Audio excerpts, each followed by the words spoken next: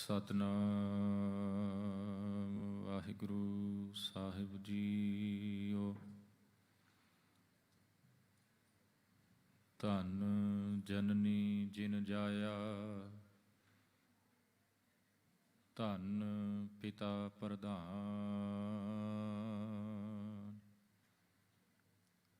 ਸਤਿਗੁਰ ਸੇਵ ਸੁਖ ਪਾਇਆ, ਵਿੱਚੋਂ ਗਿਆ ਗੁਮਾਨ।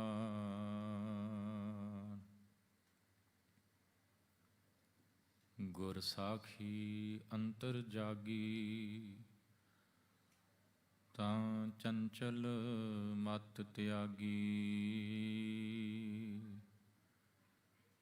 ਗੁਰ ਸਾਖੀ ਕਾ ਉਜਿਆਰਾ, ਤਾਂ ਮਿਟਿਆ ਸਗਲ ਅੰਧਿਆਰਾ। ਗੁਰ ਸਾਖੀ ਕਾ ਉਜਿਆਰਾ, ਤਾਂ ਮਿਟਿਆ ਸਗਲ ਅੰਧਿਆਰਾ।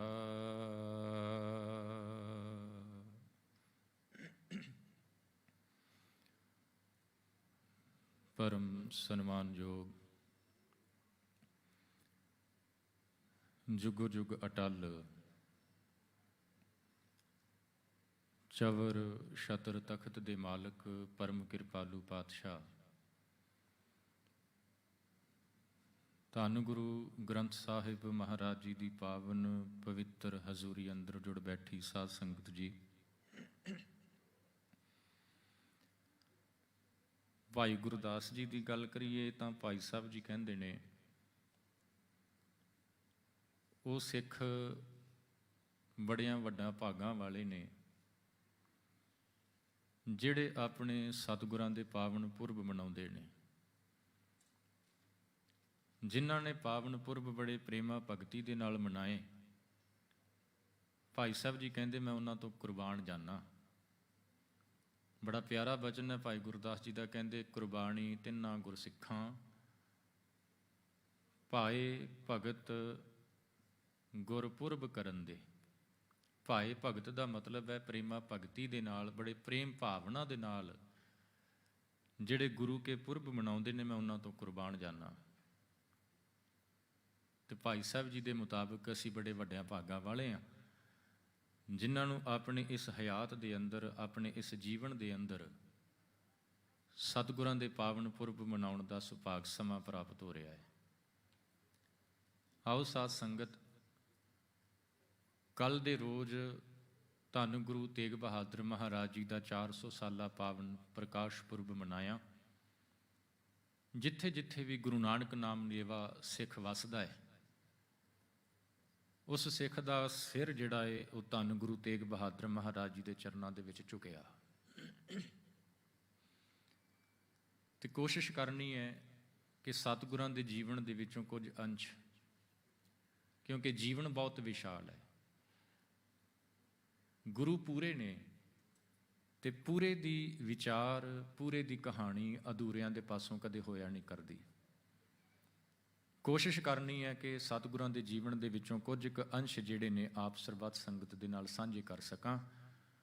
ਆਓ ਵਿਚਾਰਾਂ ਦੀ ਆਰੰਭਤਾ ਤੋਂ ਪਹਿਲਾਂ ਕਲਗੀਆਂ ਵਾਲੇ ਪਾਤਸ਼ਾਹ ਧੰਨ ਗੁਰੂ ਗੋਬਿੰਦ ਸਿੰਘ ਮਹਾਰਾਜ ਜੀ ਦੁਆਰਾ ਬਖਸ਼ੀ ਫਤਿਹ ਦੀ ਸਾਂਝ ਪਾਈਏ। ਸਾਰੇ ਪਿਆਰ ਸਤਿਕਾਰ ਨਾਲ ਬੁਲਾਓ ਜੀ।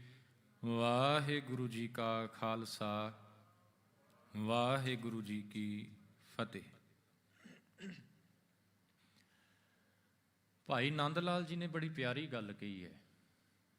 ਭਾਈ ਨੰਦ ਲਾਲ ਜੀ ਕਹਿੰਦੇ, ਗੁਰੂ ਤੇਗ ਬਹਾਦਰ ਸ਼ਰਾਪਾ ਅਫਜ਼ਾਲ, ਜੀਨਤ ਆਰਾਏ ਮਹਿਫਿਲ ਜਾਹੋ ਜਲਾਲ। ਭਾਈ ਸਾਹਿਬ ਜੀ ਕਹਿੰਦੇ ਗੁਰੂ ਤੇਗ ਬਹਾਦਰ ਮਹਾਰਾਜ ਦੋਨਾਂ ਜਹਾਨਾਂ ਦੇ ਵਾਲੀ ਨੇ, ਉਹ ਸੱਚ ਦੇ ਪ੍ਰਕਾਸ਼ਕ ਨੇ। ਉਹਨਾਂ ਦੀ ਰੌਸ਼ਨ ਕੀਤੀ ਹੋਈ ਸੱਚ ਦੀ ਸ਼ਮਾ ਜਿਹੜੀ ਹੈ ਨਾ, ਜਿਸ ਇਨਸਾਨ ਨੇ ਵੀ ਉਸ ਗੁਰੂ ਤੇਗ ਬਹਾਦਰ ਮਹਾਰਾਜ ਜੀ ਦੇ ਉਪਦੇਸ਼ ਨੂੰ ਜੀਵਨ ਦੇ ਵਿੱਚ ਧਾਰਨ ਕੀਤਾ, ਉਹਦਾ ਲੋਕ ਤੇ ਪਰਲੋਕ ਸਵਰ ਗਿਆ। ਗੁਰੂ ਗੋਬਿੰਦ ਸਿੰਘ ਮਹਾਰਾਜ ਜੀ ਨੇ ਬੜਾ ਪਿਆਰਾ ਵਚਨ ਕਿਹਾ। ਰੋਜ਼ਾਨਾ ਹੀ ਆਪਾਂ ਅਰਦਾਸ ਦੇ ਵਿੱਚ ਸਾਧ ਸੰਗਤ ਪੜ੍ਹਦੇ ਹਾਂ। ਪਾਤਸ਼ਾਹ ਜੀ ਕਹਿੰਦੇ, ਤੇਗ ਬਹਾਦਰ ਸਿਮਰਿਆ ਘਰ ਨੌ ਨਿਧ ਆਵੈ ਤਾਏ। ਮੈਂ ਇੱਕ ਛੋਟੀ ਜਿਹੀ ਇੱਥੇ ਬੇਨਤੀ ਕਰਦੇ ਹਾਂ ਕਿ ਜਿਹੜੀ ਗੁਰਬਾਣੀ ਹੈ ਨਾ ਸਾਧ ਸੰਗਤ, ਉਸ ਗੁਰਬਾਣੀ ਨੂੰ ਜਿਸ ਤਰ੍ਹਾਂ ਲਿਖਿਆ ਹੈ ਉਸੇ ਤਰ੍ਹਾਂ ਪੜ੍ਹਨਾ ਹੈ। ਜਿਸ ਤਰ੍ਹਾਂ ਲਿਖਿਆ ਹੈ ਉਸੇ ਤਰ੍ਹਾਂ ਪੜ੍ਹਨਾ ਹੈ। ਇਹ ਜਿਹੜੀ ਪੰਕਤੀ ਗੁਰੂ ਗੋਬਿੰਦ ਸਿੰਘ ਮਹਾਰਾਜ ਜੀ ਦੀ ਮੈਂ ਆਪ ਸਰਬੱਤ ਸੰਗਤ ਨਾਲ ਸਾਂਝੀ ਕੀਤੀ ਹੈ, ਇਹਦੇ ਵਿੱਚ ਇੱਕ ਵਰਡ ਜਿਹੜਾ ਹੈ ਨਾ ਉਹ ਸਾਡੇ ਵਿੱਚੋਂ ਮੋਸਟਲੀ ਇਹੀ ਕੀ ਕਰਦੇ ਆ ਕਿ ਉਹਦਾ ਗਲਤ ਪ੍ਰੋਨਾਉਂਸ ਕਰਦੇ ਆ। ਹੋ ਸਕਦਾ ਹੈ ਤੁਸੀਂ ਠੀਕ ਕਰਦੇ ਹੋ, ਮੈਂ ਹੀ ਗਲਤ ਹੋਵਾਂ, ਪਰ ਉਹਦਾ ਪ੍ਰੋਨਾਂਸੀਏਸ਼ਨ ਸਾਨੂੰ ਥੋੜ੍ਹਾ ਜਿਹਾ ਧਿਆਨ ਦੇਣਾ ਪਏਗਾ ਉਹਦੇ ਵੱਲ। ਗੁਰੂ ਗੋਬਿੰਦ ਸਿੰਘ ਮਹਾਰਾਜ ਕਹਿੰਦੇ ਨੇ ਤੇਗ ਬਹਾਦਰ ਸਿਮਰਿਆ। ਅਸੀਂ ਪੜ੍ਹਦੇ ਹਾਂ ਸਿਮਰੀਏ, ਸਿਮਰੀਏ ਪ੍ਰੋਨਾਉਂਸ ਨਹੀਂ ਹੈ, ਗਲਤ ਹੈ। ਸਿਮਰਿਆ, ਉੱਥੇ ਜੇ ਪੰਜਾਬੀ ਦੀ ਥੋੜ੍ਹੀ ਜਿਹੀ ਤੁਹਾਨੂੰ ਜਾਣਕਾਰੀ ਹੋਵੇ ਲੈਟਰਸ ਦੀ, ਤਾਂ ਉੱਥੇ ਰਾਰੇ ਨੂੰ ਸਿਹਾਰੀ ਹੈ, ਮਾਤਰਾ ਸਿਹਾਰੀ ਹੈ। ਅਸੀਂ ਉਹਦਾ ਪ੍ਰੋਨਾਉਂਸ ਕਰਨ ਲੱਗਿਆਂ ਬਿਹਾਰੀ ਬੋਲ ਜਾਂਦੇ ਹਾਂ। ਬਿਹਾਰੀ ਨਹੀਂ ਬੋਲਣੀ, ਕਿਉਂਕਿ ਜੇ ਬਿਹਾਰੀ ਬੋਲਾਂਗੇ ਤੇ ਉਹਦੇ ਮੀਨਿੰਗ ਚੇਂਜ ਹੋਣਗੇ। ਇੱਕ ਛੋਟੀ ਜਿਹੀ ਮਾਤਰਾ ਉਹਦੇ ਮੀਨਿੰਗਸ ਦੇ ਵਿੱਚ ਟੋਟਲੀ ਚੇਂਜ ਕਰ ਦੇਗੀ। ਸਿਮਰੀਏ, ਸਿਮਰੀਏ ਦਾ ਮਤਲਬ ਹੋਏਗਾ ਸਿਮਰੀਏ, ਆਓ ਸਿਮਰੀਏ, ਪਰ ਨਹੀਂ, ਉੱਥੇ ਆਓ ਸਿਮਰੀਏ ਦਾ ਮਤਲਬ ਨਹੀਂ ਹੈ। ਉੱਥੇ ਹੈ ਸਿਮਰਿਆ, ਰਾਰੇ ਨੂੰ ਸਿਹਾਰੀਏ, ਸਿਮਰਿਆ, ਸਿਮਰਨ ਨਾਲ, ਉਹਨੂੰ ਯਾਦ ਕਰਨ ਦੇ ਨਾਲ, ਗੁਰੂ ਤੇਗ ਬਹਾਦਰ ਮਹਾਰਾਜ ਨੂੰ ਯਾਦ ਕਰਨ ਦੇ ਨਾਲ ਕੀ ਹੁੰਦਾ ਹੈ? ਘਰ ਨੌ ਨਿਧ ਆਵੈ ਤਾਏ। ਨੌ ਨਿਧ, ਨੌ ਖਜ਼ਾਨੇ, ਮਤਲਬ ਸਾਰੇ ਸੰਸਾਰ ਦੀ ਦੌਲਤ ਜਿਹੜੀ ਹੈ ਉਹ ਘਰ ਦੇ ਵਿੱਚ ਆ ਜਾਂਦੀ ਹੈ, ਜਿਹੜਾ ਗੁਰੂ ਤੇਗ ਬਹਾਦਰ ਮਹਾਰਾਜ ਜੀ ਨੂੰ ਸਿਮਰ ਲੈਂਦਾ ਹੈ। ਇਹ ਪ੍ਰੋਨਾਂਸੀਏਸ਼ਨ ਵੱਲ ਜ਼ਰੂਰ ਆਪਾਂ ਖਿਆਲ ਕਰੀਏ। ਤੇਗ ਬਹਾਦਰ ਸਿਮਰਿਆ, ਘਰ ਨੌ ਨਿਧ ਆਵੈ ਤਾਏ। ਤੇ ਸਾਧ ਸੰਗਤ, ਐਸੇ ਦੀਨ ਦਿਆਲ ਸਤਿਗੁਰੂ ਦਾ ਪ੍ਰਕਾਸ਼ 1 ਅਪ੍ਰੈਲ 1 ਅਪ੍ਰੈਲ 1621 ਅੰਮ੍ਰਿਤਸਰ ਦੀ ਧਰਤੀ ਹੈ ਤੇ ਸਥਾਨ ਹੈ ਗੁਰੂ ਕੇ ਮਹਿਲ। ਇਹ ਉਹ ਸਥਾਨ ਹੈ ਜਿੱਥੇ ਗੁਰੂ ਰਾਮਦਾਸ ਮਹਾਰਾਜ ਜੀ ਦੀ ਫੈਮਿਲੀ ਰਿਹਾ ਕਰਦੀ ਸੀ, ਜਿੱਥੇ ਸਤਿਗੁਰਾਂ ਦਾ ਪਰਿਵਾਰ ਰਹਿੰਦਾ ਸੀ। ਇਹ ਉਹੀ ਜਗ੍ਹਾ ਹੈ ਜਿੱਥੇ ਗੁਰੂ ਅਰਜਨ ਸਾਹਿਬ ਮਹਾਰਾਜ, ਗੁਰੂ ਹਰਗੋਬਿੰਦ ਸਾਹਿਬ ਮਹਾਰਾਜ ਜੀ ਦੇ ਵਿਆਹ ਹੋਏ। ਇਹ ਉਹੀ ਜਗ੍ਹਾ ਹੈ ਜਿੱਥੇ ਗੁਰੂ ਅਰਜਨ ਸਾਹਿਬ ਮਹਾਰਾਜ ਜੀ ਨੂੰ ਪਿਤਾ ਗੁਰੂ ਰਾਮਦਾਸ ਜੀ ਦੇ ਪਾਸੋਂ ਗੁਰਗੱਦੀ ਦੀ ਦਾਤ ਮਿਲਦੀ ਹੈ। ਅੰਮ੍ਰਿਤ ਵੇਲੇ ਦਾ ਸਮਾਂ ਹੈ। ਗੁਰੂ ਹਰਗੋਬਿੰਦ ਸਾਹਿਬ ਮਹਾਰਾਜ ਹਰਿਮੰਦਰ ਸਾਹਿਬ ਦਰਬਾਰ ਸਾਹਿਬ ਦੇ ਵਿੱਚ ਬਿਰਾਜਮਾਨ ਨੇ। ਆਸਾ ਕੀ ਵਾਰ ਦਾ ਕੀਰਤਨ ਹੋ ਰਿਹਾ ਹੈ। ਕੀਰਤਨ ਦੀ ਸਮਾਪਤੀ ਹੋਈ, ਸੁਨੇਹਾ ਮਿਲਿਆ ਸਤਿਗੁਰਾਂ ਨੂੰ, ਪਾਤਸ਼ਾਹ ਜੀ ਬਾਲ ਨੇ ਜਨਮ ਲਿਆ ਹੈ। ਸਤਿਗੁਰੂ ਜੀ ਹਰਿਮੰਦਰ ਸਾਹਿਬ ਦੇ ਪਾਵਨ ਸਥਾਨ ਤੋਂ ਚੱਲ ਕੇ ਥੋੜ੍ਹੀ ਦੂਰੀ ਤੇ, ਜ਼ਿਆਦਾ ਦੂਰ ਨਹੀਂ ਹੈ, ਹਰਿਮੰਦਰ ਸਾਹਿਬ ਤੋਂ ਥੋੜ੍ਹੀ ਦੂਰੀ ਤੇ ਪਾਵਨ ਸਥਾਨ ਤੇ ਪਹੁੰਚਦੇ ਨੇ ਤੇ ਬਾਲ ਨੂੰ ਆਪਣੀ ਗੋਦ ਦੇ ਵਿੱਚ ਚੁੱਕਦੇ ਨੇ। ਗੋਦ ਦੇ ਵਿੱਚ ਚੁੱਕ ਕੇ ਸਤਿਗੁਰੂ ਜੀ ਨਾਮ ਰੱਖਦੇ ਨੇ ਤੇਗ ਬਹਾਦਰ। ਇੱਥੇ ਕਈ ਵਿਦਵਾਨਾਂ ਦਾ ਵਿਚਾਰ ਹੈ ਕਿ ਸਤਿਗੁਰਾਂ ਦਾ ਨਾਮ ਤਿਆਗ ਮੱਲ ਰੱਖਿਆ ਗਿਆ, ਪਰ ਜ਼ਿਆਦਾਤਰ ਵਿਦਵਾਨ ਜਿਹੜੇ ਨੇ ਉਹ ਇਸ ਗੱਲ ਨਾਲ ਸਹਿਮਤ ਨੇ ਕਿ ਬਚਪਨ 'ਚ ਹੀ, ਪ੍ਰਕਾਸ਼ ਦੇ ਸਮੇਂ ਤੇ ਹੀ ਸਤਿਗੁਰਾਂ ਨੇ ਨਾਮ ਤੇਗ ਬਹਾਦਰ ਰੱਖ ਦਿੱਤਾ ਸੀ। ਤੇ ਕੱਲਾ ਨਾਮ ਹੀ ਨਹੀਂ ਰੱਖਿਆ, ਇੱਥੇ ਸਤਿਗੁਰਾਂ ਨੇ ਇੱਕ ਅਦੁੱਤੀ, ਇੱਦਾਂ ਕਹਿ ਲਈਏ ਕਿ ਕੌਤਕ ਕੀਤਾ ਹੈ। ਜਦੋਂ ਪ੍ਰਕਾਸ਼ ਹੋਇਆ, ਸਤਿਗੁਰਾਂ ਨੇ ਬਾਲ ਨੂੰ ਆਪਣੇ ਹੱਥਾਂ ਦੇ ਵਿੱਚ, ਆਪਣੀ ਗੋਦ ਦੇ ਵਿੱਚ ਚੁੱਕਿਆ ਤੇ ਗੁਰੂ ਹਰਗੋਬਿੰਦ ਸਾਹਿਬ ਮਹਾਰਾਜ ਜੀ ਨੇ ਬੱਚੇ ਨੂੰ ਚੁੱਕਦਿਆਂ ਹੋਇਆਂ ਨਾਲ ਨਮਸਕਾਰ ਵੀ ਕੀਤੀ ਹੈ। ਬੱਚੇ ਨੂੰ ਚੁੱਕ ਕੇ ਨਮਸਕਾਰ ਵੀ ਕੀਤੀ ਹੈ। ਅੱਜ ਤੱਕ ਇੱਦਾਂ ਨਹੀਂ ਹੋਇਆ, ਨਾ ਹੀ ਹੋਇਆ ਕਦੇ ਪਹਿਲਾਂ ਸੀ ਤੇ ਨਾ ਹੀ ਬਾਅਦ ਵਿੱਚ ਹੋਏਗਾ। ਕੋਈ ਪਿਤਾ ਆਪਣੇ ਬੱਚੇ ਨੂੰ ਨਮਸਕਾਰ ਨਹੀਂ ਜੇ ਕਰਦਾ। ਨਮਸਕਾਰ ਕਰਨ ਦਾ ਮਤਲਬ ਹੈ ਮੱਥਾ ਟੇਕਣਾ, ਨਹੀਂ ਜੇ ਟੇਕਦਾ। ਪਰ ਗੁਰੂ ਹਰਗੋਬਿੰਦ ਸਾਹਿਬ ਮਹਾਰਾਜ ਜੀ ਨੇ ਟੇਕਿਆ। ਤੇ ਜਦੋਂ ਮੱਥਾ ਟੇਕਿਆ ਨਾ, ਸਿੱਖ ਸਾਰੇ ਕੋਲ ਨੇ ਜੀ। ਜਦੋਂ ਖਬਰ ਮਿਲੀ ਤੇ ਇਕੱਲੇ ਗੁਰੂ ਹਰਗੋਬਿੰਦ ਸਾਹਿਬ ਥੋੜੀ ਨਾ ਆਏ ਦਰਬਾਰ ਸਾਹਿਬ ਤੋਂ, ਹੋਰ ਵੀ ਜਿਹੜੇ ਸਿੱਖ ਸੀ ਭਾਵਨਾ ਵਾਲੇ, ਉਹ ਵੀ ਸਤਿਗੁਰਾਂ ਦੇ ਨਾਲ ਹੀ ਪਹੁੰਚਦੇ ਨੇ। ਤੇ ਉਹਨਾਂ ਵਿੱਚੋਂ ਹੀ ਇੱਕ ਸਿੱਖ ਨੇ ਭਾਈ ਬਿਧੀ ਚੰਦ ਜੀ। ਜਦੋਂ ਸਤਿਗੁਰਾਂ ਨੇ ਨਮਸਕਾਰ ਕੀਤੀ, ਭਾਈ ਬਿਧੀ ਚੰਦ ਜੀ ਨੇ ਦੇਖਿਆ ਤੇ ਇੱਕ ਸਵਾਲ ਉਹਨਾਂ ਦੇ ਅੰਦਰ ਪੈਦਾ ਹੋਇਆ, ਇੱਕ ਕੁਐਸਚਨ ਉਹਨਾਂ ਦੇ ਅੰਦਰ ਪੈਦਾ ਹੋਇਆ। ਇਤਿਹਾਸ ਨੇ ਸੰਭਾਲ ਕੇ ਰੱਖਿਆ ਜੀ ਉਹ ਸਵਾਲ। ਸਤਿਗੁਰੂ ਗੁਰੂ ਹਰਗੋਬਿੰਦ ਸਾਹਿਬ ਮਹਾਰਾਜ ਜੀ ਨੂੰ ਭਾਈ ਬਿਧੀ ਚੰਦ ਨੇ ਪੁੱਛਿਆ, ਕਹਿਣ ਲੱਗੇ, ਸਤਿਗੁਰੂ ਜੀ ਇਹ ਕੀ ਕੌਤਕ ਹੋਇਆ ਕਿ ਇੱਕ ਛੋਟੇ ਬੱਚੇ ਨੂੰ, ਜਿਹੜਾ ਅਜੇ ਪ੍ਰਕਾਸ਼ ਹੀ ਹੋਇਆ ਹੈ, ਉਸ ਬੱਚੇ ਨੂੰ ਤੁਸੀਂ ਗੋਦ ਦੇ ਵਿੱਚ ਚੁੱਕ ਕੇ ਨਮਸਕਾਰ ਪਏ ਕਰਦੇ ਹੋ, ਇਹਦਾ ਕੀ ਰੀਜ਼ਨ ਹੈ? ਤੇ ਸਤਿਗੁਰਾਂ ਨੇ ਉੱਥੇ ਥੋੜਾ ਮੁਸਕਰਾਇਆ ਤੇ ਮੁਸਕਰਾ ਕੇ ਭਾਈ ਸਾਹਿਬ ਨੂੰ ਜਵਾਬ ਦਿੱਤਾ। ਭਾਈ ਸਾਹਿਬ ਜੀ ਦਾ ਸਵਾਲ ਹੈ, ਕਹਿੰਦੇ ਤਬ ਗੁਰ ਸਿਸ ਕੋ ਬੰਧਨ ਕੀਨੀ ਹਿਤ ਲਾਏ। ਬੜੇ ਪਿਆਰ ਦੇ ਨਾਲ ਕਹਿੰਦੇ ਬੰਧਨ ਮਤਲਬ ਨਮਸਕਾਰ ਕਰਨੀ, ਮੱਥਾ ਟੇਕਿਆ। ਵਿਦਿਆ ਕਹਿ ਕਸ ਬੰਧਨ ਕੀ ਕਹੋ ਮੋਹਿ ਸਮਝਾਏ। ਵਿਦਿਆ ਮਤਲਬ ਭਾਈ ਵਿਧੀ ਚੰਦ ਜੀ, ਕਹਿ ਕਸ ਬੰਧਨ ਕੀ, ਕਾਦੇ ਲਈ, ਕਿਉਂ ਬੰਧਨ ਨਮਸਕਾਰ ਕਿਉਂ ਕੀਤੀ, ਕਹੋ ਮੋਹਿ ਸਮਝਾਏ। ਕਹਿਣ ਲੱਗੇ ਪਾਤਸ਼ਾਹ ਜੀ ਮੈਨੂੰ ਇਹ ਗੱਲ ਸਮਝ ਨਹੀਂ ਆਈ ਕਿ ਇੱਕ ਛੋਟੇ ਬੱਚੇ ਨੂੰ ਨਮਸਕਾਰ ਕਰਨ ਦਾ ਕੀ ਰੀਜ਼ਨ ਹੋ ਸਕਦਾ ਹੈ। ਤੇ ਸਤਿਗੁਰੂ ਗੁਰੂ ਹਰਗੋਬਿੰਦ ਸਾਹਿਬ ਮਹਾਰਾਜ ਜੀ ਨੇ ਜਵਾਬ ਦਿੱਤਾ। ਪਾਤਸ਼ਾਹ ਜੀ ਨੇ ਪਤਾ ਕੀ ਕਿਹਾ? ਕਹਿਣ ਲੱਗੇ ਭਾਈ ਵਿਧੀ ਚੰਦ ਜੀ, ਜੇਕਰ ਤੁਸੀਂ ਪੁੱਛਦੇ ਹੋ ਤੇ ਇਹਦਾ ਜਵਾਬ ਇਹ ਹੈ ਕਿ ਇਹ ਬਾਲਕ ਕੋਈ ਸਧਾਰਨ ਬਾਲਕ ਨਹੀਂ, ਇਹ ਐਸਾ ਬਾਲਕ ਹੈ ਜਿਹਦੇ ਘਰ ਇੱਕ ਐਸਾ ਪੁਰਖ ਪੈਦਾ ਹੋਏਗਾ ਜਿਹੜਾ ਜ਼ੁਲਮ ਦੀਆਂ ਜੜ੍ਹਾਂ ਹਿਲਾ ਕੇ ਰੱਖ ਦੇਗਾ। ਇਹ ਕੋਈ ਸਧਾਰਨ ਬਾਲਕ ਨਹੀਂ, ਇਹ ਇੱਕ ਐਸਾ ਬਾਲਕ ਹੈ ਜਿਹੜਾ ਡੁੱਬਦਿਆਂ ਹੋਇਆਂ ਨੂੰ ਪਾਰ ਕਿਨਾਰੇ ਲਗਾਏਗਾ। ਇਹ ਇੱਕ ਐਸਾ ਬਾਲਕ ਹੈ ਜਿਹੜਾ ਡੁੱਬਦੇ ਹੋਏ ਧਰਮ ਨੂੰ ਆਪਣਾ ਸਿਰ ਦੇ ਕੇ ਬਚਾਏਗਾ। ਉਹ ਜਿਹੜੀ ਘਟਨਾ 1675 ਦੇ ਵਿੱਚ ਜਾ ਕੇ ਹੁੰਦੀ ਹੈ ਨਾ, ਪੰਡਤ ਆਉਂਦੇ ਨੇ ਗੁਰੂ ਸਾਹਿਬ ਦੀ ਹਜ਼ੂਰੀ 'ਚ ਤੇ ਬੇਨਤੀ ਕਰਦੇ ਨੇ ਕਿ ਬਚਾਓ, ਉਹਦੇ ਬਾਰੇ ਗੁਰੂ ਹਰਗੋਬਿੰਦ ਸਾਹਿਬ ਮਹਾਰਾਜ ਗੁਰੂ ਤੇਗ ਬਹਾਦਰ ਮਹਾਰਾਜ ਜੀ ਦੇ ਪ੍ਰਕਾਸ਼ ਸਮੇਂ ਇਹ ਬਚਨ ਕਹਿ ਦਿੰਦੇ ਨੇ। ਕਹਿਣ ਲੱਗੇ ਭਾਈ ਵਿਧੀ ਚੰਦ ਜੀ, ਇਹ ਬੱਚਾ ਜਿਹੜਾ ਹੈ ਇਹ ਡੁੱਬਦੇ ਹੋਏ ਧਰਮ ਨੂੰ ਪਾਰ ਕਿਨਾਰੇ ਤੇ ਲਗਾਏਗਾ ਆਪਣਾ ਸੀਸ ਦੇ ਕੇ। ਇਹ ਰੀਜ਼ਨ ਸੀ ਕਿ ਸਤਿਗੁਰੂ ਗੁਰੂ ਹਰਗੋਬਿੰਦ ਸਾਹਿਬ ਮਹਾਰਾਜ ਜੀ ਨੇ ਬਾਲ ਗੁਰੂ ਤੇਗ ਬਹਾਦਰ ਮਹਾਰਾਜ ਜੀ ਨੂੰ ਪ੍ਰਕਾਸ਼ ਦੇ ਸਮੇਂ ਤੇ ਨਮਸਕਾਰ ਕੀਤੀ। ਤੇ ਸਾਧ ਸੰਗਤ, ਜਦੋਂ ਭਾਈ ਨੰਦ ਲਾਲ ਜੀ ਦੀ ਰਚਨਾ ਪੜ੍ਹੀ ਹੈ ਨਾ, ਤੇ ਭਾਈ ਨੰਦ ਲਾਲ ਜੀ ਨੇ ਸਤਿਗੁਰਾਂ ਦੇ ਨਾਮ ਦੇ ਮੀਨਿੰਗ ਕੀਤੇ ਨੇ, ਅਰਥ ਕੀਤੇ ਨੇ ਉਹਨਾਂ ਨੇ ਗੁਰੂ ਤੇਗ ਬਹਾਦਰ ਮਹਾਰਾਜ ਜੀ ਦੇ ਨਾਮ ਦੇ। ਜਿਹੜੇ ਲੈਟਰਸ ਨੇ ਪੰਜਾਬੀ ਦੇ ਤੇਗ ਬਹਾਦਰ, ਉਹਨਾਂ ਇੱਕ ਲੈਟਰ ਦਾ ਭਾਈ ਨੰਦ ਲਾਲ ਜੀ ਨੇ ਵੱਖਰਾ ਵੱਖਰਾ ਮੀਨਿੰਗ ਕਰਕੇ ਸਾਡੀ ਝੋਲੀ ਦੇ ਵਿੱਚ ਪਾ ਦਿੱਤਾ। ਕਹਿਣ ਲੱਗੇ ਜੇਕਰ ਗੁਰੂ ਤੇਗ ਬਹਾਦਰ ਮਹਾਰਾਜ ਜੀ ਦੀ ਸ਼ਖਸੀਅਤ ਨੂੰ ਵਾਚਣਾ ਹੈ ਨਾ, ਤੇ ਉਹਨਾਂ ਦੇ ਨਾਮ ਦੇ ਵਿੱਚੋਂ ਹੀ ਤੁਹਾਨੂੰ ਪਤਾ ਲੱਗ ਜਾਏਗਾ ਕਿ ਗੁਰੂ ਤੇਗ ਬਹਾਦਰ ਮਹਾਰਾਜ ਦੀ ਸ਼ਖਸੀਅਤ ਅਸਲ ਵਿੱਚ ਹੈ ਕੀ। ਜਿਹੜਾ ਪੰਜਾਬੀ ਦਾ ਪਹਿਲਾ ਲੈਟਰ ਹੈ ਨਾ ਸਤਿਗੁਰਾਂ ਦੇ ਨਾਮ ਦਾ, ਉਹ ਹੈ ਜੀ ਤੱਤਾ।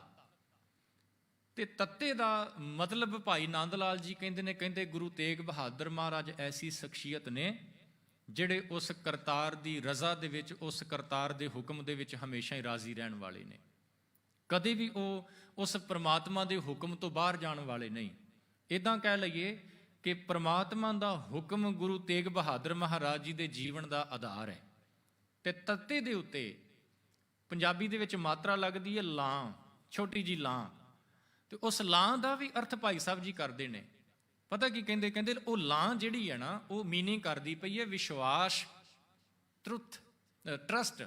ਭਾਈ ਸਾਹਿਬ ਜੀ ਕਹਿੰਦੇ ਉਸ ਲਾਮ ਦਾ ਤੱਤੇ ਦੇ ਉੱਤੇ ਜਦੋਂ ਲਾਮ ਲੱਗੇਗੀ, ਇਹਦਾ ਮਤਲਬ ਹੋ ਜਾਏਗਾ ਕਿ ਗੁਰੂ ਤੇਗ ਬਹਾਦਰ ਮਹਾਰਾਜ ਜਿੱਥੇ ਕਰਤਾਰ ਦੇ ਹੁਕਮ ਦੇ ਵਿੱਚ ਵਿਚਰਦੇ ਨੇ, ਉੱਥੇ ਨਾਲ ਦੀ ਨਾਲ ਉਸ ਕਰਤਾਰ ਦੇ ਉੱਤੇ ਗੁਰੂ ਤੇਗ ਬਹਾਦਰ ਜੀ ਨੂੰ ਪੂਰਨ ਭਰੋਸਾ ਵੀ ਹੈ। ਗੁਰੂ ਤੇਗ ਬਹਾਦਰ ਮਹਾਰਾਜ ਜੀ ਦੇ ਜੀਵਨ ਦੇ ਵਿੱਚ ਵਿਸ਼ਵਾਸ ਪੂਰੀ ਤਰ੍ਹਾਂ ਦੇ ਨਾਲ ਭਰਿਆ ਪਿਆ ਹੈ। ਤੇ ਸਾਧ ਸੰਗਤ, ਅੱਗੇ ਆ ਜਾਂਦਾ ਹੈ ਗੱਗਾ। ਤੇ ਗੱਗੇ ਦਾ ਮਤਲਬ ਭਾਈ ਸਾਹਿਬ ਜੀ ਕਰਦੇ ਨੇ, ਕਹਿੰਦੇ ਹਲੀਮੀ, ਨਿਮਰਤਾ, ਹਿਊਮਿਲਿਟੀ। ਤੇ ਨਿਮਰਤਾ ਇੰਨੀ ਜੀਵਨ ਦੇ ਵਿੱਚ ਕਿ ਜਲਾਦ ਜਿਹੜਾ ਹੈ ਉਹ ਤਲਵਾਰ ਹੱਥ ਦੇ ਵਿੱਚ ਪਕੜ ਕੇ ਖਲੋਤਾ ਹੈ ਤੇ ਸਤਿਗੁਰੂ ਜੀ ਪੂਰਨ ਸ਼ਾਂਤੀ ਦੇ ਵਿੱਚ ਨੇ। ਇਧਰੋਂ ਬਾਬਾ ਧੀਰਮਲ, ਅੱਗੇ ਆਪਾਂ ਵਿਚਾਰਾਂਗੇ, ਬਾਬਾ ਧੀਰਮਲ ਜਿਹੜਾ ਹੈ ਸਤਿਗੁਰਾਂ ਦੇ ਸਾਹਮਣੇ ਖੜਾ ਹੋ ਕੇ ਕੌੜੇ ਬਚਨ ਪਿਆ ਬੋਲਦਾ ਹੈ। ਤੇ ਗੁਰੂ ਤੇਗ ਬਹਾਦਰ ਮਹਾਰਾਜ ਨਿਮਰਤਾ ਦੇ ਪੁੰਜ ਬੜੀ ਸ਼ਾਂਤੀ ਦੇ ਨਾਲ ਉਹਨਾਂ ਨੂੰ ਧੀਰਜ ਧਾਰਨ ਕਰਨ ਵਾਸਤੇ ਕਹਿੰਦੇ ਪਏ ਨੇ। ਤੇ ਸਾਧ ਸੰਗਤ, ਅੱਗੇ ਬੱਬਾ ਤੇ ਹਾਹਾ, ਇਹਨਾਂ ਦੋਨਾਂ ਲੈਟਰਸ ਦਾ ਜੁਆਇੰਟ ਮੀਨਿੰਗ ਕਰਦਿਆਂ ਹੋਇਆਂ ਭਾਈ ਸਾਹਿਬ ਜੀ ਕਹਿੰਦੇ ਨੇ ਕਿ ਗੁਰੂ ਤੇਗ ਬਹਾਦਰ ਮਹਾਰਾਜ ਵਿਦਿਆ ਤੇ ਸਿੱਖਿਆ ਦੇ ਭੰਡਾਰ ਨੇ, ਟ੍ਰੈਜ਼ਰ ਆਫ ਨੌਲੇਜ, ਗਿਆਨ ਦਾ ਭੰਡਾਰ ਨੇ ਗੁਰੂ ਤੇਗ ਬਹਾਦਰ ਮਹਾਰਾਜ। ਤੇ ਕਿਤੇ ਸਤਿਗੁਰਾਂ ਦੇ ਪਾਵਨ ਸ਼ਲੋਕ ਪੜ੍ਹ ਕੇ ਦੇਖੋ, ਜਿਹੜੇ ਆਪਾਂ ਭੋਗ ਦੇ ਸਮੇਂ ਪੜ੍ਹਦੇ ਹਾਂ। ਗੁਰੂ ਤੇਗ ਬਹਾਦਰ ਮਹਾਰਾਜ ਜੀ ਦੀ ਬਾਣੀ, ਜਿਹੜੇ ਸ਼ਬਦ ਗੁਰੂ ਗ੍ਰੰਥ ਸਾਹਿਬ ਮਹਾਰਾਜ ਜੀ ਦੇ ਵਿੱਚ ਨੇ, ਉਹਨਾਂ ਨੂੰ ਕਿਤੇ ਪੜ੍ਹ ਕੇ ਦੇਖੋ, ਪਤਾ ਲੱਗੇਗਾ ਕਿ ਸਤਿਗੁਰਾਂ ਦੇ ਗਿਆਨ ਦਾ ਲੈਵਲ ਅਸਲ ਦੇ ਵਿੱਚ ਹੈ ਕੀ। ਕਿਤੇ ਸੰਸਾਰੀ ਗਿਆਨ ਹੀ ਨਹੀਂ, ਆਤਮਿਕ ਗਿਆਨ ਦੇ ਭੰਡਾਰ ਨੇ ਗੁਰੂ ਤੇਗ ਬਹਾਦਰ ਮਹਾਰਾਜ। ਤੇ ਜਿਹੜਾ ਕੰਨਾ ਹੈ ਨਾ ਜੀ ਸਾਧ ਸੰਗਤ, ਹਾਹੇ ਦੇ ਨਾਲ ਕੰਨਾ ਮਾਤਰਾ ਲੱਗਦੀ ਹੈ, ਉਹਦਾ ਮਤਲਬ ਭਾਈ ਸਾਹਿਬ ਜੀ ਕਰਦੇ ਨੇ ਸਿਦਕ ਅਤੇ ਸੱਚ, ਉਸ ਪਰਮਾਤਮਾ ਦੇ ਨਾਲ ਜੁੜੇ ਹੋਏ ਪੂਰਨ ਭਰੋਸੇ ਦੇ ਨਾਲ। ਤੇ ਜਿਹੜਾ ਅੱਗੇ ਦੱਦਾ ਆ ਜਾਂਦਾ ਹੈ, ਦੱਦੇ ਤੋਂ ਕਹਿੰਦੇ ਨੇ ਦੋ ਜਹਾਨਾਂ ਦੇ ਨਿਆਇਕਾਰ ਨੇ। ਨਿਆਇਕਾਰ ਦਾ ਮਤਲਬ ਹੁੰਦਾ ਜੀ ਜਸਟਿਸ ਕਰਨ ਵਾਲਾ। ਸਤਿਗੁਰੂ ਜੀ ਇਸ ਸੰਸਾਰ ਦੇ ਵਿੱਚ ਵੀ ਤੇ ਇਸ ਸੰਸਾਰ ਤੋਂ ਬਾਅਦ ਵੀ ਨਿਆਂ ਕਰਨ ਵਾਲੇ ਨੇ। ਉਹਨਾਂ ਦੇ ਘਰ ਦੇ ਵਿੱਚ ਕਿਤੇ ਇਨਜਸਟਿਸ ਨਾਂ ਦੀ ਚੀਜ਼ ਹੀ ਕੋਈ ਨਹੀਂ। ਤੇ ਲਾਸਟ ਤੇ ਰਹਿ ਜਾਂਦਾ ਸਾਧ ਸੰਗਤ ਰਾਰਾ। ਤੇ ਰਾਰੇ ਦਾ ਮਤਲਬ ਕਰਦਿਆਂ ਹੋਇਆਂ ਭਾਈ ਸਾਹਿਬ ਜੀ ਕਹਿੰਦੇ ਨੇ ਕਿ ਗੁਰੂ ਤੇਗ ਬਹਾਦਰ ਮਹਾਰਾਜ ਪਰਮਾਤਮਾ ਦੇ, ਰੱਬ ਦੇ ਰਾਹ ਦੇ ਗਿਆਤਾ ਨੇ, ਉਹ ਭੇਤ ਨੂੰ ਸਮਝਣ ਵਾਲੇ ਨੇ। ਸਤਿਗੁਰਾਂ ਨੂੰ ਪਤਾ ਹੈ ਕਿ ਉਸ ਪਰਮਾਤਮਾ ਦੇ ਘਰ ਤੱਕ ਮਾਰਗ ਜਾਂਦਾ ਕਿਹੜਾ ਹੈ, ਕਿਸ ਤਰੀਕੇ ਦੇ ਨਾਲ ਉੱਥੇ ਪਹੁੰਚਿਆ ਜਾ ਸਕਦਾ ਹੈ। ਕੇਵਲ ਜਾਣਦੇ ਹੀ ਨਹੀਂ, ਸਗੋਂ ਹੋਰਾਂ ਨੂੰ ਵੀ ਉਸ ਮਾਰਗ ਦੇ ਉੱਤੇ ਤੋਰ ਕੇ ਉਹਨਾਂ ਦੇ ਜੀਵਨ ਨੂੰ ਸਫਲ ਬਣਾਉਣ ਵਾਲੇ ਗੁਰੂ ਤੇਗ ਬਹਾਦਰ ਮਹਾਰਾਜ ਨੇ। ਤੇ ਸਾਧ ਸੰਗਤ ਖਿਆਲ ਕਰਿਓ, ਜਦੋਂ ਥੋੜੇ ਜਿਹੇ ਗੁਰੂ ਤੇਗ ਬਹਾਦਰ ਮਹਾਰਾਜ ਚੱਲਣ ਫਿਰਨ ਲੱਗੇ ਤੇ ਗੁਰੂ ਹਰਗੋਬਿੰਦ ਸਾਹਿਬ ਮਹਾਰਾਜ ਜੀ ਨੇ ਵਿਦਿਆ ਦਾ ਪ੍ਰਬੰਧ ਕੀਤਾ। ਜਿਸ ਤਰ੍ਹਾਂ ਜਦੋਂ ਗੁਰੂ ਅਰਜਨ ਸਾਹਿਬ ਮਹਾਰਾਜ ਜੀ ਦੇ ਘਰ ਗੁਰੂ ਹਰਗੋਬਿੰਦ ਸਾਹਿਬ ਜੀ ਦਾ ਪ੍ਰਕਾਸ਼ ਹੋਇਆ ਨਾ, ਤੇ ਗੁਰੂ ਹਰਗੋਬਿੰਦ ਸਾਹਿਬ ਨੂੰ ਜਦੋਂ ਵਿਦਿਆ ਦਿਵਾਉਣ ਦੇ ਲਈ ਗੁਰੂ ਅਰਜਨ ਸਾਹਿਬ ਮਹਾਰਾਜ ਜੀ ਨੇ ਵਿਚਾਰ ਕੀਤੀ, ਤੇ ਸਤਿਗੁਰੂ ਗੁਰੂ ਅਰਜਨ ਸਾਹਿਬ ਵੀ ਬਾਲ ਹਰਗੋਬਿੰਦ ਜੀ ਦਾ ਹੱਥ ਪਕੜ ਕੇ ਬਾਬਾ ਬੁੱਢਾ ਜੀ ਦੇ ਪਾਸ ਗਏ ਤੇ ਬਾਬਾ ਬੁੱਢਾ ਜੀ ਨੂੰ ਜਾ ਕੇ ਬੇਨਤੀ ਕੀਤੀ। ਕਹਿਣ ਲੱਗੇ, ਬਾਬਾ ਜੀ ਤੁਸੀਂ ਗੁਰੂ ਘਰ ਦੇ ਅਨਿੰਨ ਸਿੱਖ ਹੋ, ਤੁਸੀਂ ਗੁਰੂ ਨਾਨਕ ਸਾਹਿਬ ਮਹਾਰਾਜ ਜੀ ਤੋਂ ਲੈ ਕੇ ਹੁਣ ਤੱਕ ਗੁਰੂ ਸਾਹਿਬਾਨਾਂ ਦੇ ਦੀਦਾਰ ਕੀਤੇ ਨੇ, ਤੇ ਮੇਰੀ ਨਜ਼ਰ ਦੇ ਵਿੱਚ ਐਸਾ ਹੋਰ ਕੋਈ ਨਹੀਂ ਜਿਹੜਾ ਬੱਚੇ ਨੂੰ ਪੂਰਨ ਤੌਰ ਤੇ ਸਿੱਖਿਆ ਦੇ ਸਕੇ।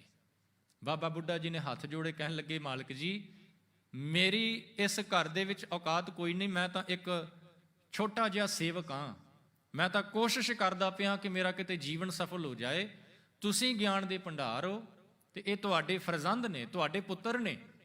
ਤੇ ਜਿਹੜਾ ਜਿਵੇਂ ਬਾਣੀ ਦਾ ਪਾਵਨ ਬਚਨ ਹੈ ਨਾ ਕਿ ਤਿਨ ਕਉ ਕਿਆ ਉਪਦੇਸੀ ਹੈ ਜਿਨ ਗੁਰ ਨਾਨਕ ਦੇਓ, ਕਿ ਜਿਹੜਾ ਧੁਰ ਤੋਂ ਹੀ ਸਿੱਖਿਆ ਹੋਇਆ ਆਵੇ, ਜਿਸ ਦੇ ਅੰਦਰ ਧੁਰ ਤੋਂ ਪ੍ਰਮਾਤਮਾ ਹੀ ਗਿਆਨ ਦਾ ਭੰਡਾਰ ਭਰ ਕੇ ਭੇਜ ਦੇਵੇ, ਉਸ ਨੂੰ ਕਹਿਣ ਲੱਗੇ ਮੈਂ ਕੀ ਸਿੱਖਿਆ ਦੇ ਸਕਦਾ।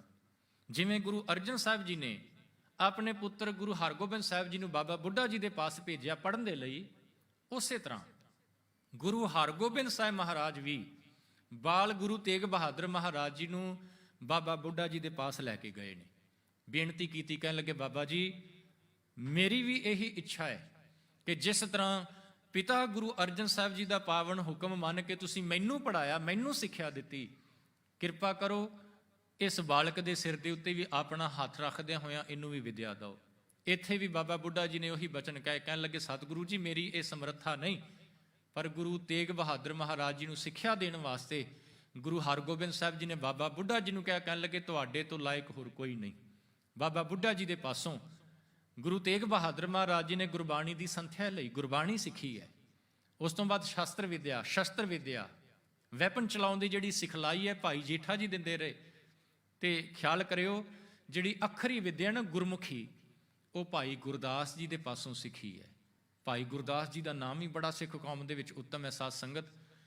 ਭਾਈ ਗੁਰਦਾਸ ਜੀ ਉਹ ਨੇ ਜਿਨ੍ਹਾਂ ਨੇ ਫਸਟ ਟਾਈਮ ਗੁਰੂ ਅਰਜਨ ਸਾਹਿਬ ਮਹਾਰਾਜ ਜੀ ਦੇ ਹੁਕਮ ਦੇ ਨਾਲ ਗੁਰੂ ਗ੍ਰੰਥ ਸਾਹਿਬ ਮਹਾਰਾਜ ਜੀ ਦੀ ਬੀੜ ਦੀ ਲਿਖਣ ਦੀ ਸੇਵਾ ਕੀਤੀ। ਗੁਰੂ ਅਰਜਨ ਸਾਹਿਬ ਬਾਣੀ ਲਿਖਵਾਉਂਦੇ ਨੇ, ਭਾਈ ਗੁਰਦਾਸ ਜੀ ਲਿਖਦੇ ਨੇ, ਤੇ ਭਾਈ ਗੁਰਦਾਸ ਜੀ ਦੇ ਪਾਸੋਂ ਹੀ ਗੁਰੂ ਤੇਗ ਬਹਾਦਰ ਮਹਾਰਾਜ ਜੀ ਨੇ ਗੁਰਮੁਖੀ ਸਿੱਖਿਆ ਸਿੱਖੀ।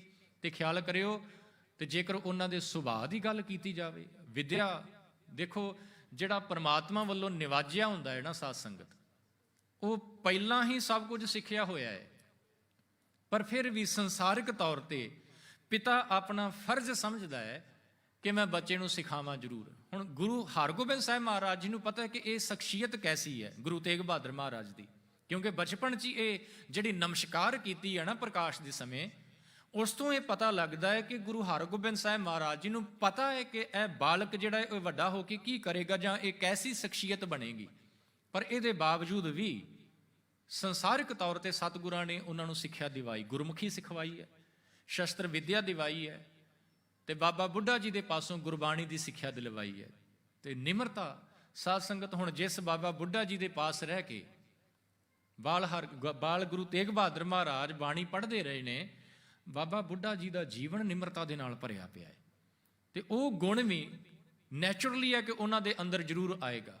ਕਹਿੰਦੇ ਜਦੋਂ ਵੀ ਗੁਰੂ ਤੇਗ ਬਹਾਦਰ ਮਹਾਰਾਜ ਪਿਤਾ ਗੁਰੂ ਹਰਗੋਬਿੰਦ ਸਾਹਿਬ ਜੀ ਦੇ ਦਰਬਾਰ ਦੇ ਵਿੱਚ ਪਹੁੰਚਦੇ, ਸੰਗਤ ਜੁੜੀ ਬੈਠੀ ਹੈ, ਦਰਸ਼ਨਾਂ ਵਾਸਤੇ ਆਉਂਦੇ, ਤੇ ਕਦੇ ਵੀ ਆਪਣੀ ਅੱਖ ਉੱਚੀ ਨਾ ਚੁੱਕਦੇ, ਅੱਖਾਂ ਨੀਵੀਆਂ ਰੱਖਦੇ, ਨਿਮਰਤਾ ਦੇ ਵਿੱਚ ਆਣ ਕੇ ਗੁਰੂ ਚਰਨਾਂ ਦੇ ਵਿੱਚ ਝੁੱਕ ਕੇ ਨਮਸਕਾਰ ਕਰਦੇ। ਤੇ ਖਿਆਲ ਕਰਿਓ, ਬਾਣੀ ਦਾ ਇੱਕ ਬੜਾ ਪਿਆਰਾ ਬਚਨ ਹੈ।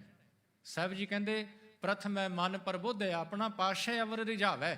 ਸੁਭਾਅ ਐਸਾ, ਨੇਚਰ ਐਸਾ ਕਿ ਜੇਕਰ ਕੋਈ ਸਵਾਲ ਪੁੱਛਦਾ, ਪਹਿਲਾਂ ਉਸ ਕੀਤੇ ਹੋਏ ਸਵਾਲ ਨੂੰ ਇਹ ਦੇਖਦੇ ਕਿ ਕੀ ਜਿਹੜਾ ਮੈਂ ਜਵਾਬ ਦੇਣ ਲੱਗਾ, ਇਹ ਜਵਾਬ ਮੈਂ ਆਪ ਖੁਦ ਫੋਲੋ ਕਰਦਾ ਕਿ ਨਹੀਂ। ਜੇ ਤਾਂ ਖੁਦ ਫੋਲੋ ਕਰਦੇ ਪਏ ਨੇ ਫਿਰ ਤਾਂ ਉਸੇ ਸਮੇਂ ਜਵਾਬ ਦਿੰਦੇ ਨੇ, ਪਰ ਜੇਕਰ ਖੁਦ ਫੋਲੋ ਨਹੀਂ ਕਰਦੇ, ਐਗਜ਼ਾਮਪਲ ਦੇ ਤੌਰ ਤੇ ਗੁਰੂ ਤੇਗ ਬਹਾਦਰ ਮਹਾਰਾਜ ਜੀ ਦਾ ਕੋਈ ਮਿੱਤਰ ਆਪਣੀ ਮਾਤਾ ਦੇ ਨਾਲ ਆਇਆ ਤੇ ਆਣ ਕੇ ਮਾਤਾ ਨੇ ਕਿਹਾ, ਅਜੇ ਬਚਪਨ 'ਚ ਨੇ, ਗੁਰੂ ਨਹੀਂ ਬਣੇ, ਮੈਂ ਵਰਡ ਜ਼ਰੂਰ ਗੁਰੂ ਯੂਜ਼ ਕਰਦਾ ਪਿਆ, ਪਰ ਖਿਆਲ ਕਰਿਓ ਅਜੇ ਤੱਕ ਗੁਰਗੱਦੀ ਨਹੀਂ ਮਿਲੀ। ਮਾਤਾ ਨੇ ਕਿਹਾ, ਕਹਿਣ ਲੱਗੇ ਇਹਨੂੰ ਸਮਝਾਓ ਇਹ ਗੁੜ ਬੜਾ ਖਾਂਦਾ ਹੈ, ਇਹਨੂੰ ਸਮਝਾਓ ਇਹ ਗੁੜ ਬੜਾ ਖਾਂਦਾ ਹੈ। ਤੇ ਉੱਥੇ ਗੁਰੂ ਤੇਗ ਬਹਾਦਰ ਮਹਾਰਾਜ ਜੀ ਨੇ ਇਹ ਨਹੀਂ ਕਿਹਾ ਕਿ ਮਿੱਤਰਾ ਤੂੰ ਗੁੜ ਖਾਣਾ ਛੱਡ ਦੇ, ਉਦੋਂ ਨਹੀਂ ਕਿਹਾ। ਕਹਿਣ ਲੱਗੇ ਮਾਤਾ ਅਗਲੇ ਹਫਤੇ ਇਹਨੂੰ ਲੈ ਕੇ ਆਉਣਾ, ਮੈਨੂੰ ਸਮਝਾਵਾਂਗਾ। ਹਫਤਾ ਲੰਘਿਆ ਜੀ, ਤੇ ਮਾਤਾ ਜੀ ਉਸ ਆਪਣੇ ਪੁੱਤਰ ਨੂੰ ਨਾਲ ਲੈ ਕੇ ਆਏ, ਆਣ ਕੇ ਕਿਹਾ, ਕਹਿਣ ਲੱਗੇ ਸਮਝਾਓ ਇਹਨੂੰ, ਇਹ ਗੁੜ ਬੜਾ ਖਾਂਦਾ ਹੈ। ਤੇ ਗੁਰੂ ਤੇਗ ਬਹਾਦਰ ਮਹਾਰਾਜ ਜੀ ਨੇ ਕਿਹਾ, ਕਹਿਣ ਲੱਗੇ ਮਿੱਤਰਾ ਗੁੜ ਬਹੁਤਾ ਖਾਣਾ ਚੰਗਾ ਨਹੀਂ, ਸਿਹਤ ਵਾਸਤੇ ਘੱਟ ਖਾਇਆ ਕਰ। ਮਾਤਾ ਬੜੀ ਹੈਰਾਨ, ਕਹਿਣ ਲੱਗੇ ਜੇ ਇਹੀ ਗੱਲ ਕਹਿਣੀ ਸੀ, ਇਹੀ ਦੋ ਲਫ਼ਜ਼ ਜੇਕਰ ਕਹਿਣੇ ਸੀ, ਇਸੇ ਤਰ੍ਹਾਂ ਹੀ ਸਮਝਾਉਣਾ ਸੀ, ਤੇ ਉਸ ਦਿਨ ਵੀ ਸਮਝਾ ਦਿੰਦੇ, ਇੱਕ ਹਫ਼ਤੇ ਦਾ ਗੈਪ ਪਾ ਕੇ ਵਿੱਚ। ਕਹਿਣ ਲੱਗੇ ਮਾਤਾ ਗੱਲ ਇਹ ਹੈ ਕਿ ਜਿਸ ਦਿਨ ਤੂੰ ਇਹਨੂੰ ਮੇਰੇ ਕੋਲ ਲੈ ਕੇ ਆਈ ਸੀ ਨਾ, ਉਦੋਂ ਮੈਂ ਆਪ ਗੁੜ ਖਾਇਆ ਕਰਦਾ ਸੀ, ਮੈਂ ਆਪ ਬੜਾ ਗੁੜ ਖਾਂਦਾ ਸੀ। ਤੇ ਜਿਹੜੀ ਗੱਲ ਮੈਂ ਇਹਨੂੰ ਸਮਝਾਉਣੀ ਹੈ, ਜੇਕਰ ਮੈਂ ਆਪ ਖੁਦ ਕਰਦਾ ਪਿਆ ਤੇ ਮੇਰੀ ਕਹੀ ਹੋਈ ਗੱਲ ਦਾ ਅਸਰ ਕੀ ਹੋਏਗਾ। ਕਹਿੰਦੇ ਮੈਂ ਹੁਣ ਉਹ ਹਫ਼ਤਾ ਜਿਹੜਾ ਸੀ ਨਾ, ਉਹ ਮੈਂ ਆਪਣੇ ਆਪ ਤੇ ਕੰਟਰੋਲ ਕੀਤਾ ਹੈ ਕਿ ਗੁੜ ਘਟਾ ਸਕਾਂ, ਤੇ ਹੁਣ ਮੈਂ ਗੁੜ ਘਟਾਇਆ, ਤੇ ਤਾਂ ਹੀ ਤਾਂ ਇਹਨੂੰ ਮੈਂ ਕਹਿਣ ਦੇ ਯੋਗ ਹੋ ਸਕਿਆ ਕਿ ਮਿੱਤਰਾ ਗੁੜ ਘੱਟ ਖਾਇਆ ਕਰ। ਐਸਾ ਸੁਭਾਅ। ਵੱਡੇ ਭਰਾ ਗੁਰੂ ਤੇਗ ਬਹਾਦਰ ਮਹਾਰਾਜ ਜੀ ਦੇ ਵੱਡੇ ਭਰਾ, ਯਾਦ ਰਹੇ, ਗੁਰੂ ਹਰਗੋਬਿੰਦ ਸਾਹਿਬ ਜੀ ਦੇ 5 ਪੁੱਤਰ ਨੇ, ਇੱਕ ਪੁੱਤਰੀ ਹੈ, ਇੱਕ ਬੇਟੀ ਹੈ, ਇੱਕ ਡਾਟਰ ਹੈ। ਉਹਨਾਂ 5 ਦੇ ਵਿੱਚੋਂ ਸਭ ਤੋਂ ਵੱਡੇ ਨੇ ਬਾਬਾ ਗੁਰਦਿੱਤਾ ਜੀ, ਤੇ ਸਭ ਤੋਂ ਛੋਟੇ ਨੇ ਗੁਰੂ ਤੇਗ ਬਹਾਦਰ ਮਹਾਰਾਜ। ਬਾਬਾ ਗੁਰਦਿੱਤਾ ਜੀ ਦਾ ਵਿਆਹ ਮਾਤਾ ਨਾਨਕੀ ਜੀ ਨੇ ਤਿਆਰ ਕੀਤਾ ਜੀ, ਗੁਰੂ ਤੇਗ ਬਹਾਦਰ ਮਹਾਰਾਜ ਜੀ ਨੂੰ। ਤਿਆਰ ਹੋ ਕੇ ਜੇ ਬਾਹਰ ਨਿਕਲ ਲੱਗੇ ਨੇ ਤੇ ਕੀ ਦੇਖਦੇ ਨੇ, ਇੱਕ ਛੋਟਾ ਜਿਹਾ ਬੱਚਾ ਵਿਚਾਰਾ ਕੰਬਦਾ ਪਿਆ ਸੀ ਠੰਡ ਦੇ ਨਾਲ। ਬੜੇ ਖੂਬਸੂਰਤ ਕੱਪੜੇ ਪਹਿਨਾਏ ਗਏ ਮਾਤਾ ਨਾਨਕ ਜੀ ਵੱਲੋਂ ਗੁਰੂ ਤੇਗ ਬਹਾਦਰ ਜੀ ਨੂੰ, ਕੰਬਦਾ ਪਿਆ ਏ। ਤੇ ਉਸ ਕੰਬਦੇ ਹੋਏ ਨੂੰ ਦੇਖ ਕੇ ਆਪਣੇ ਪਹਿਨੇ ਹੋਏ ਬਸਤਰ ਉਤਾਰ ਕੇ ਉਸ ਨੂੰ ਦੇ ਦਿੱਤੇ। ਉਧਰੋਂ ਜੰਜ ਜਿਹੜੀ ਹੈ ਨਾ, ਬਰਾਤ ਜਿਹੜੀ ਹੈ ਉਹ ਚੱਲਣ ਵਾਲੀ ਹੈ ਵਿਆਹ ਵਾਸਤੇ, ਤੇ ਇਧਰੋਂ ਗੁਰੂ ਤੇਗ ਬਹਾਦਰ ਮਹਾਰਾਜ ਜਿਹੜੇ ਨੇ ਆਪਣੇ ਬਸਤਰ ਉਤਾਰ ਕੇ ਉਹ ਛੋਟੇ ਜਿਹੇ ਬੱਚੇ ਨੂੰ ਪਹਿਨਾਉਂਦੇ ਪਏ ਨੇ। ਜਦੋਂ ਮਾਤਾ ਨਾਨਕੀ ਜੀ ਨੇ ਦੇਖਿਆ, ਕਹਿਣ ਲੱਗੇ ਲਾਲਚੀ ਇਹ ਕੀ ਕੀਤਾ। ਕਹਿਣ ਲੱਗੇ ਮਾਂ ਮੈਨੂੰ ਤਾਂ ਕੱਪੜੇ ਹੋਰ ਮਿਲ ਜਾਣਗੇ, ਮੈਨੂੰ ਤਾਂ ਤੁਸੀਂ ਹੋਰ ਬਸਤਰ ਪਹਿਨਾ ਦਿਓਗੇ, ਪਰ ਉਸ ਬੱਚੇ ਨੂੰ ਜਿਹੜਾ ਠੰਡ ਦੇ ਵਿੱਚ ਠਰਦਾ ਪਿਆ ਸੀ ਉਹਨੂੰ ਕੌਣ ਪਹਿਨਾਉਂਦਾ। ਤੇ ਸਾਧ ਸੰਗਤ ਖਿਆਲ ਕਰੋ, ਇਹ ਜਿਹੜੇ ਕੌਤਕ ਹੁੰਦੇ ਪਏ ਨੇ ਨਾ, ਗੁਰੂ ਹਰਗੋਬਿੰਦ ਸਾਹਿਬ ਦੀ ਨਮਸਕਾਰ ਕਰਨੀ, ਗੁਰੂ ਤੇਗ ਬਹਾਦਰ ਮਹਾਰਾਜ ਜੀ ਦੁਆਰਾ ਕੱਪੜੇ ਉਤਾਰ ਕੇ ਇੱਕ ਗਰੀਬ ਬੱਚੇ ਨੂੰ ਦੇ ਦੇਣੇ, ਇਹ ਆਉਣ ਵਾਲੇ ਸਮੇਂ ਦੀਆਂ ਕੁਝ ਨਿਸ਼ਾਨੀਆਂ ਸੀ ਕਿ ਜਿਹੜਾ ਅੱਜ ਬੱਚਾ ਆਪਣੇ ਤਨ ਤੋਂ ਕੱਪੜੇ ਉਤਾਰ ਕੇ ਦੇ ਰਿਹਾ ਹੈ, ਆਉਣ ਵਾਲੇ ਸਮੇਂ ਦੇ ਵਿੱਚ ਜਦੋਂ ਕਿਸੇ ਧਰਮ ਦੀ ਪੱਤ ਰੁਲਣ ਲੱਗੀ, ਉਦੋਂ ਇਹ ਪੁੱਤਰ, ਇਹ ਬੱਚਾ ਜਿਹੜਾ ਹੈ ਆਪਣਾ ਸੀਸ ਦੇ ਕੇ ਉਸ ਧਰਮ ਦੀ ਪੱਤ ਢੱਕੇਗਾ। ਖਿਆਲ ਕਰਿਓ, ਐਸਾ ਸੁਭਾਅ ਗੁਰੂ ਤੇਗ ਬਹਾਦਰ ਮਹਾਰਾਜ ਜੀ ਦਾ। ਤੇ ਸਾਧ ਸੰਗਤ ਜਦੋਂ ਸਾਹਿਬ ਜੀ ਦੇ ਸੰਪੂਰਨ ਜੀਵਨ ਨੂੰ ਪੜ੍ਹੀਏ ਨਾ, ਗੁਰੂ ਹਰਗੋਬਿੰਦ ਸਾਹਿਬ ਜੀ ਦੇ ਨੂੰ, ਤੇ ਪਤਾ ਚੱਲਦਾ ਹੈ ਕਿ ਗੁਰੂ ਹਰਗੋਬਿੰਦ ਸਾਹਿਬ ਜੀ ਨੇ 4 ਜੰਗਾਂ ਲੜੀਆਂ ਨੇ, 4 ਯੁੱਧ ਗੁਰੂ ਹਰਗੋਬਿੰਦ ਸਾਹਿਬ ਮਹਾਰਾਜ ਜੀ ਨੇ ਵੀ ਕੀਤੇ ਨੇ ਆਪਣੇ ਸਮੇਂ ਦੇ ਵਿੱਚ। ਤੇ ਜਿਹੜੀਆਂ ਜੰਗਾਂ ਕੀਤੀਆਂ, ਜਾਂ ਜਦੋਂ ਗੁਰੂ ਹਰਗੋਬਿੰਦ ਸਾਹਿਬ ਮਹਾਰਾਜ ਪ੍ਰਚਾਰ ਦੌਰੇ ਤੇ ਜਾਂਦੇ, ਪ੍ਰੀਚਿੰਗ ਜਰਨੀ ਤੇ ਜਾਂਦੇ, ਤੇ ਬਾਲ ਗੁਰੂ ਤੇਗ ਬਹਾਦਰ ਮਹਾਰਾਜ ਵੀ ਨਾਲ ਹੀ ਰਹਿੰਦੇ। ਅੰਮ੍ਰਿਤਸਰ ਦੀ ਧਰਤੀ ਤੇ ਪਹਿਲੀ ਜੰਗ ਹੁੰਦੀ ਹੈ। ਇਸ ਜੰਗ ਨੂੰ ਵੀ ਗੁਰੂ ਤੇਗ ਬਹਾਦਰ ਮਹਾਰਾਜ ਜੀ ਨੇ ਆਪਣੀ ਅੱਖੀਂ ਦੇਖਿਆ। ਇੱਕ ਪਾਸੇ ਗੁਰੂ ਹਰਗੋਬਿੰਦ ਸਾਹਿਬ ਦੀ ਜਿਹੜੀ ਡਾਟਰ ਹੈ, ਉਹਦਾ ਵਿਆਹ ਰੱਖਿਆ ਹੋਇਆ ਜੀ, ਬਰਾਤ ਆ ਰਹੀ ਹੈ, ਬਰਾਤ ਚੱਲ ਕੇ ਆ ਰਹੀ ਹੈ, ਬਰਾਤ ਪਹੁੰਚਣ ਵਾਲੀ ਹੈ, ਤੇ ਉਧਰੋਂ ਹਮਲਾ ਹੋ ਜਾਂਦਾ ਹੈ। ਉਧਰੋਂ ਹਮਲਾ ਹੋ ਜਾਂਦਾ ਹੈ, ਸਿੱਖ ਜਿਹੜੇ ਨੇ ਉਹ ਯੁੱਧ ਵਿੱਚ ਲੱਗ ਜਾਂਦੇ ਨੇ, ਬਰਾਤ ਚੱਲ ਪਈ ਹੈ ਪਹੁੰਚਣ ਵਾਸਤੇ ਅੰਮ੍ਰਿਤਸਰ ਦੀ ਧਰਤੀ ਤੇ। ਤੇ ਸਤਿਗੁਰੂ ਦੀ ਫੌਜ ਜਿਹੜੀ ਸਿੱਖ ਨੇ ਉਹ ਫੌਜ ਦਾ ਮੁਕਾਬਲਾ ਕਰਦੇ ਨੇ। ਤੇ ਇਸ ਜੰਗ ਨੂੰ ਗੁਰੂ ਤੇਗ ਬਹਾਦਰ ਮਹਾਰਾਜ ਜੀ ਨੇ ਆਪਣੀ ਅੱਖੀਂ ਦੇਖਿਆ। ਉਸ ਸਮੇਂ ਇਹਨਾਂ ਦੀ ਉਮਰ ਕੇਵਲ 7 ਸਾਲ। ਕਰਤਾਰਪੁਰ ਦੀ ਜੰਗ ਤੋਂ ਬਾਅਦ ਦੂਜੀ ਜੰਗ ਹੁੰਦੀ ਹੈ ਸਾਧ ਸੰਗਤ ਸ਼੍ਰੀ ਹਰਗੋਬਿੰਦਪੁਰ। ਖਿਆਲ ਕਰਿਓ, ਜਦੋਂ ਜਹਾਂਗੀਰ ਦੀ ਮੌਤ ਹੁੰਦੀ ਹੈ, ਜਹਾਂਗੀਰ ਉਹ ਜਿਹਨੇ ਗੁਰੂ ਅਰਜਨ ਸਾਹਿਬ ਨੂੰ ਸ਼ਹੀਦ ਕਰਵਾਇਆ, ਜਹਾਂਗੀਰ ਦੀ ਮੌਤ ਤੋਂ ਬਾਅਦ ਪੰਜਾਬ ਦੇ ਹਾਲਾਤ ਵਿਗੜਦੇ ਨੇ। ਪੰਜਾਬ ਦੇ ਹੀ ਨਹੀਂ, ਪੂਰੇ ਹਿੰਦੁਸਤਾਨ ਦੇ ਹਾਲਾਤ ਵਿਗੜਦੇ ਨੇ। ਰੀਜ਼ਨ ਕੀ ਸੀ ਕਿ ਉਹ ਬਾਦਸ਼ਾਹ ਬਣਨ ਵਾਸਤੇ ਉਹਨਾਂ ਦੇ ਵਿੱਚ ਆਪਸੀ ਲੜਾਈ ਸ਼ੁਰੂ ਹੋ ਜਾਂਦੀ ਹੈ। ਤੇ ਸ਼ਾਹਜਹਾਨ ਜਿਹੜਾ ਹੈ ਉਹ ਬਾਦਸ਼ਾਹ ਬਣਦਾ ਹੈ। ਤੇ ਬਾਦਸ਼ਾਹ ਬਣਨ ਤੋਂ ਬਾਅਦ ਜਿਹੜੇ ਪਹਾੜੀ ਰਾਜੇ ਨੇ, ਪਹਾੜੀ ਰਾਜੇ, ਉਹਨਾਂ ਨੂੰ ਬੁਲਾਇਆ ਜਾਂਦਾ ਹੈ ਲਾਹੌਰ ਆਣ ਕੇ ਕਿ ਨਵੇਂ ਬਣੇ ਬਾਦਸ਼ਾਹ ਨੂੰ ਨਮਸਕਾਰ ਕੀਤੀ ਜਾਵੇ, ਸਲਾਮ ਆਣ ਕੇ ਕਰੋ, ਇਹਨਾਂ ਦੇ ਨਾਲ ਮਿਲੋ। ਪਹਾੜੀ ਰਾਜੇ ਉਹ ਜਿਨ੍ਹਾਂ ਨੂੰ ਗੁਰੂ ਹਰਗੋਬਿੰਦ ਸਾਹਿਬ ਜੀ ਨੇ ਆਜ਼ਾਦ ਕਰਵਾਇਆ ਗਵਾਲੀਅਰ ਦੇ ਕਿਲੇ ਦੇ ਵਿੱਚੋਂ। ਤੇ ਜਦੋਂ ਲਾਹੌਰ ਗਏ, ਬਾਦਸ਼ਾਹ ਨੂੰ ਮਿਲੇ, ਵਾਪਸ ਆਉਂਦਿਆਂ ਉਹ ਅੰਮ੍ਰਿਤਸਰ ਰੁਕਦੇ ਨੇ। ਗੁਰੂ ਹਰਗੋਬਿੰਦ ਸਾਹਿਬ ਨਾਲ ਮੇਲ ਹੁੰਦਾ ਹੈ। ਤੇ ਗੁਰੂ ਹਰਗੋਬਿੰਦ ਸਾਹਿਬ ਮਹਾਰਾਜ ਇਹਨਾਂ ਨੂੰ ਕਹਿੰਦੇ ਨੇ, ਕਹਿੰਦੇ ਕਦੇ ਵੀ ਜ਼ਿੰਦਗੀ ਜਿਹੜੀ ਹੈ ਉਹ ਡਰ ਦੇ ਵਿੱਚ ਰਹਿ ਕੇ ਜੀਵੀ ਨਹੀਂ ਜਾਂਦੀ, ਨਿਡਰ ਹੋਵੋ। ਤੇ ਉਹ ਜਿਹੜੇ ਬਾਦਸ਼ਾਹ ਰਾਜੇ ਨੇ ਪਹਾੜੀ, ਉਹ ਗੁਰੂ ਹਰਗੋਬਿੰਦ ਸਾਹਿਬ ਨੂੰ ਬੇਨਤੀ ਕਰਦੇ ਨੇ, ਕਹਿਣ ਲੱਗੇ ਪਾਤਸ਼ਾਹ ਜੀ ਕਿਰਪਾ ਕਰੋ, ਕੋਈ ਇਲਾਕਾ ਜਿਹੜਾ ਹੈ ਨਾ ਸਾਡੇ ਉਸ ਪਹਾੜੀ ਇਲਾਕੇ ਦੇ ਵਿੱਚ ਆਣ ਕੇ ਕੋਈ ਨਗਰ ਵਸਾਓ। ਤੇ ਗੁਰੂ ਹਰਗੋਬਿੰਦ ਸਾਹਿਬ ਉਹਨਾਂ ਦੇ ਵਿਚਾਰ ਨਾਲ ਸਹਿਮਤ ਹੁੰਦਿਆਂ ਹੋਇਆਂ ਆਪਣੇ ਵੱਡੇ ਪੁੱਤਰ ਬਾਬਾ ਗੁਰਦਿੱਤਾ ਜੀ ਨੂੰ ਉਹਨਾਂ ਦੇ ਨਾਲ ਭੇਜਦੇ ਨੇ ਜਗ੍ਹਾ ਦੇਖਣ ਵਾਸਤੇ। ਬਾਬਾ ਗੁਰਦਿੱਤਾ ਜੀ ਪਹਾੜੀ ਇਲਾਕੇ 'ਚ ਜਾਂਦੇ ਨੇ, ਜਗ੍ਹਾ ਦੇਖਦੇ ਨੇ। ਉੱਥੇ ਹੰਡੂਰ ਇੱਕ ਇਲਾਕੇ ਦਾ ਨਾਮ ਹੈ, ਹੰਡੂਰ। ਉਹ ਜਗ੍ਹਾ ਪਸੰਦ ਆਉਂਦੀ ਹੈ ਬਾਬਾ ਗੁਰਦਿੱਤਾ ਜੀ ਨੂੰ। ਸੁਨੇਹਾ ਭੇਜਦੇ ਨੇ ਕਿ ਪਿਤਾ ਜੀ ਇਹ ਜਗ੍ਹਾ ਮੈਂ ਦੇਖੀ ਹੈ, ਤੁਸੀਂ ਆਣ ਕੇ ਦੇਖੋ, ਜੇਕਰ ਤੁਹਾਨੂੰ ਪਸੰਦ ਆਵੇ। ਤੇ ਗੁਰੂ ਹਰਗੋਬਿੰਦ ਸਾਹਿਬ ਜਾਂਦੇ ਨੇ, ਜਗ੍ਹਾ ਪਸੰਦ ਆਉਂਦੀ ਹੈ। ਤੇ ਉਸ ਜਗ੍ਹਾ ਤੇ ਹੀ ਕੀਰਤਪੁਰ ਸਾਹਿਬ, ਅੱਜ ਆਪਾਂ ਜਦੋਂ ਆਨੰਦਪੁਰ ਸਾਹਿਬ ਦੀ ਧਰਤੀ ਤੇ ਜਾਂਦੇ ਹਾਂ, ਤੇ ਉਸ ਤੋਂ ਪਹਿਲਾਂ ਕੀਰਤਪੁਰ ਸਾਹਿਬ ਜਿਹੜਾ ਨਗਰ ਆਉਂਦਾ ਹੈ ਉਹ ਗੁਰੂ ਹਰਗੋਬਿੰਦ ਸਾਹਿਬ ਮਹਾਰਾਜ ਜੀ ਨੇ ਵਸਾਇਆ। ਤੇ ਨਗਰ ਵਸਾਉਣ ਤੋਂ ਬਾਅਦ ਉਹ ਵਾਪਸ ਅੰਮ੍ਰਿਤਸਰ ਦੀ ਧਰਤੀ ਤੇ ਆਉਂਦੇ ਨੇ। ਇੱਥੇ ਹੀ ਪਹਿਲੀ ਜੰਗ ਹੁੰਦੀ ਹੈ ਅੰਮ੍ਰਿਤਸਰ ਦੀ, ਦੂਜੀ ਜੰਗ ਹਰਗੋਬਿੰਦਪੁਰ ਹੁੰਦੀ ਹੈ। ਹਰਗੋਬਿੰਦਪੁਰ ਅਜੇ ਜੰਗ ਖਤਮ ਹੋਈ ਹੈ ਤੇ ਸਤਿਗੁਰਾਂ ਨੂੰ ਇੱਕ ਸੁਨੇਹਾ ਮਿਲਦਾ ਹੈ, ਗੁਰੂ ਹਰਗੋਬਿੰਦ ਸਾਹਿਬ ਨੂੰ ਸੁਨੇਹਾ ਮਿਲਦਾ ਹੈ। ਖਿਆਲ ਕਰਿਓ, ਮੈਂ ਪਹਿਲਾਂ ਬੇਨਤੀ ਕੀਤੀ ਕਿ ਬਾਲ ਗੁਰੂ ਤੇਗ ਬਹਾਦਰ ਮਹਾਰਾਜ ਨਾਲ ਹੀ ਨੇ।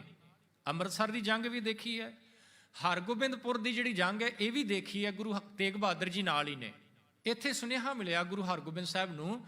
ਸੁਨੇਹਾ ਕੀ ਹੈ? ਕਹਿਣ ਲੱਗੇ ਸਤਿਗੁਰੂ ਜੀ, ਬਾਬਾ ਬੁੱਢਾ ਜੀ, ਯਾਦ ਰਹੇ ਬਾਬਾ ਬੁੱਢਾ ਜੀ, ਉਸ ਸਮੇਂ ਤੁਸੀਂ ਡੇਰਾ ਬਾਬਾ ਨਾਨਕ ਜਾਓ। ਡੇਰਾ ਬਾਬਾ ਨਾਨਕ ਦੇ ਕਰੀਬ ਕੋਈ 40-50 ਕਿਲੋਮੀਟਰ ਦੇ 30-35 ਕਿਲੋਮੀਟਰ ਦੇ ਕਰੀਬ ਇੱਕ ਨਗਰ ਹੈ ਜੀ ਰਮਦਾਸ। ਉਸ ਜਗ੍ਹਾ ਦੇ ਉੱਤੇ ਬਾਬਾ ਬੁੱਢਾ ਜੀ ਦਾ ਨਿਵਾਸ ਹੈ ਉਹਨਾਂ ਦਿਨਾਂ ਦੇ ਵਿੱਚ। ਬਾਬਾ ਬੁੱਢਾ ਜੀ ਨੇ ਸੁਨੇਹਾ ਭੇਜਿਆ, ਸਤਿਗੁਰੂ ਜੀ ਕਿਰਪਾ ਕਰੋ, ਅੰਤਲਾ ਸਮਾਂ ਨਜ਼ਦੀਕ ਹੈ, ਦੀਦਾਰ ਦਿਓ। ਤੇ ਗੁਰੂ ਹਰਗੋਬਿੰਦ ਸਾਹਿਬ ਜੀ ਜੰਗ ਖਤਮ ਹੋਣ ਤੋਂ ਬਾਅਦ ਉੱਥੇ ਪਹੁੰਚਦੇ ਨੇ ਜੀ ਰਮਦਾਸ। ਬਾਬਾ ਬੁੱਢਾ ਜੀ ਦੇ ਜੀ ਨੂੰ ਜਾ ਕੇ ਦੀਦਾਰ ਦਿੰਦੇ ਨੇ, ਦਰਸ਼ਨ ਦਿੰਦੇ ਨੇ।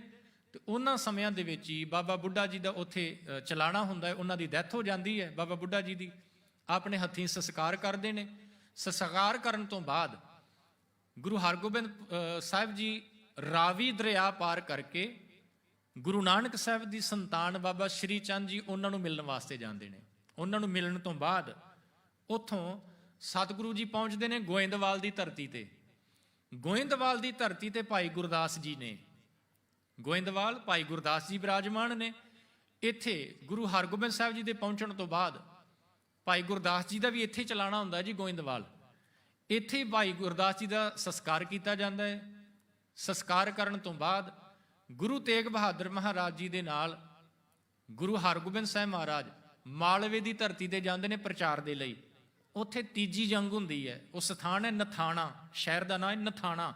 ਉੱਥੇ ਤੀਜੀ ਜੰਗ ਹੁੰਦੀ ਹੈ। ਤੀਜੀ ਜੰਗ ਤੋਂ ਬਾਅਦ ਗੁਰੂ ਹਰਗੋਬਿੰਦ ਸਾਹਿਬ ਪਰਿਵਾਰ ਸਮੇਤ ਪਹੁੰਚਦੇ ਨੇ ਜੀ ਕੀਰਤਪੁਰ ਦੀ ਧਰਤੀ ਤੇ। ਉਹ ਨਗਰ ਜਿਹੜਾ ਗੁਰੂ ਹਰਗੋਬਿੰਦ ਸਾਹਿਬ ਜੀ ਦੇ ਹੁਕਮਾਂ ਦੇ ਨਾਲ ਉਹਨਾਂ ਦੇ ਵੱਡੇ ਪੁੱਤਰ ਬਾਬਾ ਗੁਰਦਿੱਤਾ ਜੀ ਨੇ ਵਸਾਇਆ। ਕੀਰਤਪੁਰ ਪਹੁੰਚਦੇ ਨੇ। ਕੀਰਤਪੁਰ ਦੀ ਧਰਤੀ ਤੇ ਹੀ ਗੁਰੂ ਤੇਗ ਬਹਾਦਰ ਮਹਾਰਾਜ ਜੀ ਦਾ ਜਿਹੜਾ ਰਿਸ਼ਤਾ ਹੈ ਨਾ, ਉਹ ਕਰਤਾਰਪੁਰ ਦੇ ਰਹਿਣ ਵਾਲੇ, ਜਲੰਧਰ ਦੇ ਕੋਲ ਜਿਹੜਾ ਕਰਤਾਰਪੁਰ ਹੈ, ਪਾਕਿਸਤਾਨ ਵਾਲਾ ਨਹੀਂ, ਜਲੰਧਰ ਦੇ ਕੋਲ ਜਿਹੜਾ ਕਰਤਾਰਪੁਰ ਹੈ, ਉਸ ਕਰਤਾਰਪੁਰ ਦੇ ਰਹਿਣ ਵਾਲੇ ਸ਼੍ਰੀ ਲਾਲ ਚੰਦ ਜੀ ਤੇ ਮਾਤਾ ਬਿਸ਼ਨ ਕੌਰ ਜੀ ਦੀ ਪੁੱਤਰੀ ਬੀਬੀ ਗੁਜਰੀ ਦੇ ਨਾਲ ਰਿਸ਼ਤਾ ਤੈਅ ਹੁੰਦਾ ਹੈ। ਉੱਥੋਂ ਹੀ ਸਤਿਗੁਰੂ ਜੀ ਵਿਆਹ ਵਾਸਤੇ ਚੱਲਦੇ ਨੇ, ਕਰਤਾਰਪੁਰ ਦੀ ਧਰਤੀ ਤੇ ਪਹੁੰਚਦੇ ਨੇ, ਵਿਆਹ ਹੁੰਦਾ ਹੈ। ਤੇ ਜਦੋਂ ਵਿਆਹ ਹੋ ਗਿਆ ਨਾ ਸਾਧ ਸੰਗਤ, ਤੇ ਮਾਤਾ ਗੁਜਰੀ ਜੀ ਦੇ ਪਿਤਾ ਜੀ ਸ਼੍ਰੀ ਲਾਲ ਚੰਦ ਜੀ ਉਹ ਸਾਹਮਣੇ ਆਏ, ਹੱਥ ਜੋੜੇ, ਸੀਸ ਝੁਕਾਇਆ, ਕਹਿਣ ਲੱਗੇ ਸਤਿਗੁਰੂ ਜੀ ਖਿਮਾ ਕਰਨੀ, ਮੈਂ ਤੁਹਾਡਾ ਪੂਰਾ ਸਤਿਕਾਰ ਨਹੀਂ ਕਰ ਸਕਿਆ, ਮੇਰੀ ਇਹ ਔਕਾਤ ਨਹੀਂ ਕਿ ਮੈਂ ਤੁਹਾਨੂੰ ਕੁਝ ਦੇ ਸਕਾਂ। ਤੇ ਗੁਰੂ ਹਰਗੋਬਿੰਦ ਸਾਹਿਬ ਮਹਾਰਾਜ ਜੀ ਨੇ ਉੱਥੇ ਬਚਨ ਕਿਹਾ, ਕਹਿਣ ਲੱਗੇ ਕਿ ਜਿਨ ਤਨੁਜਾ ਅਰਪਨ ਕੀਨੰ ਕਿਆ ਪਾਸ਼ਾ ਤਿਨ ਰੱਖ ਲੀਨੰ। ਕਹਿੰਦੇ ਜਿਸ ਨੇ ਆਪਣੀ ਬੇਟੀ, ਆਪਣੇ ਜਿਗਰ ਦਾ ਟੁਕੜਾ ਹੀ ਸਾਨੂੰ ਦੇ ਦਿੱਤਾ, ਉਹਨੇ ਪਿੱਛੇ ਰੱਖ ਕੀ ਲਿਆ। ਇੱਥੇ ਹੀ ਕਰਤਾਰਪੁਰ ਦੀ ਧਰਤੀ ਤੇ ਹੀ ਵਿਸਾਖੀ ਦਾ ਮੇਲਾ ਹੁੰਦਾ ਹੈ ਸਾਧ ਸੰਗਤ। ਵਿਸਾਖੀ ਦਾ ਮੇਲਾ ਅਜੇ ਕੰਪਲੀਟ ਹੀ ਹੋਇਆ ਹੈ। ਤੇ ਉਧਰੋਂ ਜਿਹੜਾ ਪੈਂਦੇ ਖਾਂ ਹੈ, ਇਹ ਚੌਥੀ ਜੰਗ ਹੈ ਹੁਣ ਕਰਤਾਰਪੁਰ ਦੀ। ਪੈਂਦੇ ਖਾਂ ਕਰਤਾਰਪੁਰ ਦੀ ਧਰਤੀ ਤੇ ਹਮਲਾ ਕਰਦਾ ਹੈ। ਤੇ ਸਾਧ ਸੰਗਤ ਥੋੜਾ ਜਿਹਾ ਪਿੱਛੇ ਜਾਈਏ, ਇਹ ਪੈਂਦੇ ਖਾਂ ਨੂੰ ਪਾਲਣ ਵਾਲੇ ਗੁਰੂ ਹਰਗੋਬਿੰਦ ਸਾਹਿਬ ਮਹਾਰਾਜ ਨੇ 9 ਸਾਲ ਦੀ ਉਮਰ ਦੇ ਵਿੱਚ ਇਹ ਪੈਂਦੇ ਖਾਂ ਜਿਹੜਾ ਹੈ ਨਾ, ਗੁਰੂ ਹਰਗੋਬਿੰਦ ਸਾਹਿਬ ਮਹਾਰਾਜ ਜੀ ਦੀ ਸ਼ਰਨ ਦੇ ਵਿੱਚ ਆਇਆ ਸੀ ਆਪਣੇ ਸਾਥੀਆਂ ਦੇ ਨਾਲ, ਪਠਾਣਾਂ ਦੇ ਨਾਲ। ਤੇ ਗੁਰੂ ਸਾਹਿਬ ਨੇ ਇਹਨੂੰ ਆਪਣੇ ਕੋਲ ਰੱਖਿਆ। ਇਹਦਾ ਜਿਹੜਾ ਮਾਮਾ ਸੀ ਨਾ ਜੀ ਪੈਂਦੇ ਖਾਂ ਦਾ, ਗੁਰੂ ਸਾਹਿਬ ਨੇ ਜਦੋਂ ਇਸ ਬੱਚੇ ਨੂੰ ਦੇਖਿਆ ਤੇ ਬੜਾ ਪਸੰਦ ਆਇਆ ਜੀ, ਸਰੀਰ ਬੜਾ ਵਧੀਆ ਸੀ ਇਹਦਾ, ਪੈਂਦੇ ਖਾਂ ਦਾ। ਤੇ ਗੁਰੂ ਹਰਗੋਬਿੰਦ ਸਾਹਿਬ ਜੀ ਨੇ ਇਹਦੇ ਮਾਮੇ ਨੂੰ ਕਿਹਾ ਕਿ ਇਦਾਂ ਕਰੋ, ਇਹ ਬੱਚਾ ਸਾਨੂੰ ਦੇ ਦਿਓ। ਤੇ ਉਹਦੇ ਮਾਮੇ ਨੇ ਦੇ ਦਿੱਤਾ ਗੁਰੂ ਹਰਗੋਬਿੰਦ ਸਾਹਿਬ ਨੂੰ। ਤੇ ਗੁਰੂ ਹਰਗੋਬਿੰਦ ਸਾਹਿਬ ਦੀ ਨਿਗਰਾਨੀ ਦੇ ਵਿੱਚ ਇਹ ਪੈਂਦੇ ਖਾਂ ਪਲਦਾ ਹੈ, ਬ੍ਰੌਟ ਅਪ ਹੁੰਦਾ ਹੈ। ਇਹਨੂੰ ਉੱਥੇ ਸ਼ਸਤਰ ਵਿੱਦਿਆ ਸਿਖਾਈ ਜਾਂਦੀ ਹੈ, ਪੜ੍ਹਾਇਆ ਜਾਂਦਾ ਹੈ। ਗੁਰੂ ਹਰਗੋਬਿੰਦ ਸਾਹਿਬ ਦੀ ਨਿਗਰਾਨੀ ਦੇ ਵਿੱਚ ਇਹ ਸ਼ਸਤਰ ਵਿੱਦਿਆ ਸਿੱਖਦਾ ਹੈ, ਦਾ ਪੇਚ ਇਹਨੂੰ ਸਿਖਾਏ ਜਾਂਦੇ ਨੇ।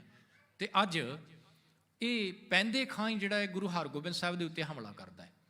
ਜਦੋਂ ਪਹਿਲੀ ਜੰਗ ਹੋਈ ਨਾ ਅੰਮ੍ਰਿਤਸਰ ਦੀ ਸਾਧ ਸੰਗਤ, ਉਦੋਂ ਜੰਗ ਤੋਂ ਬਾਅਦ ਇਹਨੇ ਪਤਾ ਕੀ ਕਹਿਣਾ ਸ਼ੁਰੂ ਕੀਤਾ, ਕਹਿਣ ਲੱਗਾ ਮੇਰੇ ਕਰਕੇ ਇਹ ਜੰਗ ਜਿੱਤੀ ਗਈ, ਜੇ ਮੈਂ ਨਾ ਹੁੰਦਾ ਤੇ ਜੰਗ ਨਹੀਂ ਸੀ ਜਿੱਤੀ ਜਾਣੀ। ਹੰਕਾਰ ਆ ਗਿਆ ਅੰਦਰ।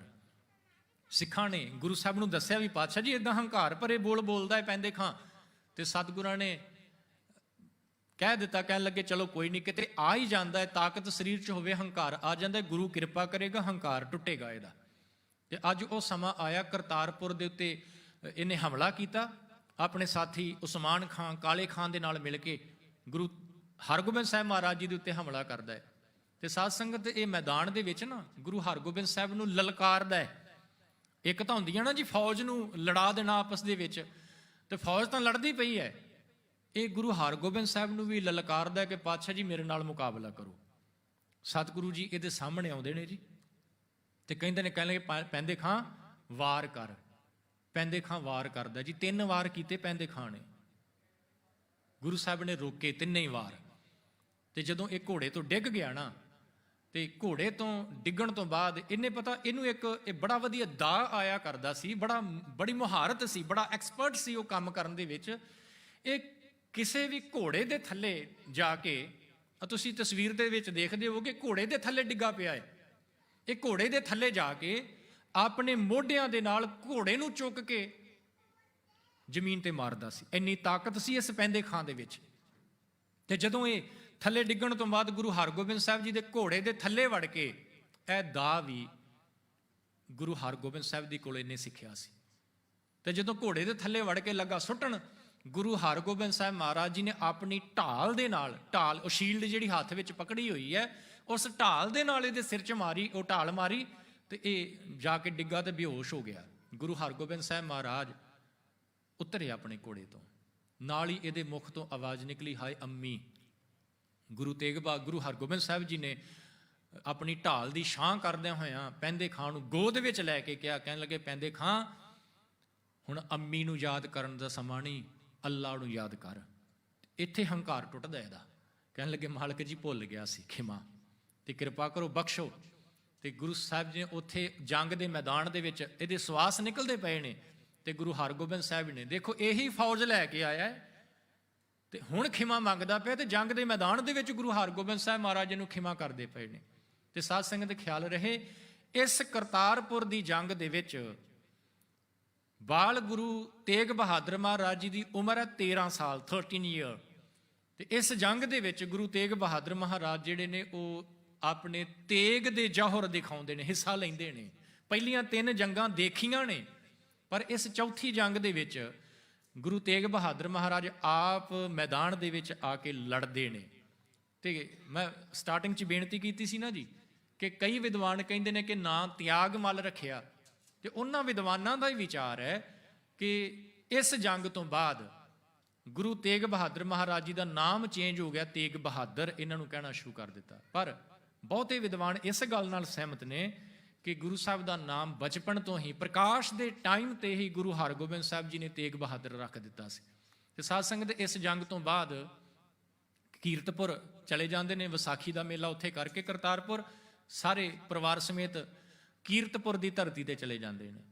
ਤੇ ਹੁਣ 1644 ਦਾ ਸਮਾਂ, ਤੇ ਗੁਰੂ ਹਰਗੋਬਿੰਦ ਸਾਹਿਬ ਮਹਾਰਾਜ ਜੀ ਨੇ ਗੁਰਗੱਦੀ ਦੀ ਜ਼ਿੰਮੇਵਾਰੀ ਦਿੱਤੀ ਹੈ ਜੀ ਆਪਣੇ ਪੋਤਰੇ ਗੁਰੂ ਹਰ ਰਾਏ ਸਾਹਿਬ ਜੀ ਨੂੰ।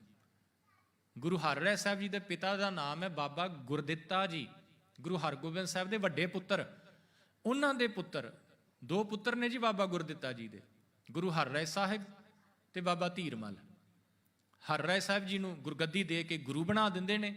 ਤੇ ਜਦੋਂ ਗੁਰੂ ਬਣਾਉਂਦੇ ਨੇ ਤੇ ਇਧਰੋਂ ਬਾਲ ਗੁਰੂ ਤੇਗ ਬਹਾਦਰ ਮਹਾਰਾਜ ਜੀ ਨੂੰ ਗੁਰੂ ਹਰਗੋਬਿੰਦ ਸਾਹਿਬ ਹੁਕਮ ਕਰਦੇ ਨੇ ਕਿ ਤੁਸੀਂ ਬਕਾਲੇ ਦੀ ਧਰਤੀ ਤੇ ਚਲੇ ਜਾਓ, ਜਿਹਨੂੰ ਅੱਜ ਕੱਲ੍ਹ ਆਪਾਂ ਸਤਿਕਾਰ ਦੇ ਨਾਲ ਬਾਬਾ ਬਕਾਲਾ ਕਹਿੰਦੇ ਆ। ਗੁਰੂ ਹਰਗੋਬਿੰਦ ਸਾਹਿਬ ਹੁਕਮ ਕਰਦੇ ਨੇ ਕਿ ਤੁਸੀਂ ਬਕਾਲੇ ਦੀ ਧਰਤੀ ਤੇ ਚਲੇ ਜਾਓ।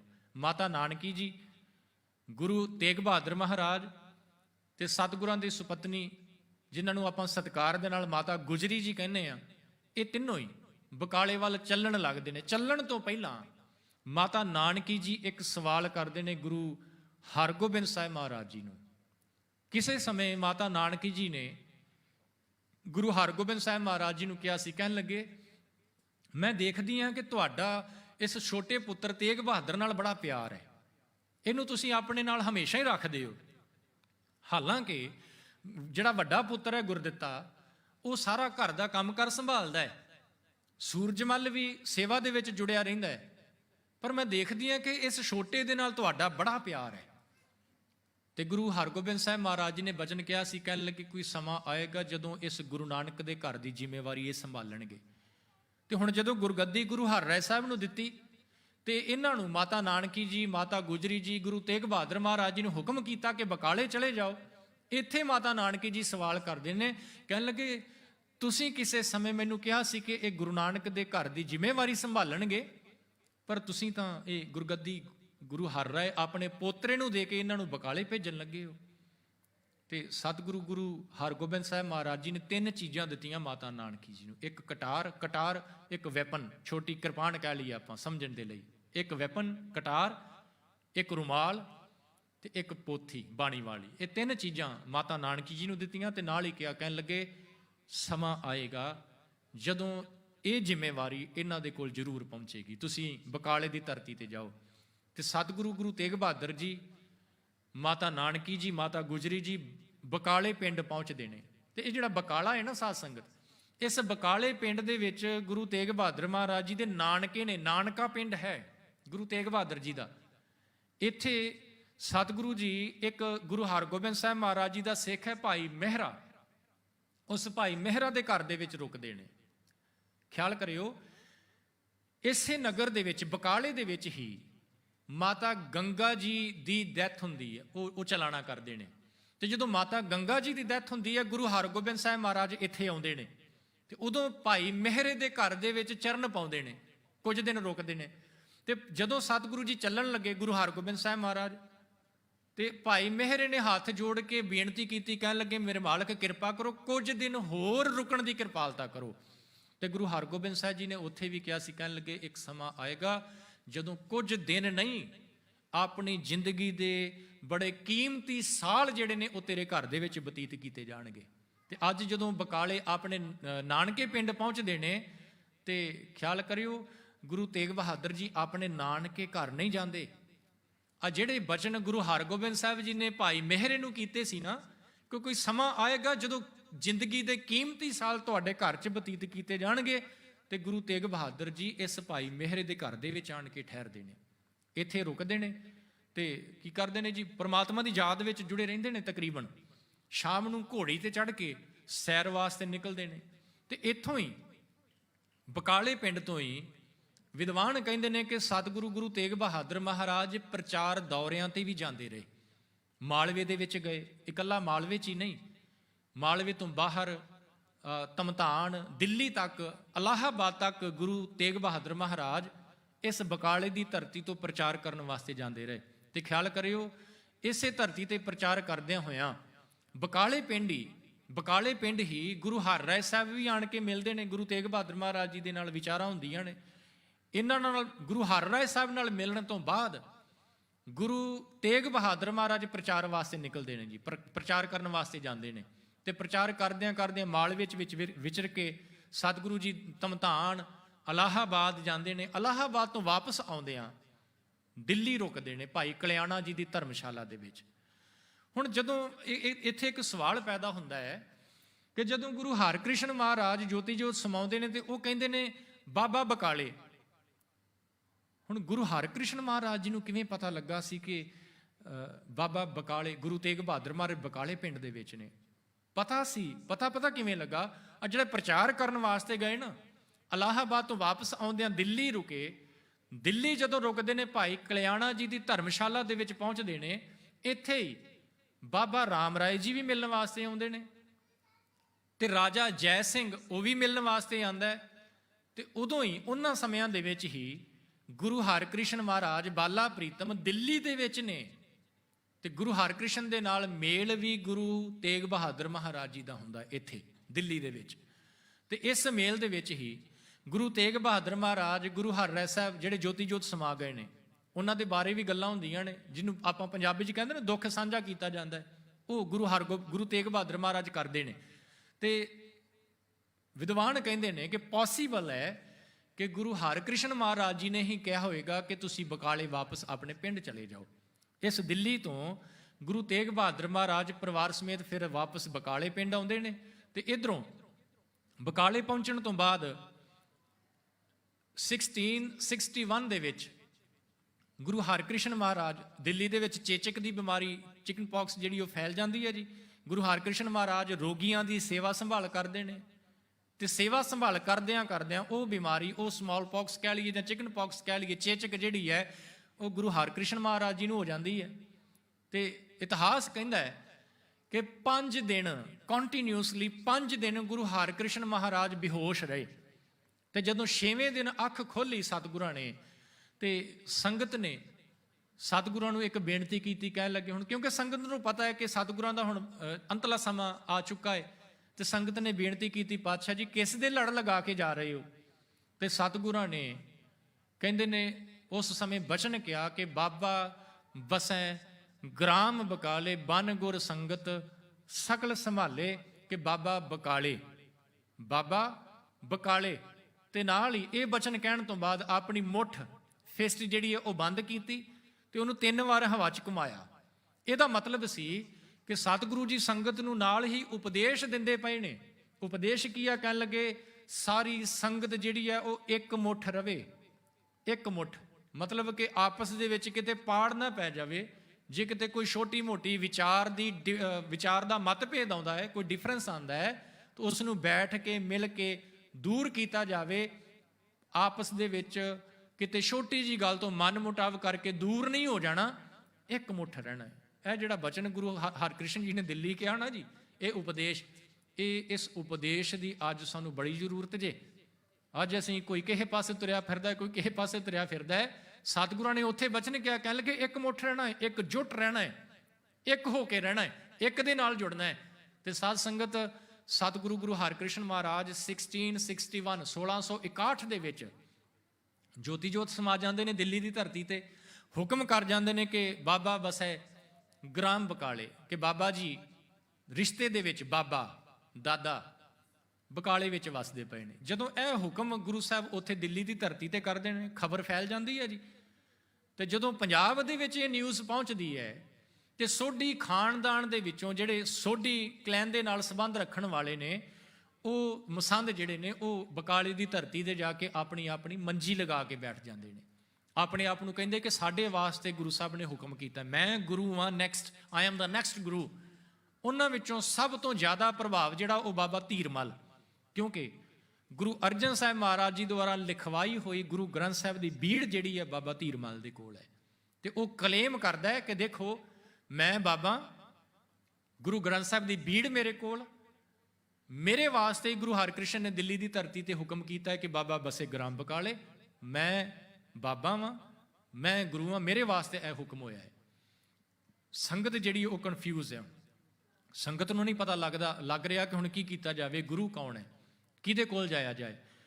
ਤੇ ਜਦੋਂ ਇਹ ਬਕਾਲੇ ਦੀ ਧਰਤੀ ਤੇ ਇਹ ਸਭ ਕੁਝ ਹੁੰਦਾ ਪਿਆ ਹੈ ਸਾਧ ਸੰਗਤ, ਤੇ ਇਧਰੋਂ ਸੰਗਤ ਫੈਸਲਾ ਕਰਦੀ ਹੈ। ਹੁਣ ਇੱਥੇ ਮਾਤਾ ਨਾਨਕੀ ਜੀ ਵੀ ਚਿੰਤਤ ਨੇ, ਕਿਉਂਕਿ ਗੁਰੂ ਤੇਗ ਬਹਾਦਰ ਮਹਾਰਾਜ ਜਿਹੜੇ ਨੇ ਉਹ ਪ੍ਰਗਟ ਨਹੀਂ ਹੋ ਰਹੇ।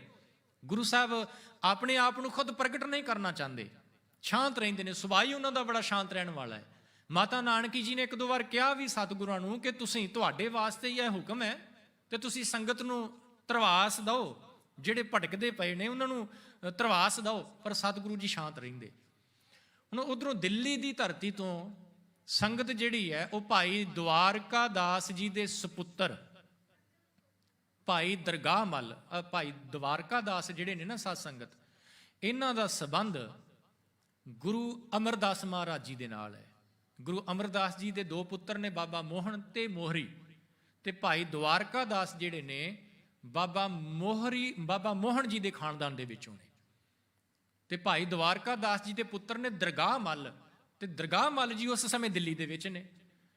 ਭਾਈ ਦਰਗਾਹ ਮੱਲ ਜੀ ਤੇ ਭਾਈ ਕਲਿਆਣ ਦਾਸ ਜੀ ਨੂੰ ਉਹ ਗੁਰਗੱਦੀ ਦੀ ਸਮੱਗਰੀ ਜਿਹੜੀ ਹੈ ਨਾ, ਜਦੋਂ ਗੁਰਗੱਦੀ ਸੌਂਪੀ ਜਾਂਦੀ ਸੀ ਤੇ 5 ਪੈਸੇ ਤੇ ਨਾਰੀਅਲ ਰੱਖ ਕੇ ਮੱਥਾ ਟੇਕਿਆ ਜਾਂਦਾ ਸੀ, ਅੱਗੇ ਤਿਲਕ ਲਗਾਇਆ ਜਾਂਦਾ ਸੀ, ਜਿਵੇਂ ਇਤਿਹਾਸ ਕਹਿੰਦਾ ਹੈ, ਉਹ ਸਾਰੀ ਸਮੱਗਰੀ ਸੰਗਤ ਫੈਸਲਾ ਕਰਦੀ ਹੈ ਕਿ ਭਾਈ ਦਰਗਾਹ ਮੱਲ ਜੀ ਤੇ ਭਾਈ ਕਲਿਆਣ ਦਾਸ ਜੀ ਦਿੱਲੀ ਤੋਂ ਚੱਲ ਕੇ ਬਕਾਲੇ ਪਹੁੰਚਣਗੇ, ਤੇ ਬਕਾਲੇ ਪਹੁੰਚ ਕੇ ਇਹ ਗੁਰੂ ਤੇਗ ਬਹਾਦਰ ਮਹਾਰਾਜ ਜੀ ਦੇ ਅੱਗੇ ਭੇਟਾ ਕਰਕੇ ਉਹਨਾਂ ਨੂੰ ਗੁਰਗੱਦੀ ਦੇਣਗੇ। ਇਹ ਸੰਗਤ ਦਿੱਲੀ ਫੈਸਲਾ ਕਰਦੀ ਹੈ।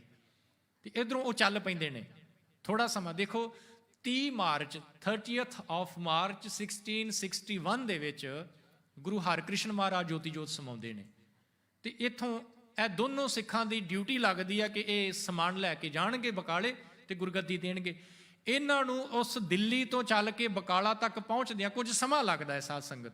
ਸਮਾਂ ਇਸ ਕਰਕੇ ਇਹਨਾਂ ਨੂੰ ਲੱਗਦਾ ਹੈ ਕਿ ਪੂਰੀ ਤਰ੍ਹਾਂ ਸਾਰੇ ਸਿੱਖਾਂ ਨੂੰ ਪਤਾ ਲੱਗ ਸਕੇ ਕਿ ਗੁਰੂ ਹਰਿਕ੍ਰਿਸ਼ਨ ਮਹਾਰਾਜ ਜੋਤੀ ਜੋਤ ਸਮਾ ਗਏ ਨੇ, ਤੇ ਜਿਹੜਾ ਅਗਲਾ ਹੁਕਮ ਹੈ ਉਹ ਬਾਬਾ ਬਕਾਲੇ ਵਾਸਤੇ, ਗੁਰੂ ਤੇਗ ਬਹਾਦਰ ਮਹਾਰਾਜ ਵਾਸਤੇ ਹੈ, ਤੇ ਸਾਰੀ ਸੰਗਤ ਉੱਥੇ ਪਹੁੰਚ ਸਕੇ। ਇਸ ਕਰਕੇ ਇਹ ਥੋੜਾ ਡਿਲੇ ਕਰਦੇ ਨੇ। ਤੇ ਡਿਲੇ ਕਰਨ ਤੋਂ ਬਾਅਦ ਇਹ ਸਾਰੇ ਜਿਹੜੇ ਨੇ ਨਾ ਚੱਲਦੇ ਨੇ ਜੀ ਦਿੱਲੀ ਤੋਂ। ਉਧਰੋਂ ਦਿੱਲੀ ਤੋਂ ਇਹ ਚੱਲ ਪਏ ਨੇ। ਇੱਧਰ ਦੂਜੇ ਪਾਸੇ ਕੀ ਹੁੰਦਾ ਹੈ ਕਿ ਭਾਈ ਮੱਖਣ ਸ਼ਾਹ ਲੁਬਾਣਾ, ਜਿਹੜੇ ਕਿ ਵਪਾਰੀ ਨੇ, ਮਰਚੈਂਟ ਨੇ, ਸਮੁੰਦਰੀ ਬੇੜੇ ਰਾਹੀਂ, ਜਹਾਜ਼ ਰਾਹੀਂ ਵਪਾਰ ਕਰਦੇ ਨੇ, ਦੂਜੇ ਇਲਾਕਿਆਂ ਦੇ ਵਿੱਚ ਜਾਂਦੇ ਨੇ, ਦੂਜੇ ਦੇਸ਼ਾਂ ਦੇ ਵਿੱਚ ਵੀ ਜਾਂਦੇ ਨੇ। ਇਹਨਾਂ ਦਾ ਆਉਂਦਿਆਂ ਰਸਤੇ ਵਿੱਚ ਜਹਾਜ਼ ਜਿਹੜਾ ਹੈ ਉਹ ਫਸ ਜਾਂਦਾ ਹੈ ਸੂਰਤ ਦੀ ਬੰਦਰਗਾਹ ਦੇ ਉੱਤੇ, ਸੂਰਤ ਦੇ ਪੋਰਟ ਦੇ ਉੱਤੇ ਇਹਨਾਂ ਦਾ ਜਹਾਜ਼ ਫਸ ਜਾਂਦਾ ਹੈ। ਤੇ ਜਦੋਂ ਜਹਾਜ਼ ਫਸਿਆ ਨਾ, ਕੈਪਟਨ ਨੇ ਕਹਿ ਦਿੱਤਾ ਕਿ ਮੁਸ਼ਕਲ ਹੈ, ਹੁਣ ਨਹੀਂ ਇਹ ਲੱਗ ਸਕਦਾ ਪਾਰ। ਕੈਪਟਨ ਦੇ ਇਹ ਲਫ਼ਜ਼ ਸੀ ਜਿਹੜਾ ਜਹਾਜ਼ ਨੂੰ ਚਲਾਉਣ ਵਾਲਾ, ਕਿ ਮੁਸ਼ਕਲ ਹੈ ਜੀ, ਹੁਣ ਮੱਖਣ ਸ਼ਾਹ ਜੀ ਇਹ ਜਹਾਜ਼ ਨਹੀਂ ਪਾਰ ਤੁਹਾਡਾ ਲੱਗੇਗਾ।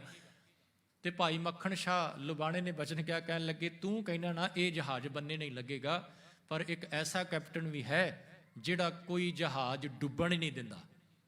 ਕਹਿੰਦੇ ਨੇ ਭਾਈ ਮੱਖਣ ਸ਼ਾਹ ਜੀ ਨੇ ਕੀ ਕੀਤਾ, ਹੱਥ ਪੈਰ ਧੋਤੇ ਜੀ, ਤੇ ਇਤਿਹਾਸ ਕਹਿੰਦਾ ਕਰ ਚਿੱਤ ਇਕਾਗਰ ਜਪ ਕੋ ਪੜਾ, ਧਿਆਨ ਲਗਾ ਕੇ ਕਹਿੰਦੇ ਜਪਜੀ ਸਾਹਿਬ ਦਾ ਪਾਠ ਕੀਤਾ। ਤੇ ਜਪਜੀ ਸਾਹਿਬ ਦਾ ਪਾਠ ਕਰਕੇ ਭਾਈ ਮੱਖਣ ਸ਼ਾਹ ਜੀ ਨੇ ਅਰਦਾਸ ਕੀਤੀ। ਸਾਧ ਸੰਗਤ, ਹੁਣ ਇਹਨਾਂ ਨੇ ਅਰਦਾਸ ਕਿਹਦੇ ਅੱਗੇ ਕੀਤੀ ਹੈ? ਭਾਈ ਮੱਖਣ ਸ਼ਾਹ ਜੀ ਨੇ ਕਿਸ ਦੇ ਅੱਗੇ ਅਰਦਾਸ ਕੀਤੀ? ਕੀ ਗੁਰੂ ਤੇਗ ਬਹਾਦਰ ਸਾਹਿਬ ਜੀ ਦੇ ਅੱਗੇ ਅਰਦਾਸ ਕੀਤੀ ਜਾਂ ਗੁਰੂ ਹਰਿਕ੍ਰਿਸ਼ਨ ਜੀ ਦੇ ਅੱਗੇ ਅਰਦਾਸ ਕੀਤੀ? ਜਦੋਂ ਭਾਈ ਮੱਖਣ ਸ਼ਾਹ ਵਪਾਰ ਕਰਨ ਵਾਸਤੇ ਗਿਆ ਸੀ, ਉਸ ਸਮੇਂ ਗੁਰਗੱਦੀ ਤੇ ਗੁਰੂ ਹਰਿਕ੍ਰਿਸ਼ਨ ਮਹਾਰਾਜ ਮੌਜੂਦ ਨੇ। ਪਰ ਜਦੋਂ ਅਜੇ ਵਾਪਸ ਆ ਰਹੇ ਨੇ, ਵਾਪਸ ਆਉਣ ਤੋਂ ਪਹਿਲਾਂ ਹੀ ਗੁਰੂ ਹਰਿਕ੍ਰਿਸ਼ਨ ਮਹਾਰਾਜ ਜੀ ਜੋਤੀ ਜੋਤ ਸਮਾ ਜਾਂਦੇ ਨੇ। ਭਾਈ ਮੱਖਣ ਸ਼ਾਹ ਨੂੰ ਇੰਨਾ ਪਤਾ ਹੈ ਕਿ ਗੁਰਗੱਦੀ ਜਿਹੜੀ ਹੈ ਗੁਰੂ ਹਰਿਕ੍ਰਿਸ਼ਨ ਮਹਾਰਾਜ ਜੀ ਦੇ ਕੋਲੇ ਹੈ। ਤੇ ਭਾਈ ਮੱਖਣ ਸ਼ਾਹ ਜੀ ਕਰ ਚਿੱਤ ਇਕਾਗਰ ਜਪ ਕੋ ਪੜਾ, ਪੁੰਨ ਸਤਿਗੁਰ ਜੀ ਕਾ ਕੀਆ ਧਿਆਨ, ਧਿਆਨ ਕਰਕੇ ਅਰਦਾਸ ਕੀਤੀ ਗੁਰੂ ਹਰਿਕ੍ਰਿਸ਼ਨ ਮਹਾਰਾਜ ਜੀ ਦੇ ਚਰਨਾਂ ਦੇ ਵਿੱਚ। ਗੁਰੂ ਹਰਿਕ੍ਰਿਸ਼ਨ ਜੀ ਦੇ ਚਰਨਾਂ 'ਚ ਅਰਦਾਸ ਕਰਦੇ ਨੇ। ਤੇ ਜਦੋਂ ਅਰਦਾਸ ਕੀਤੀ, ਸਾਧ ਸੰਗਤ, ਭਾਈ ਮੱਖਣ ਸ਼ਾਹ ਜੀ ਦਾ ਬੇੜਾ ਜਿਹੜਾ ਨਾ ਉਹ ਪਾਰ ਲੰਘ ਜਾਂਦਾ ਹੈ। ਤੁਹਾਨੂੰ ਪਤਾ ਹੈ, ਕਿਨਾਰੇ ਤੇ ਲੱਗਦਾ ਹੈ। ਭਾਈ ਮੱਖਣ ਸ਼ਾਹ ਜੀ ਦਾ ਬੇੜਾ ਕਿਨਾਰੇ ਤੇ ਲੱਗਦਾ ਹੈ, ਤੇ ਇਧਰੋਂ ਭਾਈ ਮੱਖਣ ਸ਼ਾਹ ਜੀ, ਕਿਉਂਕਿ ਇਹਨਾਂ ਨੇ ਬਚਨ ਕਿਹਾ ਸੀ ਨਾ ਨਾਲ ਹੀ ਕਿ ਸਤਿਗੁਰੂ ਜੀ ਕਿਰਪਾ ਕਰੋ, ਕਿਨਾਰੇ ਤੇ ਲੱਗੇ, ਮੈਂ ਦਸਵੰਧ ਦੀ ਮਾਇਆ ਭੇਟਾ ਕਰਨੀ ਹੈ। ਤੇ ਜਹਾਜ਼ ਕਿਨਾਰੇ ਤੇ ਲੱਗਾ, 500 ਮੋਹਰਾਂ ਭਾਈ ਮੱਖਣ ਸ਼ਾਹ ਜੀ ਨੇ ਬਚਨ ਕੀਤਾ ਸੀ। ਕਿਨਾਰੇ ਤੇ ਲੱਗਣ ਤੋਂ ਬਾਅਦ ਜਦੋਂ ਭਾਈ ਮੱਖਣ ਸ਼ਾਹ ਜੀ ਦਿੱਲੀ ਪਹੁੰਚਦੇ ਨੇ, ਉਹ ਦਸਵੰਧ ਦੀ ਮਾਇਆ ਲੈ ਕੇ ਭੇਟਾ ਕਰਨ ਵਾਸਤੇ, ਦਿੱਲੀ ਪਤਾ ਚੱਲਦਾ ਹੈ ਕਿ ਗੁਰੂ ਹਰਿਕ੍ਰਿਸ਼ਨ ਮਹਾਰਾਜ ਜੋਤੀ ਜੋਤ ਸਮਾ ਗਏ ਨੇ। ਫਿਰ ਦਿੱਲੀ ਤੋਂ ਸੰਗਤ ਦੇ ਕਹੇ ਮੁਤਾਬਕ ਕਿ ਸਾਹਿਬ ਜੀ ਨੇ ਬਚਨ ਕਿਹਾ ਸੀ ਕਿ ਬਾਬਾ ਬਸੇ ਗ੍ਰਾਮ ਬਕਾਲੇ, ਬਕਾਲੇ ਵਾਸਤੇ ਚੱਲ ਪੈਂਦੇ ਨੇ। ਉਧਰੋਂ ਭਾਈ ਮੱਖਣ ਸ਼ਾਹ ਜੀ ਬਕਾਲੇ ਤੋਂ ਚੱਲਦੇ ਨੇ।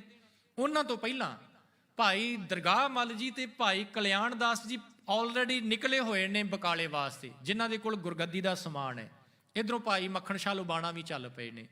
ਹੁਣ ਤੀਜੇ ਪਾਸੇ ਮਾਤਾ ਨਾਨਕੀ ਜੀ ਜਿਹੜੇ ਨੇ ਨਾ, ਉਹ 2 ਚਿੱਠੀਆਂ ਲਿਖਦੇ ਨੇ ਸਾਧ ਸੰਗਤ, ਕਿਉਂਕਿ ਮਾਤਾ ਨਾਨਕੀ ਜੀ ਨੇ ਇੱਕ ਦੋ ਵਾਰ ਗੁਰੂ ਤੇਗ ਬਹਾਦਰ ਮਹਾਰਾਜ ਜੀ ਨੂੰ ਕਿਹਾ ਕਿ ਤੁਸੀਂ ਪ੍ਰਗਟ ਹੋ ਕੇ ਤੇ ਸੰਗਤ ਨੂੰ ਧਰਵਾਸ ਦਿਓ, ਡੋਲਦੀ ਪਈ ਹੈ ਸੰਗਤ, ਪਤਾ ਨਹੀਂ ਲੱਗ ਰਿਹਾ ਸੰਗਤ ਨੂੰ ਕੀ ਕਰਨ, ਅਸਲੀ ਗੁਰੂ ਕੌਣ ਹੈ, ਤੇ ਤੁਸੀਂ ਸਮਝਾਓ।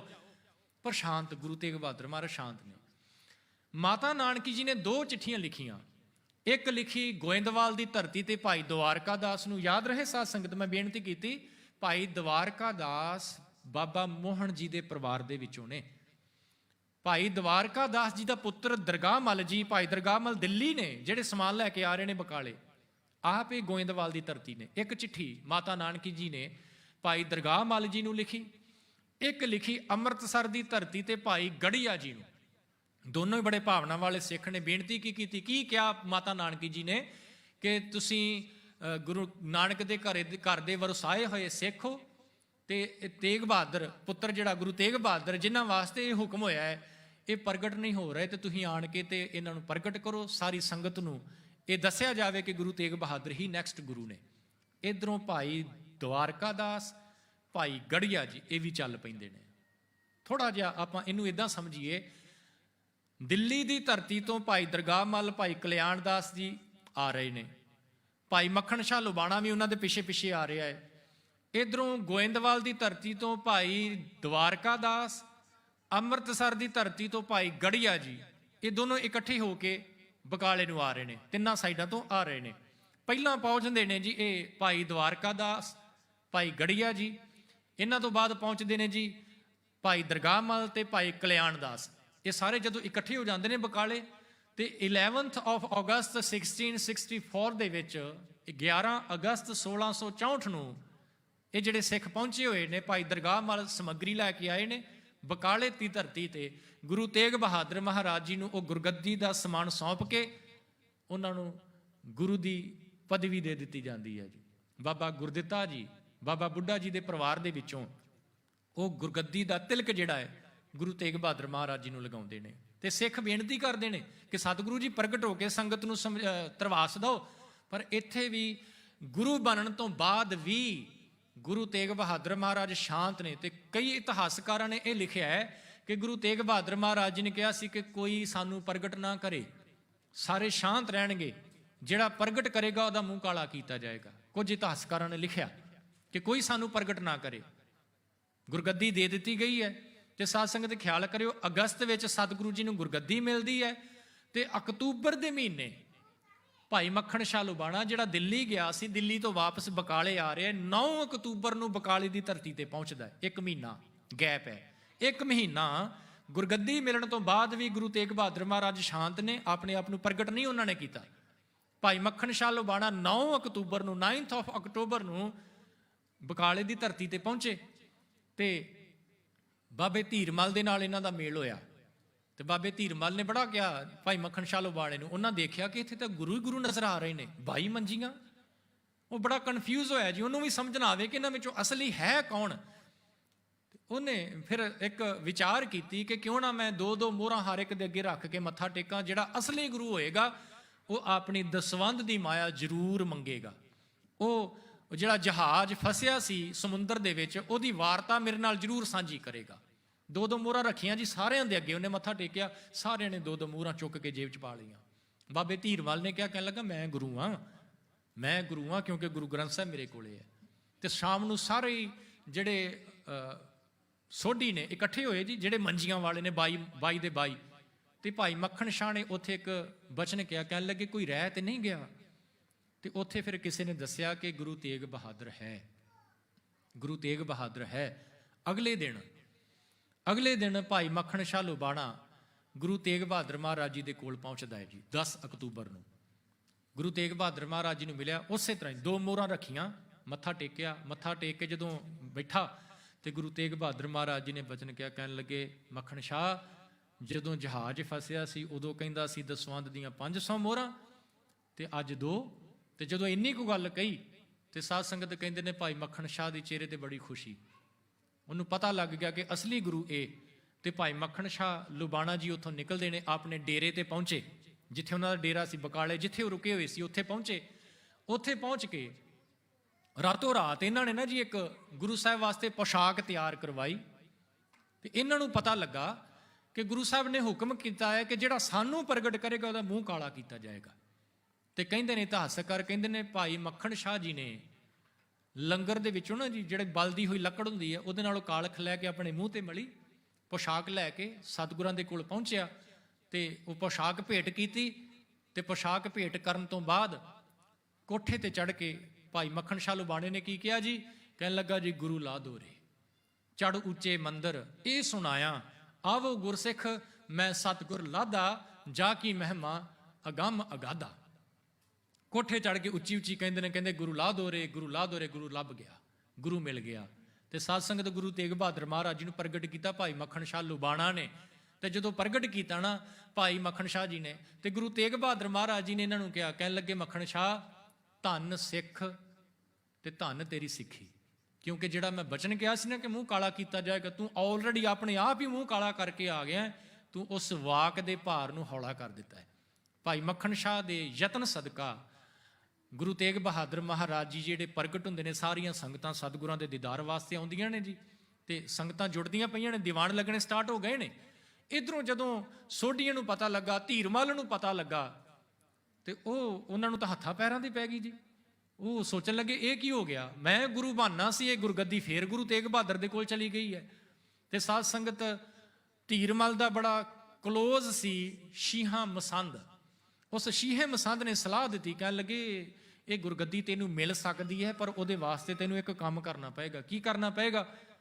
ਕਹਿੰਦਾ ਤੂੰ ਗੁਰੂ ਤੇਗ ਬਹਾਦਰ ਨੂੰ ਮਰਵਾ ਦੇ, ਤੂੰ ਮਰਵਾ ਦੇ, ਤਾਂ ਹੀ ਤੈਨੂੰ ਗੁਰਗੱਦੀ ਮਿਲ ਸਕਦੀ, ਨਹੀਂ ਤੇ ਨਹੀਂ ਮਿਲ ਸਕਦੀ। ਧੀਰਮਲ ਨੇ ਇਨਕਾਰ ਕੀਤਾ, ਪਰ ਸ਼ੀਹੇ ਮਸੰਦ ਨੇ ਵਾਰ-ਵਾਰ ਕਿਹਾ ਬਾਬਾ ਧੀਰਮਲ ਨੂੰ, ਤੇ ਉਹ ਸਹਿਮਤ ਹੋਇਆ। ਸਹਿਮਤ ਹੋਣ ਤੋਂ ਬਾਅਦ ਕਈ ਇਤਿਹਾਸਕਾਰਾਂ ਨੇ ਲਿਖਿਆ ਕਿ ਗੁਰੂ ਤੇਗ ਬਹਾਦਰ ਮਹਾਰਾਜ ਘੋੜੀ ਤੇ ਚੜ੍ਹ ਕੇ ਸੈਰ ਵਾਸਤੇ ਨਿਕਲੇ ਸੀ, ਪਿੱਛੋਂ ਸ਼ੀਹਾ ਮਸੰਦ ਤੇ ਇਹਦੇ ਸਾਥੀਆਂ ਨੇ ਹਮਲਾ ਕੀਤਾ ਜੀ। ਗੋਲੀ ਚੱਲੀ, ਕਾਫੀ ਗੋਲੀ ਚੱਲੀ।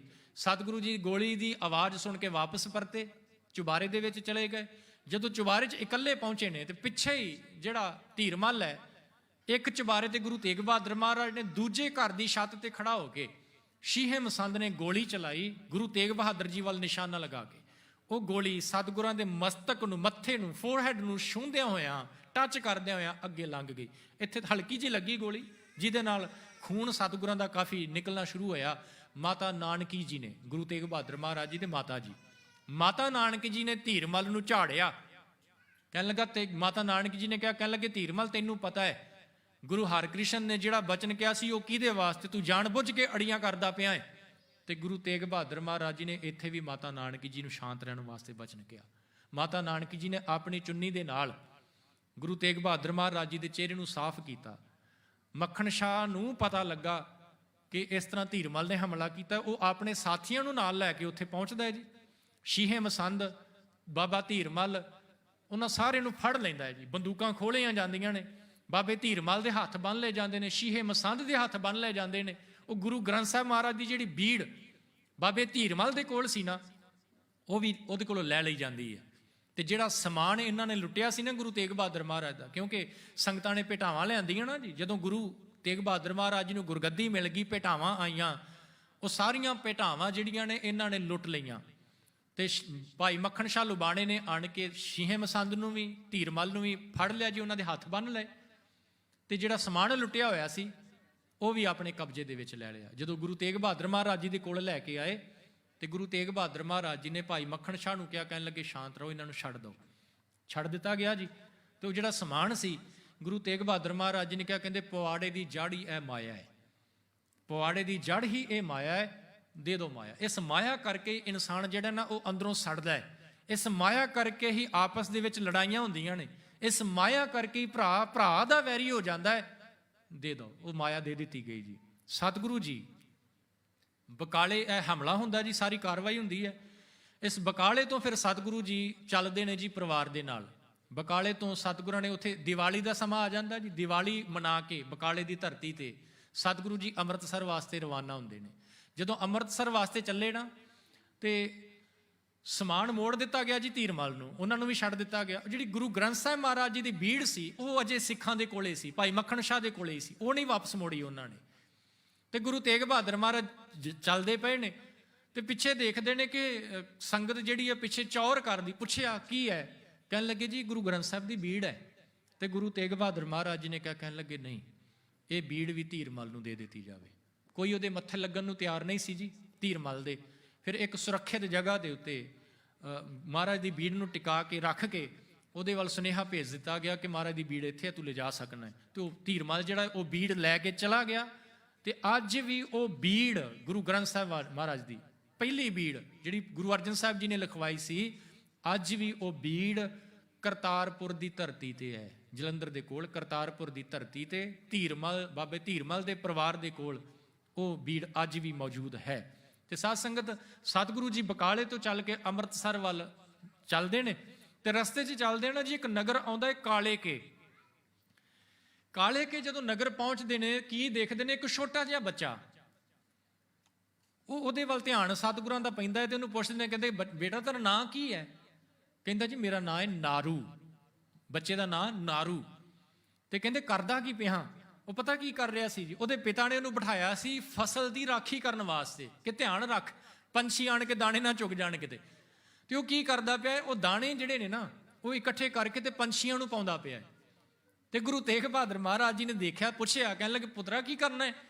ਕਹਿੰਦਾ ਜੀ ਬਾਬਾ ਪੰਛੀਆਂ ਨੂੰ ਵੀ ਤੇ ਭੁੱਖ ਲੱਗਦੀ ਹੈ, ਇਹਨਾਂ ਨੂੰ ਖਾਣਾ ਕੌਣ ਖਿਲਾਏਗਾ? ਮੈਂ ਇਹਨਾਂ ਨੂੰ ਦਾਣਾ ਪਾਉਂਦਾ ਪਿਆ। ਤੇ ਗੁਰੂ ਸਾਹਿਬ ਬੜੇ ਪ੍ਰਸੰਨ ਹੋਏ ਜੀ, ਬੜੇ ਖੁਸ਼ ਹੋਏ। ਤੇ ਉਹ ਬੱਚਾ ਉੱਥੋਂ ਹੀ ਗੁਰੂ ਤੇਗ ਬਹਾਦਰ ਮਹਾਰਾਜ ਜੀ ਦੇ ਨਾਲ ਹੀ ਚੱਲ ਪਿਆ ਅੰਮ੍ਰਿਤਸਰ ਨੂੰ। ਸਤਿਗੁਰਾਂ ਦੇ ਨਾਲ ਹੀ ਗਿਆ, ਸਤਿਗੁਰਾਂ ਦੀ ਹਜ਼ੂਰੀ ਦੇ ਵਿੱਚ ਰਹਿ ਕੇ ਉਹ ਪਲਿਆ। ਤੇ ਜਦੋਂ ਗੁਰੂ ਤੇਗ ਬਹਾਦਰ ਮਹਾਰਾਜ ਜੀ ਦੀ ਸ਼ਹਾਦਤ ਹੁੰਦੀ ਹੈ, ਸ਼ਹਾਦਤ ਤੋਂ ਬਾਅਦ ਇਹ ਭਾਈ ਨਾਰੂ ਜਿਹੜੇ ਨੇ, ਉਹ ਗੁਰੂ ਗੋਬਿੰਦ ਸਿੰਘ ਮਹਾਰਾਜ ਦੀ ਹਜ਼ੂਰੀ ਵਿੱਚ ਸੇਵਾ ਕਰਦੇ ਨੇ। ਸੇਵਾ ਕਰਦਿਆਂ ਕਰਦਿਆਂ ਜਦੋਂ ਸਤਿਗੁਰੂ ਜੀ ਖਾਲਸਾ ਸਾਜਦੇ ਨੇ, ਤੇ ਉਦੋਂ ਇਹ ਬਾਲਕ ਭਾਈ ਨਾਰੂ ਅੰਮ੍ਰਿਤ ਦੀ ਦਾਤ ਪ੍ਰਾਪਤ ਕਰਦਾ ਹੈ। ਤੇ ਇਹਨਾਂ ਦਾ ਨਾਮ ਹੋ ਜਾਂਦਾ ਹੈ ਭਾਈ ਨਾਹਰ ਸਿੰਘ। ਸਤਿਗੁਰਾਂ ਦੇ ਨਾਲ ਜੰਗ ਦੇ ਵਿੱਚ ਵੀ ਇਹ ਹਿੱਸਾ ਲੈਂਦਾ ਰਿਹਾ ਭਾਈ ਨਾਹਰ ਸਿੰਘ। ਤੇ ਜਦੋਂ ਸਤਿਗੁਰੂ ਜੀ ਆਨੰਦਪੁਰ ਸਾਹਿਬ ਛੱਡਦੇ ਨੇ, ਉਦੋਂ ਇਹ ਵੀ ਸਤਿਗੁਰਾਂ ਦੇ ਨਾਲੋਂ ਅੱਡ ਹੋ ਜਾਂਦਾ, ਵੱਖ ਹੋ ਜਾਂਦਾ ਹੈ ਜੀ। ਜ਼ਖਮੀ ਵੀ ਹੁੰਦਾ ਹੈ, ਪਰਿਵਾਰ ਦੀ ਰਖਵਾਲੀ ਕਰਦਿਆਂ ਕਰਦਿਆਂ ਫਿਰ ਠੀਕ ਹੋ ਕੇ ਸਤਿਗੁਰਾਂ ਦੇ ਨਾਲ ਜਾ ਕੇ ਮਿਲਦਾ ਹੈ। ਸੋ ਇਹ ਭਾਈ ਨਾਰੂ ਅਗਾਂਹ ਚ ਆ ਕੇ ਗੁਰੂ ਗੋਬਿੰਦ ਸਿੰਘ ਮਹਾਰਾਜ ਦੀ ਹਜ਼ੂਰੀ ਵਿੱਚ ਵੀ ਸੇਵਾ ਕਰਦਾ ਰਿਹਾ। ਤੇ ਸਤਿਗੁਰੂ ਜੀ ਫਿਰ ਅੱਗੇ ਅੰਮ੍ਰਿਤਸਰ ਦੀ ਧਰਤੀ ਤੇ ਪਹੁੰਚਦੇ ਨੇ। ਜਿਹੜਾ ਅੰਮ੍ਰਿਤਸਰ ਹੈ, ਇਸ ਅੰਮ੍ਰਿਤਸਰ ਦੇ ਸਥਾਨ ਦੀ ਹਰਿਮੰਦਰ ਸਾਹਿਬ ਦਰਬਾਰ ਸਾਹਿਬ ਦਾ ਜਿਹੜਾ ਪ੍ਰਬੰਧ ਹੈ, ਉਹ ਹੈ ਬਾਬਾ ਹਰਜੀ ਦੇ ਕੋਲ। ਇਹ ਬਾਬਾ ਹਰਜੀ ਪਤਾ ਕੌਣ ਹੈ? ਤੁਹਾਨੂੰ ਯਾਦ ਹੋਏਗਾ, ਗੁਰੂ ਅਰਜਨ ਸਾਹਿਬ ਮਹਾਰਾਜ ਜੀ ਦੇ ਵੱਡੇ ਪੁੱਤਰ ਨੇ ਬਾਬਾ ਪ੍ਰਿਥੀ ਚੰਦ। ਬਾਬਾ ਪ੍ਰਿਥੀ ਚੰਦ ਦਾ ਮੁੰਡਾ ਹੈ ਬਾਬਾ ਮਿਹਰਬਾਨ, ਤੇ ਬਾਬਾ ਮਿਹਰਬਾਨ ਦਾ ਮੁੰਡਾ ਹੈ ਬਾਬਾ ਹਰਜੀ। ਇਹ ਹਰਜੀ ਦੇ ਕੋਲ ਪ੍ਰਬੰਧ ਹੈ। ਤੇ ਹਰਜੀ ਜਿਹੜਾ ਹੈ ਨਾ ਜੀ, ਇਹ ਪੋਇਟਰੀ ਕਵਿਤਾ ਲਿਖਦਾ ਹੈ, ਤੇ ਨਾਮ ਗੁਰੂ ਨਾਨਕ ਸਾਹਿਬ ਦਾ ਯੂਜ਼ ਕਰਦਾ ਹੈ। ਤੇ ਜਿੱਥੇ ਕਵਿਤਾ ਲਿਖਦਾ ਹੈ ਨਾ, ਤੇ ਉੱਤੇ ਹੈਡਿੰਗ ਆਪਾਂ ਜਦੋਂ ਗੁਰਬਾਣੀ ਪੜ੍ਹਦੇ ਹਾਂ ਤੇ ਆਉਂਦਾ ਨਾ ਸੋਰਠ ਮਹੱਲਾ ਪੰਜਵਾਂ, ਸੋਰਠ ਮਹੱਲਾ ਪਹਿਲਾ। ਹਾਂਜੀ, ਇਸੇ ਤਰ੍ਹਾਂ ਹੀ ਇਹ ਭਾਈ ਬਾਬਾ ਹਰਜੀ ਵੀ ਜਿਹੜੀ ਪੋਇਟਰੀ ਲਿਖਦਾ ਹੈ ਨਾ ਜੀ, ਉੱਥੇ ਮਹੱਲਾ 7ਵਾਂ 8ਵਾਂ ਕਰਕੇ ਲਿਖਦਾ ਪਿਆ ਹੈ। ਇਹਦੇ ਕੋਲੇ ਪ੍ਰਬੰਧ ਹੈ। ਜਦੋਂ ਇਹਨੂੰ ਪਤਾ ਲੱਗਾ ਕਿ ਗੁਰੂ ਤੇਗ ਬਹਾਦਰ ਮਹਾਰਾਜ ਗੁਰੂ ਬਣਨ ਤੋਂ ਬਾਅਦ ਅੰਮ੍ਰਿਤਸਰ ਆ ਰਹੇ ਨੇ, ਤੇ ਇਹ ਹਰਿਮੰਦਰ ਸਾਹਿਬ ਦੇ ਦਰਵਾਜ਼ੇ ਬੰਦ ਕਰਵਾ ਦਿੰਦਾ ਹੈ। ਗੁਰੂ ਸਾਹਿਬ ਅੰਮ੍ਰਿਤਸਰ ਪਹੁੰਚਦੇ ਨੇ ਤੇ ਦਰਵਾਜ਼ੇ ਬੰਦ।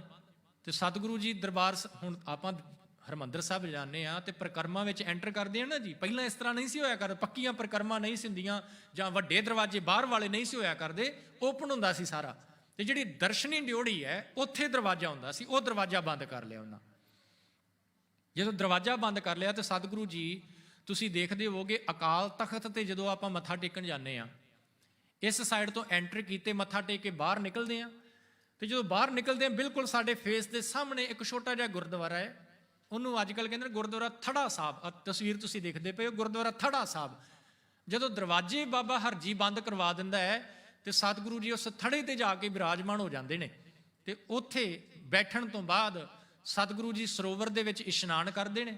ਇਸ਼ਨਾਨ ਕਰਨ ਤੋਂ ਬਾਅਦ ਅੰਮ੍ਰਿਤਸਰ ਦੇ ਨੇੜੇ ਇੱਕ ਨਗਰ ਹੈ ਜੀ ਵੱਲਾ, ਪਿੰਡ ਵੱਲਾ, ਪਿੰਡ ਦਾ ਨਾਂ ਹੈ ਜੀ ਵੱਲਾ। ਸਤਿਗੁਰੂ ਜੀ ਉੱਥੇ ਪਹੁੰਚਦੇ ਆ, ਵੱਲੇ ਪਿੰਡ ਵਿੱਚ ਪਹੁੰਚਦੇ ਨੇ। ਵੱਲੇ ਪਹੁੰਚ ਕੇ ਸਤਿਗੁਰੂ ਜੀ ਇੱਕ ਦਰਖਤ ਦੇ ਥੱਲੇ, ਦਰਖਤ ਦਾ ਨਾਂ ਹੈ ਪਿੱਪਲ, ਉਹਦੇ ਥੱਲੇ ਬੈਠਦੇ ਹੈ। ਪਿੰਡ ਦੇ ਲੋਕਾਂ ਨੂੰ ਪਤਾ ਚੱਲਿਆ ਕਿ ਸਤਿਗੁਰੂ ਜੀ ਆਏ ਨੇ, ਤੇ ਉੱਥੇ ਇੱਕ ਮਾਤਾ ਹੈ ਜੀ, ਉਹ ਮਾਤਾ ਜੀ, ਮਾਤਾ ਹਰੋ, ਉਹ ਆਪਣੇ ਘਰ ਲੈ ਜਾਂਦੇ ਨੇ ਮਾਤਾ ਜੀ ਗੁਰੂ ਸਾਹਿਬ ਨੂੰ। 17 ਦਿਨ ਮਾਤਾ ਜੀ ਦੇ ਘਰੇ ਸਤਿਗੁਰੂ ਜੀ ਰੁਕਦੇ ਨੇ, ਤੇ ਬੜੇ ਪਿਆਰ ਦੇ ਨਾਲ ਜਿਹੜੀਆਂ ਸੰਗਤਾਂ ਨੇ ਨਾ ਜੀ, ਉਹ ਸੇਵਾ ਕਰਦੀਆਂ ਨੇ ਗੁਰੂ ਸਾਹਿਬ ਦੀ। ਤੇ ਗੁਰੂ ਸਾਹਿਬ ਇਹਨਾਂ ਸੰਗਤਾਂ ਦੀ ਸੇਵਾ ਨੂੰ ਦੇਖ ਕੇ ਬੜੀਆਂ ਬਖਸ਼ਿਸ਼ਾਂ ਕਰਦੇ ਨੇ ਜੀ। ਤੇ ਇੱਥੇ ਹੀ ਸਤਿਗੁਰੂ ਜੀ ਉਹਨਾਂ ਨੂੰ ਬਖਸ਼ਿਸ਼ਾਂ ਦਿੰਦੇ ਨੇ। ਪਤਾ ਕੀ ਕਹਿੰਦੇ? ਕਹਿੰਦੇ ਮਾਈਆਂ ਰੱਬ ਰਜਾਈਆਂ ਭਗਤੀ ਲਾਈਆਂ। ਮਾਈਆਂ ਨੇ, ਮਾਈਆਂ ਦਾ ਮਤਲਬ ਮਾਤਾਵਾਂ, ਬੀਬੀਆਂ, ਬੜੀ ਸੇਵਾ ਕੀਤੀ ਜੀ ਬੀਬੀਆਂ ਨੇ ਗੁਰੂ ਸਾਹਿਬ ਦੀ। ਤੇ ਸਤਿਗੁਰਾਂ ਨੇ ਫਿਰ ਉਹਨਾਂ ਦੇ ਉੱਤੇ ਬਖਸ਼ਿਸ਼ ਵੀ ਕੀਤੀ। ਕਹਿਣ ਲੱਗੇ ਇਹ ਮਾਈਆਂ ਜਿਹੜੀਆਂ ਨੇ ਨਾ, ਰੱਬ ਰਜਾਈਆਂ, ਰੱਬ ਨੇ, ਪਰਮਾਤਮਾ ਨੇ ਇਹਨਾਂ ਨੂੰ ਰਜਾਇਆ ਹੋਇਆ ਹੈ, ਇਹ ਅੰਦਰੋਂ ਸੈਟੀਸਫਾਈ ਨੇ। ਤੇ ਨਾਲ ਹੀ ਕਹਿ ਦਿੱਤਾ, ਕਹਿਣ ਲੱਗੇ ਵੱਲਾ ਗੁਰੂ ਕਾ ਗੱਲਾ। ਗੱਲਾ ਮਤਲਬ ਗੋਲਕ ਕਹਿ ਲਈਏ ਆਪਾਂ, ਵੱਲਾ ਗੁਰੂ ਕਾ ਗੱਲਾ। ਇਹ ਬਖਸ਼ਿਸ਼ਾਂ ਸਤਿਗੁਰਾਂ ਨੇ ਵੱਲੇ ਦੀ ਧਰਤੀ ਤੇ ਕੀਤੀਆਂ। ਤਾਂ ਗੁਰਦੁਆਰਾ ਉੱਥੇ ਬਣਿਆ ਹੋਇਆ ਜੀ ਗੁਰੂ ਸਾਹਿਬ ਦੀ ਯਾਦ ਵਿੱਚ, ਗੁਰਦੁਆਰਾ ਕੋਠਾ ਸਾਹਿਬ। ਤੇ ਖਿਆਲ ਕਰਿਓ, ਜਦੋਂ ਹਰਜੀ ਮੱਖਣ ਸ਼ਾਹ ਲੁਬਾਣਾ ਪਿੱਛੇ ਪਿੱਛੇ ਆ ਰਿਹਾ ਜੀ, ਹਰਿਮੰਦਰ ਸਾਹਿਬ ਗਿਆ, ਉਹਨੂੰ ਪਤਾ ਲੱਗਾ ਕਿ ਇਹਨੇ ਦਰਵਾਜ਼ੇ ਬੰਦ ਕਰਵਾ ਲਏ ਸੀ ਮਸੰਦਾਂ ਨੇ, ਤੇ ਭਾਈ ਮੱਖਣ ਸ਼ਾਹ ਨੇ ਵੀ ਉਹਨਾਂ ਨੂੰ ਫਿਰ ਝਾੜਿਆ। ਕਹਿਣ ਲੱਗੇ ਤੁਸੀਂ ਇੰਨੇ ਨੀਚ ਕਿ ਗੁਰੂ ਚੱਲ ਕੇ ਇੱਥੇ ਆਏ ਤਾਂ ਤੁਸੀਂ ਉਹਨਾਂ ਨੂੰ ਦੀਦਾਰ ਵੀ ਨਾ ਕਰਨ ਦਿੱਤੇ ਹਰਿਮੰਦਰ ਸਾਹਿਬ ਦੇ। ਉਹਨਾਂ ਨੂੰ ਗਲਤੀ ਦਾ ਅਹਿਸਾਸ ਹੋਇਆ ਤੇ ਉਹ ਵੱਲੇ ਦੀ ਧਰਤੀ ਤੇ ਪਹੁੰਚੇ। ਉਹਨਾਂ ਨੂੰ ਪਤਾ ਲੱਗਾ ਨਾ ਕਿ ਸਤਿਗੁਰੂ ਜੀ ਵੱਲੇ ਪਹੁੰਚੇ ਹੋਏ ਨੇ, ਤੇ ਵੱਲੇ ਦੀ ਧਰਤੀ ਤੇ ਪਹੁੰਚੇ ਤੇ ਮੁਆਫੀ ਮੰਗੀ ਜੀ ਜਾ ਕੇ ਉੱਥੇ। ਤੇ ਸਤਿਗੁਰਾਂ ਨੇ ਉੱਥੇ ਇੱਕ ਬਚਨ ਕਿਹਾ। ਵੈਸੇ ਨਾ ਜਿਹੜੀ ਬਚਨ ਮੈਂ ਤੁਹਾਨੂੰ ਹੁਣ ਸਾਂਝਾ ਕਰਨਾ ਹੈ ਤੁਹਾਡੇ ਨਾਲ, ਉਹ ਅੰਮ੍ਰਿਤਸਰ ਵਾਸਤੇ ਨਹੀਂ ਕਿਹਾ ਸਤਿਗੁਰਾਂ ਨੇ। ਆਮ ਤੌਰ ਤੇ ਪਤਾ ਕੀ ਫੇਮਸ ਹੈ ਜੀ ਅੰਮ੍ਰਿਤਸਰ ਵਾਸਤੇ? ਕਹਿੰਦੇ ਅੰਬਰਸਰੀਏ ਅੰਦਰ ਸੜੀਏ। ਇਹ ਜੇ ਪੰਜਾਬ ਦੇ ਵਿੱਚ ਆਮ ਹੀ ਆ ਜਿਹੜਾ ਸੇਇੰਗ ਹੈ ਨਾ, ਫੇਮਸ ਹੈ ਕਿ ਅੰਬਰ ਸੜੀਏ ਅੰਦਰ ਸੜੀਏ, ਕਿ ਅੰਦਰ ਦੇ ਸੜੇ ਹੋਏ ਅੰਬਰ ਸੜੀਏ। ਅੰਮ੍ਰਿਤਸਰ ਵਾਸਤੇ ਸਤਿਗੁਰਾਂ ਨੇ ਵਰਡ ਨਹੀਂ ਯੂਜ਼ ਕੀਤਾ। ਸਤਿਗੁਰਾਂ ਨੇ ਉਹਨਾਂ ਮਸੰਦਾਂ ਵਾਸਤੇ ਯੂਜ਼ ਕੀਤਾ ਸੀ ਜਿਨ੍ਹਾਂ ਨੇ ਦਰਵਾਜ਼ੇ ਬੰਦ ਕੀਤੇ ਸੀ। ਸਾਹਿਬ ਜੀ ਨੇ ਉੱਥੇ ਕਿਹਾ, ਕਹਿਣ ਲੱਗੇ ਨਹਿ ਮਸੰਦ ਤੁਮ ਅੰਮ੍ਰਿਤ ਸਰੀਏ ਤ੍ਰਿਸ਼ਨਾ ਅਗਣ ਤੇ ਅੰਦਰ ਸੜੀਏ। ਮਸੰਦਾਂ ਨੂੰ ਕਿਹਾ ਸੀ ਕਿ ਤੁਸੀਂ ਅੰਦਰ ਦੇ ਸੜੇ ਹੋਏ ਹੋ, ਤੁਹਾਡੇ ਅੰਦਰ ਈਰਖਾ ਦੀ ਅੱਗ, ਤੁਹਾਡੇ ਅੰਦਰ ਤ੍ਰਿਸ਼ਨਾ ਦੀ ਅੱਗ ਬਲਦੀ ਪਈ ਹੈ, ਉਹਨੇ ਤੁਹਾਨੂੰ ਅੰਦਰੋਂ ਸਾੜ ਦਿੱਤਾ ਹੈ, ਤੁਹਾਡੇ ਅੰਦਰ ਗੁਣ ਕੋਈ ਨਹੀਂ ਰਹਿ ਗਿਆ। ਇਸ ਵੱਲੇ ਦੀ ਧਰਤੀ ਤੋਂ ਬਾਅਦ ਚ ਬਖਸ਼ਿਸ਼ਾਂ ਦੇਣ ਤੋਂ ਬਾਅਦ ਸਤਿਗੁਰੂ ਜੀ ਪ੍ਰਚਾਰ ਵਾਸਤੇ ਚੱਲਦੇ ਨੇ ਜੀ। ਤੇ ਮਾਲਵੇ ਦੀ ਧਰਤੀ ਤੋਂ ਵਿਚਰਦਿਆਂ ਹੋਇਆਂ ਪਾਤਸ਼ਾਹ ਜੀ ਪਹੁੰਚਦੇ ਨੇ ਸਾਬੋ ਕੀ ਤਲਵੰਡੀ, ਜਿਹਨੂੰ ਅੱਜ ਕੱਲ ਪੰਜਵਾਂ ਤਖਤ, ਖਾਲਸੇ ਦਾ ਪੰਜਵਾਂ ਤਖਤ ਜੀ ਸਾਬੋ ਕੀ ਤਲਵੰਡੀ, ਗੁਰਦੁਆਰਾ ਦਮਦਮਾ ਸਾਹਿਬ। ਉੱਥੇ ਸਤਿਗੁਰੂ ਜੀ ਪਹੁੰਚਦੇ ਨੇ। ਉੱਥੇ ਪਹੁੰਚ ਕੇ ਸਤਿਗੁਰਾਂ ਦਾ ਮੇਲ ਹੁੰਦਾ ਹੈ ਜੀ ਭਾਈ ਡੱਲੇ ਦੇ ਨਾਲ। ਜਿਹੜਾ ਸਾਬੋ ਕੀ ਤਲਵੰਡੀ ਨਾਮ ਹੈ ਨਾ ਸ਼ਹਿਰ ਦਾ, ਇਹ ਗੁਰੂ ਨਾਨਕ ਸਾਹਿਬ ਮਹਾਰਾਜ ਜੀ ਦਾ ਸਿੱਖ ਹੋਇਆ ਭਾਈ ਸਾਬੋ। ਖਿਆਲ ਕਰਿਓ, ਭਾਈ ਸਾਬੋ ਗੁਰੂ ਨਾਨਕ ਸਾਹਿਬ ਦਾ ਸਿੱਖ ਹੋਇਆ। ਉਸ ਭਾਈ ਸਾਬੋ ਦੇ ਨਾਮ ਤੇ ਹੀ ਉਹ ਨਗਰ ਹੈ ਸਾਬੋ ਕੀ ਤਲਵੰਡੀ। ਤੇ ਭਾਈ ਸਾਬੋ ਦੀ ਔਲਾਦ ਦੇ ਵਿੱਚੋਂ ਭਾਈ ਡੱਲਾ, ਇਹ ਉਹ ਭਾਈ ਡੱਲਾ ਹੈ। ਸਾਧ ਸੰਗਤ, ਜਦੋਂ ਗੁਰੂ ਗੋਬਿੰਦ ਸਿੰਘ ਮਹਾਰਾਜ ਇੱਥੇ ਸਾਬੋ ਕੀ ਤਲਵੰਡੀ ਪਹੁੰਚਦੇ ਨੇ ਨਾ, ਤੇ ਇੱਕ ਸਿੱਖ ਕਿਰਪਾਨ ਭੇਟਾ ਕਰਦਾ ਹੈ, ਤੇ ਗੁਰੂ ਸਾਹਿਬ ਕਹਿੰਦੇ ਨੇ ਕਿ ਨਿਸ਼ਾਨਾ ਪਰਖਣਾ ਹੈ। ਤੇ ਭਾਈ ਡੱਲੇ ਨੂੰ ਕਹਿੰਦੇ ਨੇ ਆਪਣਾ ਸਿਪਾਹੀ ਬੁਲਾ ਕੋਈ। ਤੇ ਭਾਈ ਡੱਲਾ ਜਾ ਕੇ ਕਹਿੰਦਾ ਆਪਣੇ ਸਿਪਾਹੀਆਂ ਨੂੰ ਕਿ ਆਓ ਗੁਰੂ ਨੇ ਨਿਸ਼ਾਨਾ ਪਰਖਣਾ, ਕੋਈ ਨਹੀਂ ਆਉਂਦਾ। ਇਹ ਉਹੀ ਭਾਈ ਡੱਲਾ ਹੈ। ਇਸ ਭਾਈ ਡੱਲੇ ਦਾ ਮੇਲ ਗੁਰੂ ਤੇਗ ਬਹਾਦਰ ਮਹਾਰਾਜ ਜੀ ਦੇ ਨਾਲ ਇਸ ਸਾਬੋ ਕੀ ਤਲਵੰਡੀ ਦੇ ਵਿੱਚ ਹੁੰਦਾ ਹੈ। ਤੇ ਜਿੱਥੇ ਜਾ ਕੇ ਬੈਠਦੇ ਨੇ ਗੁਰੂ ਤੇਗ ਬਹਾਦਰ ਮਹਾਰਾਜ, ਇੱਕ ਨਾ ਉੱਥੇ ਟਿੱਬਾ, ਉੱਚਾ ਥਾਂ, ਛੋਟਾ ਜਿਹਾ ਪਹਾੜ ਕਹਿ ਲਈਏ, ਟਿੱਬਾ ਸਮਝ ਨਹੀਂ ਆਉਣੀ ਤੁਹਾਨੂੰ, ਛੋਟਾ ਜਿਹਾ ਪਹਾੜ ਕਹਿ ਲਈਏ, ਉਹਦੇ ਥੱਲੇ ਜਾ ਕੇ ਸਤਿਗੁਰੂ ਜੀ ਬਹਿੰਦੇ ਨੇ। ਤੇ ਸੰਗਤ ਕਹਿੰਦੀ ਹੈ ਪਾਤਸ਼ਾਹ ਜੀ ਉੱਪਰ ਜਾ ਕੇ ਬੈਠੋ। ਤੇ ਉੱਥੇ ਗੁਰੂ ਤੇਗ ਬਹਾਦਰ ਮਹਾਰਾਜ ਕਹਿਣ ਲੱਗੇ ਇੱਥੇ ਬੈਠਣ ਵਾਲਾ ਵੀ ਆਏਗਾ, ਇਸ ਟਿੱਬੇ ਦੇ ਉੱਤੇ ਬੈਠਣ ਵਾਲਾ ਵੀ ਆਏਗਾ। ਤੇ ਆਇਆ। ਗੁਰੂ ਗੋਬਿੰਦ ਸਿੰਘ ਮਹਾਰਾਜ ਜਦੋਂ ਇੱਥੇ ਸਾਬੋ ਕੀ ਤਲਵੰਡੀ ਪਹੁੰਚਦੇ ਨੇ, ਉਸੇ ਟਿੱਬੇ ਦੇ ਉੱਤੇ ਜਾ ਕੇ ਬਿਰਾਜਮਾਨ ਹੁੰਦੇ ਨੇ। ਤੇ ਜਾ ਕੇ ਕਿਤੇ ਸਾਬੋ ਕੀ ਤਲਵੰਡੀ ਦਰਸ਼ਨ ਕਰਿਓ ਗੁਰਦੁਆਰਾ ਸਾਹਿਬ ਦੇ। ਗੁਰਦੁਆਰਾ ਸਾਹਿਬ ਕਾਫੀ ਉੱਚੀ ਜਗ੍ਹਾ ਦੇ ਉੱਤੇ ਹੈ। ਸਾਬੋ ਕੀ ਤਲਵੰਡੀ ਤੋਂ ਸਤਿਗੁਰੂ ਜੀ ਅਗਾਂਹ ਚੱਲਦੇ ਨੇ ਜੀ। ਤੇ ਆ ਜਿਹੜਾ ਜਿੰਨਾ ਵੀ ਸਫ਼ਰ ਹੋਇਆ ਨਾ ਜੀ, ਹੁਣ ਸਤਿਗੁਰੂ ਜੀ ਬਕਾਲੇ ਤੋਂ ਅੰਮ੍ਰਿਤਸਰ, ਅੰਮ੍ਰਿਤਸਰ ਤੋਂ ਵੱਲੇ, ਵੱਲੇ ਤੋਂ ਸਤਿਗੁਰੂ ਜੀ ਮਾਲਵੇ ਵਿੱਚ ਵਿਚਰਦਿਆਂ ਹੋਇਆਂ ਸਾਬੋ ਕੀ ਤਲਵੰਡੀ ਪਹੁੰਚੇ ਨੇ। ਇਸ ਸਾਰੇ ਸਫ਼ਰ ਦੇ ਵਿੱਚ ਇੱਕ ਭਾਈ ਰਾਮਦੇਵ ਨਾਂ ਦਾ ਸਿੱਖ ਹੈ ਜਿਹੜਾ ਬੜੀ ਸੇਵਾ ਕਰਦਾ ਪਿਆ ਹੈ ਪਾਣੀ ਦੀ। ਪਾਣੀ ਸੰਗਤ ਵਾਸਤੇ ਲੈ ਕੇ ਆਉਂਦਾ, ਛਕਾਉਂਦਾ ਹੈ, ਇਸ਼ਨਾਨ ਵਾਸਤੇ ਪਾਣੀ ਲੈ ਕੇ ਆਉਂਦਾ ਹੈ, ਰਸਤੇ ਵਿੱਚ ਪਾਣੀ ਉਹ ਸਪ੍ਰਿੰਕਲ ਕਰਦਾ ਹੈ। ਤੇ ਸਤਿਗੁਰੂ ਜੀ ਇਹਦੀ ਸੇਵਾ ਦੇਖਦੇ ਪਏ ਨੇ। ਤੇ ਇਹਦੀ ਸੇਵਾ ਨੂੰ ਦੇਖ ਕੇ ਹੀ ਸਤਿਗੁਰਾਂ ਨੇ ਕਿਹਾ ਸੀ, ਕਹਿਣ ਲੱਗੇ ਭਾਈ ਸਿੱਖਾ ਤੇਰੀ ਬੜੀ ਸੇਵਾ ਹੈ, ਤੂੰ ਤੇ ਮੀਂਹ ਵਰਸਾ ਦਿੱਤਾ ਹੈ, ਤੂੰ ਤੇ ਮੀਂਹ ਹੀ ਵਰਸਾ ਦਿੱਤਾ ਹੈ। ਇਹ ਸਤਿਗੁਰਾਂ ਨੇ ਵਰਡ ਯੂਜ਼ ਕੀਤੇ ਤੇ ਉਸ ਭਾਈ ਰਾਮਦੇਵ ਦਾ ਨਾਮ ਹੀ ਭਾਈ ਮੀਹਾਂ ਪੈ ਗਿਆ। ਤੇ ਖਿਆਲ ਕਰਿਓ, ਕੱਲਾ ਭਾਈ ਮੀਹਾਂ ਨਹੀਂ, ਗੁਰੂ ਤੇਗ ਬਹਾਦਰ ਮਹਾਰਾਜ ਜੀ ਨੇ ਭਾਈ ਮੀਹਾਂ ਜੀ ਦੇ ਉੱਤੇ ਬਖਸ਼ਿਸ਼ ਵੀ ਕੀਤੀ। ਉਹਨਾਂ ਨੂੰ ਭਾਈ ਮੀਹਾਂ ਸਾਹਿਬ ਕਿਹਾ ਜਾਂਦਾ। ਇਤਿਹਾਸ ਦੇ ਵਿੱਚ ਪੂਰੀ ਹਿਸਟਰੀ 'ਚ, ਸਿੱਖ ਹਿਸਟਰੀ 'ਚ 6 ਬਖਸ਼ਿਸ਼ਾਂ ਮਿਲਦੀਆਂ ਨੇ ਸਾਧ ਸੰਗਤ, ਜਿਨ੍ਹਾਂ ਨੂੰ ਸਤਿਗੁਰਾਂ ਨੇ ਨਿਵਾਜਿਆ। 6 ਉਹਨਾਂ 6ਾਂ ਦੇ ਵਿੱਚੋਂ ਇੱਕ ਭਾਈ ਮੀਹਾਂ ਹੈ, ਜਿਨ੍ਹਾਂ ਨੂੰ ਭਾਈ ਮੀਹਾਂ ਸਾਹਿਬ ਕਿਹਾ ਜਾਂਦਾ ਹੈ। ਤੇ ਇਹਨਾਂ ਦੀ ਸੇਵਾ ਤੇ ਪ੍ਰਸੰਨ ਹੋ ਕੇ ਸਤਿਗੁਰਾਂ ਨੇ ਇਹਨਾਂ ਨੂੰ ਇੱਕ ਦੱਖਣੀ ਬੈਲ, ਇੱਕ ਝੰਡਾ ਤੇ ਇੱਕ ਨਗਾਰਾ ਦਿੱਤਾ ਸੀ ਗੁਰੂ ਤੇਗ ਬਹਾਦਰ ਮਹਾਰਾਜ ਜੀ ਨੇ ਕਿ ਤੁਸੀਂ ਹੁਣ ਪ੍ਰਚਾਰ ਕਰੋ। ਤੇ ਭਾਈ ਮੀਹਾਂ ਜੀ ਪ੍ਰਚਾਰ ਵੀ ਕਰਦੇ ਰਹੇ। ਇਹ ਜਿਹੜੀਆਂ ਬਖਸ਼ਿਸ਼ਾਂ ਸਤਿਗੁਰਾਂ ਨੇ ਦਿੱਤੀਆਂ, ਪਿੰਡ ਪਿੰਡ ਜਾ ਕੇ ਭਾਈ ਮੀਹਾਂ ਜੀ ਗੁਰੂ ਨਾਨਕ ਦੇ ਘਰ ਦਾ ਪ੍ਰਚਾਰ ਵੀ ਕਰਦੇ ਰਹੇ। ਤੇ ਇਸ ਤੋਂ ਅੱਗੇ ਸਤਿਗੁਰੂ ਜੀ ਪਹੁੰਚਦੇ ਨੇ ਜੀ ਧਮਧਾਨ ਤੱਕ ਗੁਰੂ ਸਾਹਿਬ ਪ੍ਰਚਾਰ ਕਰਨ ਵਾਸਤੇ ਗਏ। ਧਮਧਾਨ ਤੋਂ ਫਿਰ ਵਾਪਸ ਸਤਿਗੁਰੂ ਜੀ ਕੀਰਤਪੁਰ ਦੀ ਧਰਤੀ ਤੇ ਆਉਂਦੇ ਨੇ। ਧਮਧਾਨ ਹੀ ਗੁਰੂ ਤੇਗ ਬਹਾਦਰ ਮਹਾਰਾਜ ਜੀ ਨੇ ਵਿਸਾਖੀ ਦਾ ਮੇਲਾ ਕੀਤਾ। ਵਿਸਾਖੀ ਦਾ ਮੇਲਾ ਉੱਥੇ ਕਰਨ ਤੋਂ ਬਾਅਦ ਕੀਰਤਪੁਰ ਦੀ ਧਰਤੀ ਤੇ ਵਾਪਸ ਆਉਂਦੇ ਨੇ।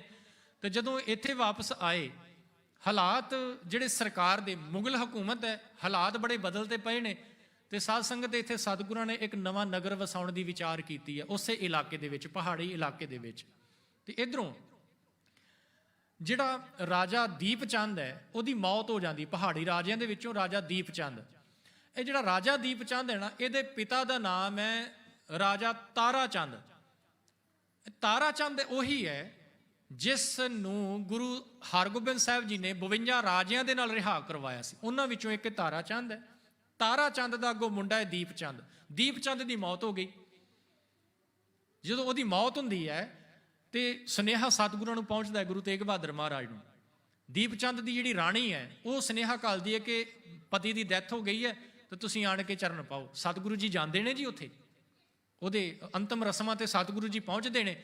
ਤੇ ਉੱਥੇ ਹੀ ਸਤਿਗੁਰੂ ਜੀ ਆਪਣਾ ਵਿਚਾਰ ਸਾਂਝਾ ਕਰਦੇ ਨੇ। ਤੇ ਰਾਣੀ ਕਹਿੰਦੀ ਹੈ ਕਿ ਮੈਂ ਇਹ ਇਲਾਕਾ ਤੁਹਾਨੂੰ ਦਿੰਨੀ ਆ, ਤੁਸੀਂ ਇੱਥੇ ਨਗਰ ਵਸਾ ਲਓ। ਪਰ ਸਤਿਗੁਰਾਂ ਨੇ ਉਹ ਇਲਾਕਾ ਲਿਆ, ਰਾਣੀ ਕੋਲੋਂ ਨਹੀਂ ਲਿਆ, ਉਹਨੂੰ ਖਰੀਦਿਆ। ਐਜ਼ ਭੇਟਾ ਕਰਨਾ ਚਾਹੁੰਦੀ ਸੀ ਰਾਣੀ, ਪਰ ਸਤਿਗੁਰੂ ਜੀ ਨੇ ਅਗਾਂਹ ਦੀ ਸੋਚਦਿਆਂ ਹੋਇਆਂ ਭੇਟਾ ਦੇ ਤੌਰ ਤੇ ਲੈਣ ਦੀ ਬਜਾਏ ਉਸ ਨੂੰ 500 ਰੁਪਏ ਦੇ ਵਿੱਚ ਖਰੀਦਿਆ। ਉਹ ਉਸ ਇਲਾਕੇ ਨੂੰ ਕਿਹਾ ਜਾਂਦਾ ਸੀ ਮਾਖੋਵਾਲ। ਉਸ ਇਲਾਕੇ ਨੂੰ ਖਰੀਦ ਕੇ ਉੱਥੇ ਨਗਰ ਵਸਾਉਣਾ ਸ਼ੁਰੂ ਕੀਤਾ ਤੇ ਨਾਮ ਰੱਖਿਆ ਗਿਆ ਜੀ ਚੱਕ ਨਾਨਕੀ। ਮਾਤਾ ਨਾਨਕੀ ਜੀ ਦੇ ਨਾਂ ਦੇ ਉੱਤੇ ਨਗਰ ਦਾ ਨਾਂ ਜਿਹੜਾ ਹੈ ਉਹ ਰੱਖਿਆ ਗਿਆ ਚੱਕ ਨਾਨਕੀ। ਤੇ ਬਾਬਾ ਬੁੱਢਾ ਜੀ ਦੇ ਜਿਹੜੇ ਗ੍ਰੈਂਡਸਨ ਨੇ ਬਾਬਾ ਗੁਰਦਿੱਤਾ ਜੀ, ਉਹਨਾਂ ਨੇ ਉਸ ਨਗਰ ਦੀ ਨੀਂਹ ਰੱਖੀ 19 ਜੂਨ 1665 ਦੇ ਵਿੱਚ। ਨਗਰ ਵਸ ਗਿਆ ਜੀ, ਅਨੰਦਪੁਰ ਸਾਹਿਬ ਵਸਦਾ ਪਿਆ ਹੈ। ਨਗਰ ਵਸਣ ਤੋਂ ਬਾਅਦ ਸਤਿਗੁਰੂ ਜੀ ਹੁਣ ਪੂਰਬ ਯਾਤਰਾ ਦੀ ਤਿਆਰੀ ਕਰਦੇ ਪਏ ਨੇ। ਪੂਰਬ ਵਾਲੇ ਪਾਸੇ ਅਸਾਮ ਵੱਲ ਜਾਣਾ ਹੈ, ਕਿਉਂਕਿ 2 ਰੀਜ਼ਨ ਨੇ ਜੀ ਯਾਤਰਾ ਦੇ। ਜਿਹੜੀਆਂ ਸਤਿਗੁਰਾਂ ਨੇ ਪ੍ਰਚਾਰ ਦੌਰੇ ਕੀਤੇ ਉਹਨਾਂ ਦੇ ਕੁਝ ਰੀਜ਼ਨ ਹੋਇਆ ਕਰਦੇ ਨੇ, ਐਵੇਂ ਨਹੀਂ ਸਤਿਗੁਰੂ ਜੀ ਪ੍ਰਚਾਰ ਵਾਸਤੇ ਜਾਂਦੇ।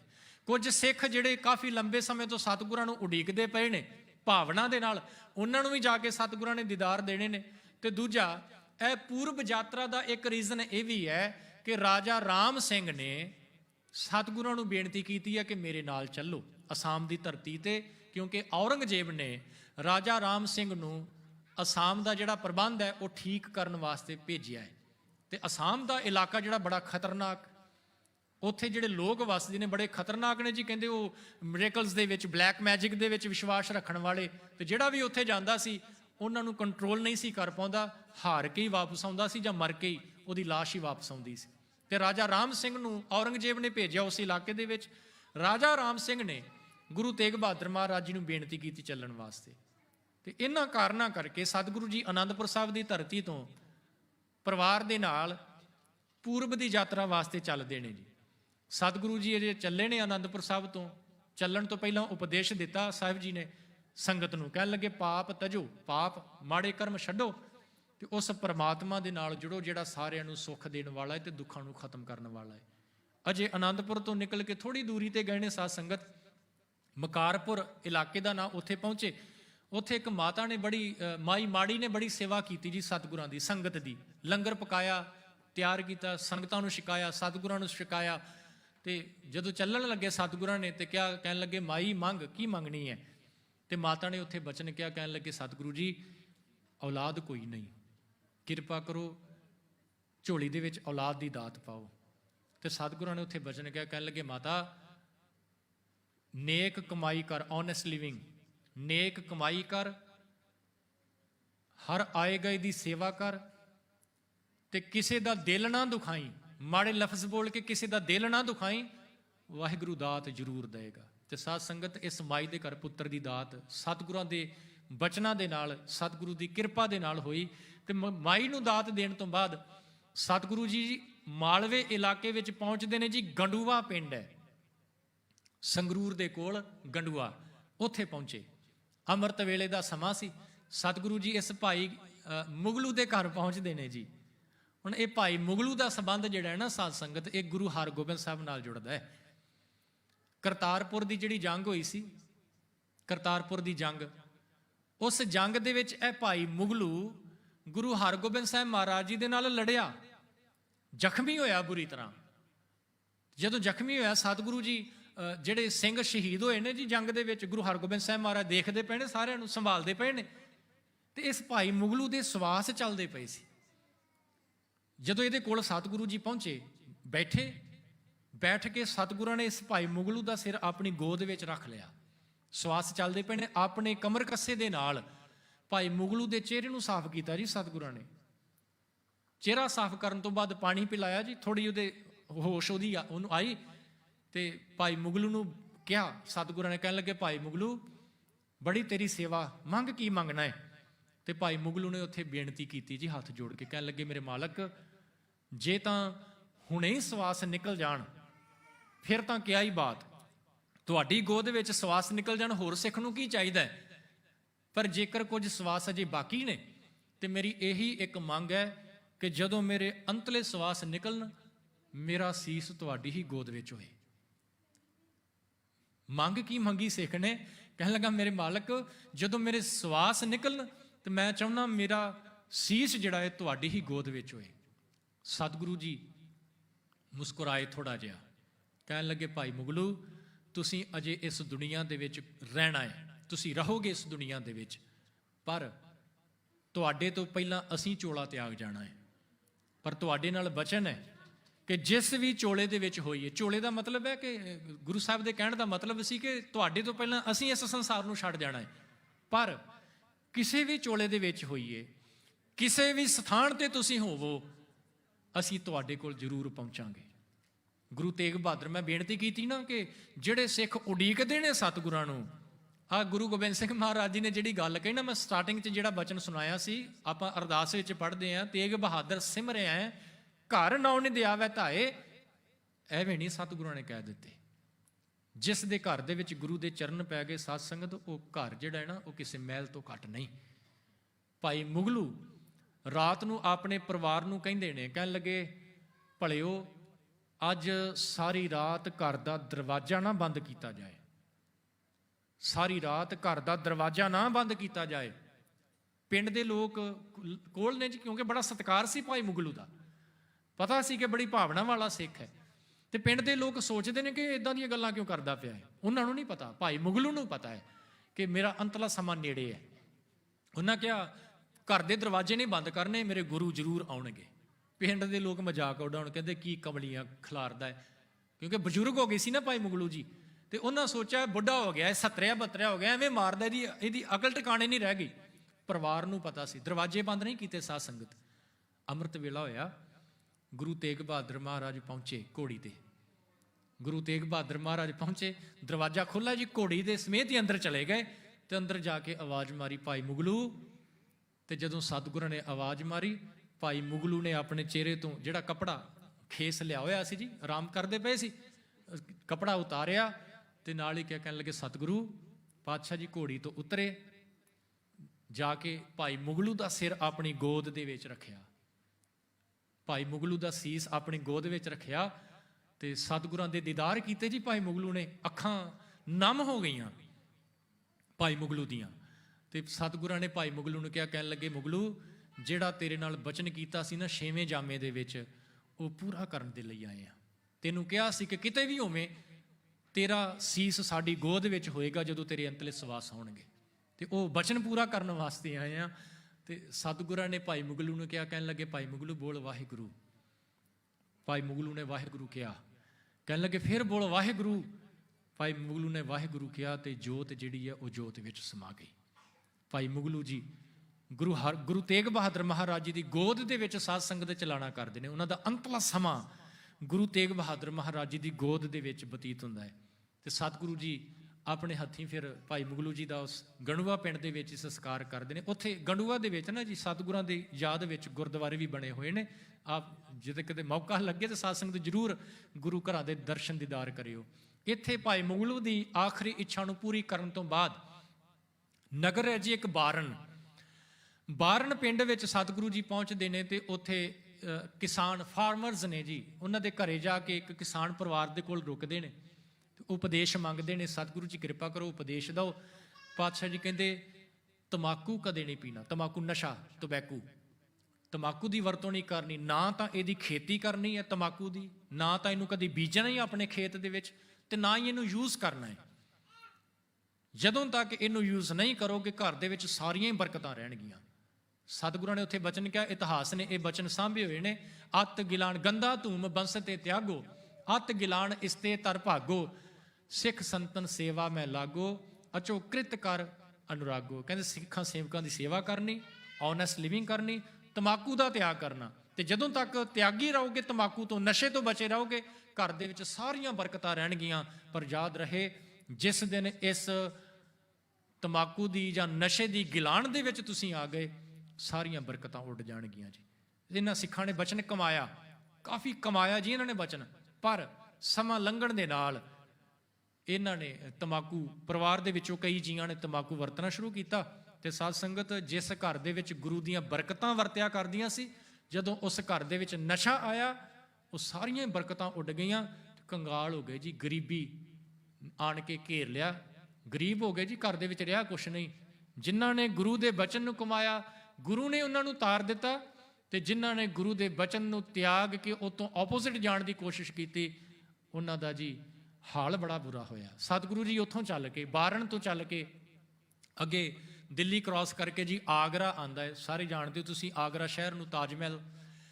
ਇਸ ਆਗਰੇ ਦੇ ਵਿੱਚ ਇੱਕ ਮਾਈ ਜੱਸੀ ਨਾਂ ਦੀ ਜਿਹੜੀ ਬੀਬੀ ਹੈ, ਉਹ ਸਤਿਗੁਰਾਂ ਨੂੰ ਉਡੀਕਦੀ ਪਈ ਸੀ। ਇਸ ਬੀਬੀ ਦਾ ਇਤਿਹਾਸ ਵੀ ਬੜਾ ਲੰਬੇਰਾ ਸਾਧ ਸੰਗਤ। ਇਹ ਗੁਰੂ ਨਾਨਕ ਸਾਹਿਬ ਮਹਾਰਾਜ ਜੀ ਦੇ ਦਰਸ਼ਨ ਵੀ ਇਸ ਬੀਬੀ ਨੇ ਕੀਤੇ ਨੇ। ਇਤਿਹਾਸ ਕਹਿੰਦਾ ਹੈ ਕਿ ਇਸ ਬੀਬੀ ਦੀ, ਇਸ ਮਾਈ ਜੱਸੀ ਦੀ ਟੋਟਲ ਜਿਹੜੀ ਉਮਰ ਹੈ ਨਾ, ਉਹ 175 ਈਅਰ, ਇੰਨੀ ਲੰਬੀ ਉਮਰ ਸੀ ਇਸ ਮਾਤਾ ਦੀ। ਗੁਰੂ ਨਾਨਕ ਸਾਹਿਬ ਦੇ ਦਰਸ਼ਨ ਕੀਤੇ ਇਹਨੇ। ਇਤਿਹਾਸਕਾਰ ਕਹਿੰਦੇ ਨੇ ਜਿਵੇਂ ਇੱਕ ਭਗਤ ਸੀ ਨਾ, ਭਗਵਾਨ ਕ੍ਰਿਸ਼ਨ ਦੀ ਭਗਤ ਸੀ ਮੀਰਾ, ਜਿਵੇਂ ਉਹ ਭਗਵਾਨ ਕ੍ਰਿਸ਼ਨ ਦੀ ਮੂਰਤੀ ਬਣਾ ਕੇ ਉਹਦੇ ਅੱਗੇ ਨੱਚਿਆ ਕਰਦੀ ਸੀ, ਭਗਤੀ ਕਰਿਆ ਕਰਦੀ ਸੀ, ਉਹਦਾ ਇਹ ਮਾਈ ਜੱਸੀ ਵੀ ਉਹਦੀ ਭਗਵਾਨ ਕ੍ਰਿਸ਼ਨ ਦੀ ਭਗਤ ਸੀ ਕਿਸੇ ਸਮੇਂ। ਤੇ ਜਦੋਂ ਗੁਰੂ ਨਾਨਕ ਸਾਹਿਬ ਆਗਰੇ ਪਹੁੰਚਦੇ ਨਾ ਉਦਾਸੀਆਂ ਦੇ ਸਮੇਂ, ਇਸ ਮਾਈ ਦਾ ਮੇਲ ਹੁੰਦਾ ਹੈ ਗੁਰੂ ਨਾਨਕ ਸਾਹਿਬ ਦੇ ਨਾਲ।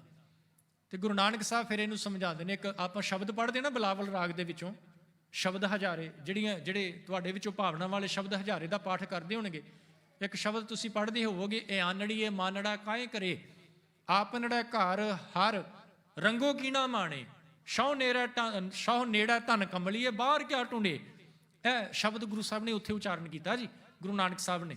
ਤੇ ਮਾਈ ਜੱਸੀ ਨੂੰ ਸਮਝਾਇਆ ਕਿ ਉਸ ਕਰਤਾਰ ਦੀ ਯਾਦ ਵਿੱਚ ਜੁੜ। ਤੇ ਸਤਿਗੁਰਾਂ ਦਾ ਮੇਲ ਹੋਇਆ, ਗੁਰੂ ਹਰਗੋਬਿੰਦ ਸਾਹਿਬ ਦੇ ਇਸ ਮਾਈ ਨੇ ਦੀਦਾਰ ਕੀਤੇ। ਤੇ ਅੱਜ ਇਹ ਮਾਈ ਆਗਰੇ ਦੇ ਵਿੱਚ ਬੈਠੀ ਹੋਈ ਗੁਰੂ ਤੇਗ ਬਹਾਦਰ ਮਹਾਰਾਜ ਜੀ ਵਾਸਤੇ ਇਸ ਨੇ ਆਪਣੇ ਹੱਥੀਂ ਇੱਕ ਬੜਾ ਪਿਆਰਾ ਜੀ, ਇੱਕ ਬੜਾ ਖੂਬਸੂਰਤ ਪੋਸ਼ਾਕ ਤਿਆਰ ਕੀਤੀ ਹੈ ਜੀ, ਥਾਨ ਤਿਆਰ ਕੀਤਾ ਹੈ ਕੱਪੜੇ ਦਾ। ਤੇ ਮਨ ਦੇ ਵਿੱਚ ਇਹ ਇੱਛਾ ਹੈ ਕਿ ਸਤਿਗੁਰੂ ਜੀ ਇੱਥੇ ਆਣ ਕੇ ਮੈਨੂੰ ਦੀਦਾਰ ਦੇਣ ਤੇ ਮੈਂ ਇਹ ਥਾਨ ਸਤਿਗੁਰਾਂ ਨੂੰ ਭੇਟਾ ਕਰਾਂ। ਤੇ ਸਤਿਗੁਰੂ ਜੀ ਗਏ, ਜਾ ਕੇ ਦਰਸ਼ਨ ਦਿੱਤੇ ਮਾਤਾ ਨੂੰ। ਬਜ਼ੁਰਗ ਹੋ ਗਈ ਹੈ ਜੀ ਮਾਤਾ, ਉਹ ਥਾਨ ਭੇਟ ਕੀਤਾ। ਤੇ ਜਦੋਂ ਸਤਿਗੁਰੂ ਜੀ ਚੱਲਣ ਲੱਗੇ ਨਾ, ਤੇ ਮਾਤਾ ਨੇ ਚਰਨ ਪਕੜ ਲਏ, ਸਤਿਗੁਰੂ ਜੀ ਕੁਝ ਦਿਨ ਹੋਰ। ਕੁਝ ਦਿਨ ਰੁਕਣ ਤੋਂ ਬਾਅਦ ਜਦੋਂ ਚੱਲਣ ਲੱਗੇ, ਮਾਤਾ ਨੇ ਫੇਰ ਚਰਨ ਪਕੜੇ, ਸਤਿਗੁਰੂ ਜੀ ਕੁਝ ਦਿਨ ਹੋਰ। ਮਾਈ ਦੇ ਪਿਆਰ ਦੇ ਵੱਝੇ ਹੋਏ ਸਤਿਗੁਰੂ ਜੀ 1 ਮਹੀਨਾ ਆਗਰੇ ਦੇ ਵਿੱਚ ਰੁਕਦੇ ਨੇ ਜੀ।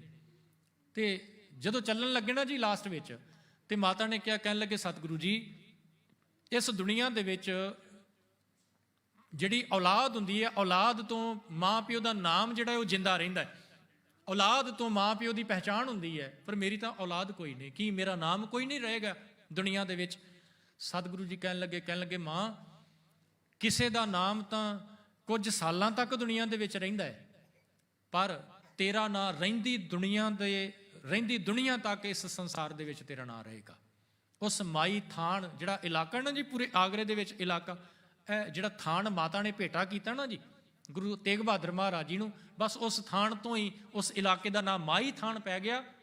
ਤੇ ਜਦੋਂ ਤੱਕ ਦੁਨੀਆ ਰਹੇਗੀ ਮਾਈ ਜੱਸੀ ਨੂੰ ਯਾਦ ਕੀਤਾ ਜਾਂਦਾ ਰਹੇਗਾ। ਜਦੋਂ ਚੱਲਣ ਲੱਗੇ, ਇਲਾਕੇ ਦੇ ਲੋਕਾਂ ਨੇ ਬੇਨਤੀ ਕੀਤੀ, ਸਤਿਗੁਰੂ ਜੀ ਕਿਰਪਾ ਕਰੋ, ਪਾਣੀ ਬੜਾ ਖਾਰਾ ਹੈ, ਸਾਲਟੀ ਹੈ।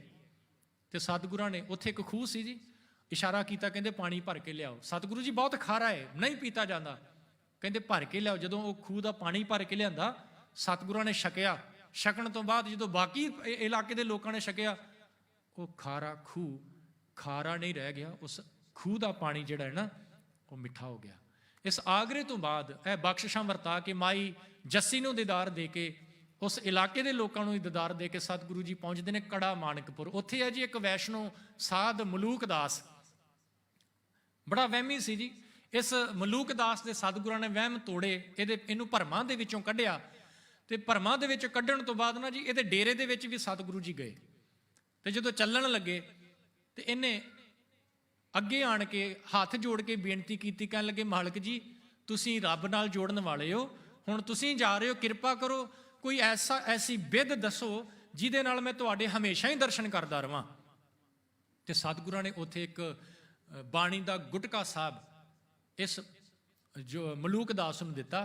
ਤੇ ਕਹਿਣ ਲੱਗੇ ਮਲੂਕ ਦਾਸ ਜੀ, ਪਾਠ ਕਰਨ ਦੇ ਨਾਲ ਹਮੇਸ਼ਾ ਹੀ ਦੀਦਾਰ ਬਣੇ ਰਹਿਣਗੇ, ਸਿਮਰਨ ਦੇ ਨਾਲ ਪੀਸ ਆਫ ਮਾਈਂਡ, ਸ਼ਾਂਤੀ ਮਿਲੇਗੀ, ਬਾਣੀ ਪੜ੍ਹਨ ਦੇ ਨਾਲ ਤੁਸੀਂ ਹਮੇਸ਼ਾ ਹੀ ਦੀਦਾਰ ਕਰੋਗੇ। ਬਾਣੀ ਜਦੋਂ ਆਪਾਂ ਪੜ੍ਹਦੇ ਨਾ ਸਾਧ ਸੰਗਤ, ਇਹ ਹੁਣ ਮਲੂਕ ਦਾਸ ਨੂੰ ਜੇਕਰ ਗੁਰੂ ਤੇਗ ਬਹਾਦਰ ਮਹਾਰਾਜ ਕਹਿੰਦੇ ਪਏ ਨੇ, ਤੇ ਇਹਦਾ ਮਤਲਬ ਹੈ ਜੇ ਭਾਵਨਾ ਦੇ ਨਾਲ ਬਾਣੀ ਪੜ੍ਹੀ ਜਾਵੇ ਤੇ ਹਰ ਇੱਕ ਨੂੰ ਗੁਰੂ ਦੇ ਦੀਦਾਰ ਜ਼ਰੂਰ ਹੋਣਗੇ।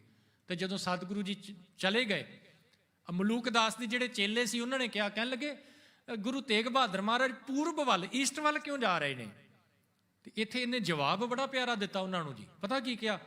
ਕਹਿਣ ਲੱਗਾ ਸਤਿਗੁਰੂ ਜੀ ਇਸ ਕਰਕੇ ਜਾ ਰਹੇ ਨੇ ਕਿ ਜਿਹੜੇ ਮੇਰੇ ਵਰਗੇ ਅਟਕੇ ਪਏ ਨੇ, ਅਟਕੇ ਦਾ ਭਾਵ ਹੈ ਕਿ ਜਿਹੜੇ ਅਜੇ ਖਲੋਤੇ ਪਏ ਨੇ, ਵਹਿਮਾਂ ਭਰਮਾਂ ਦੇ ਵਿੱਚ ਫਸੇ ਪਏ ਨੇ, ਉਹਨਾਂ ਅਟਕਿਆਂ ਹੋਇਆਂ ਨੂੰ ਅੱਗੇ ਤੋਰਨ ਵਾਸਤੇ, ਕਿਨਾਰੇ ਤੇ ਲਗਾਉਣ ਵਾਸਤੇ ਸਤਿਗੁਰੂ ਜੀ ਪੂਰਬ ਵੱਲ ਜਾ ਰਹੇ ਨੇ।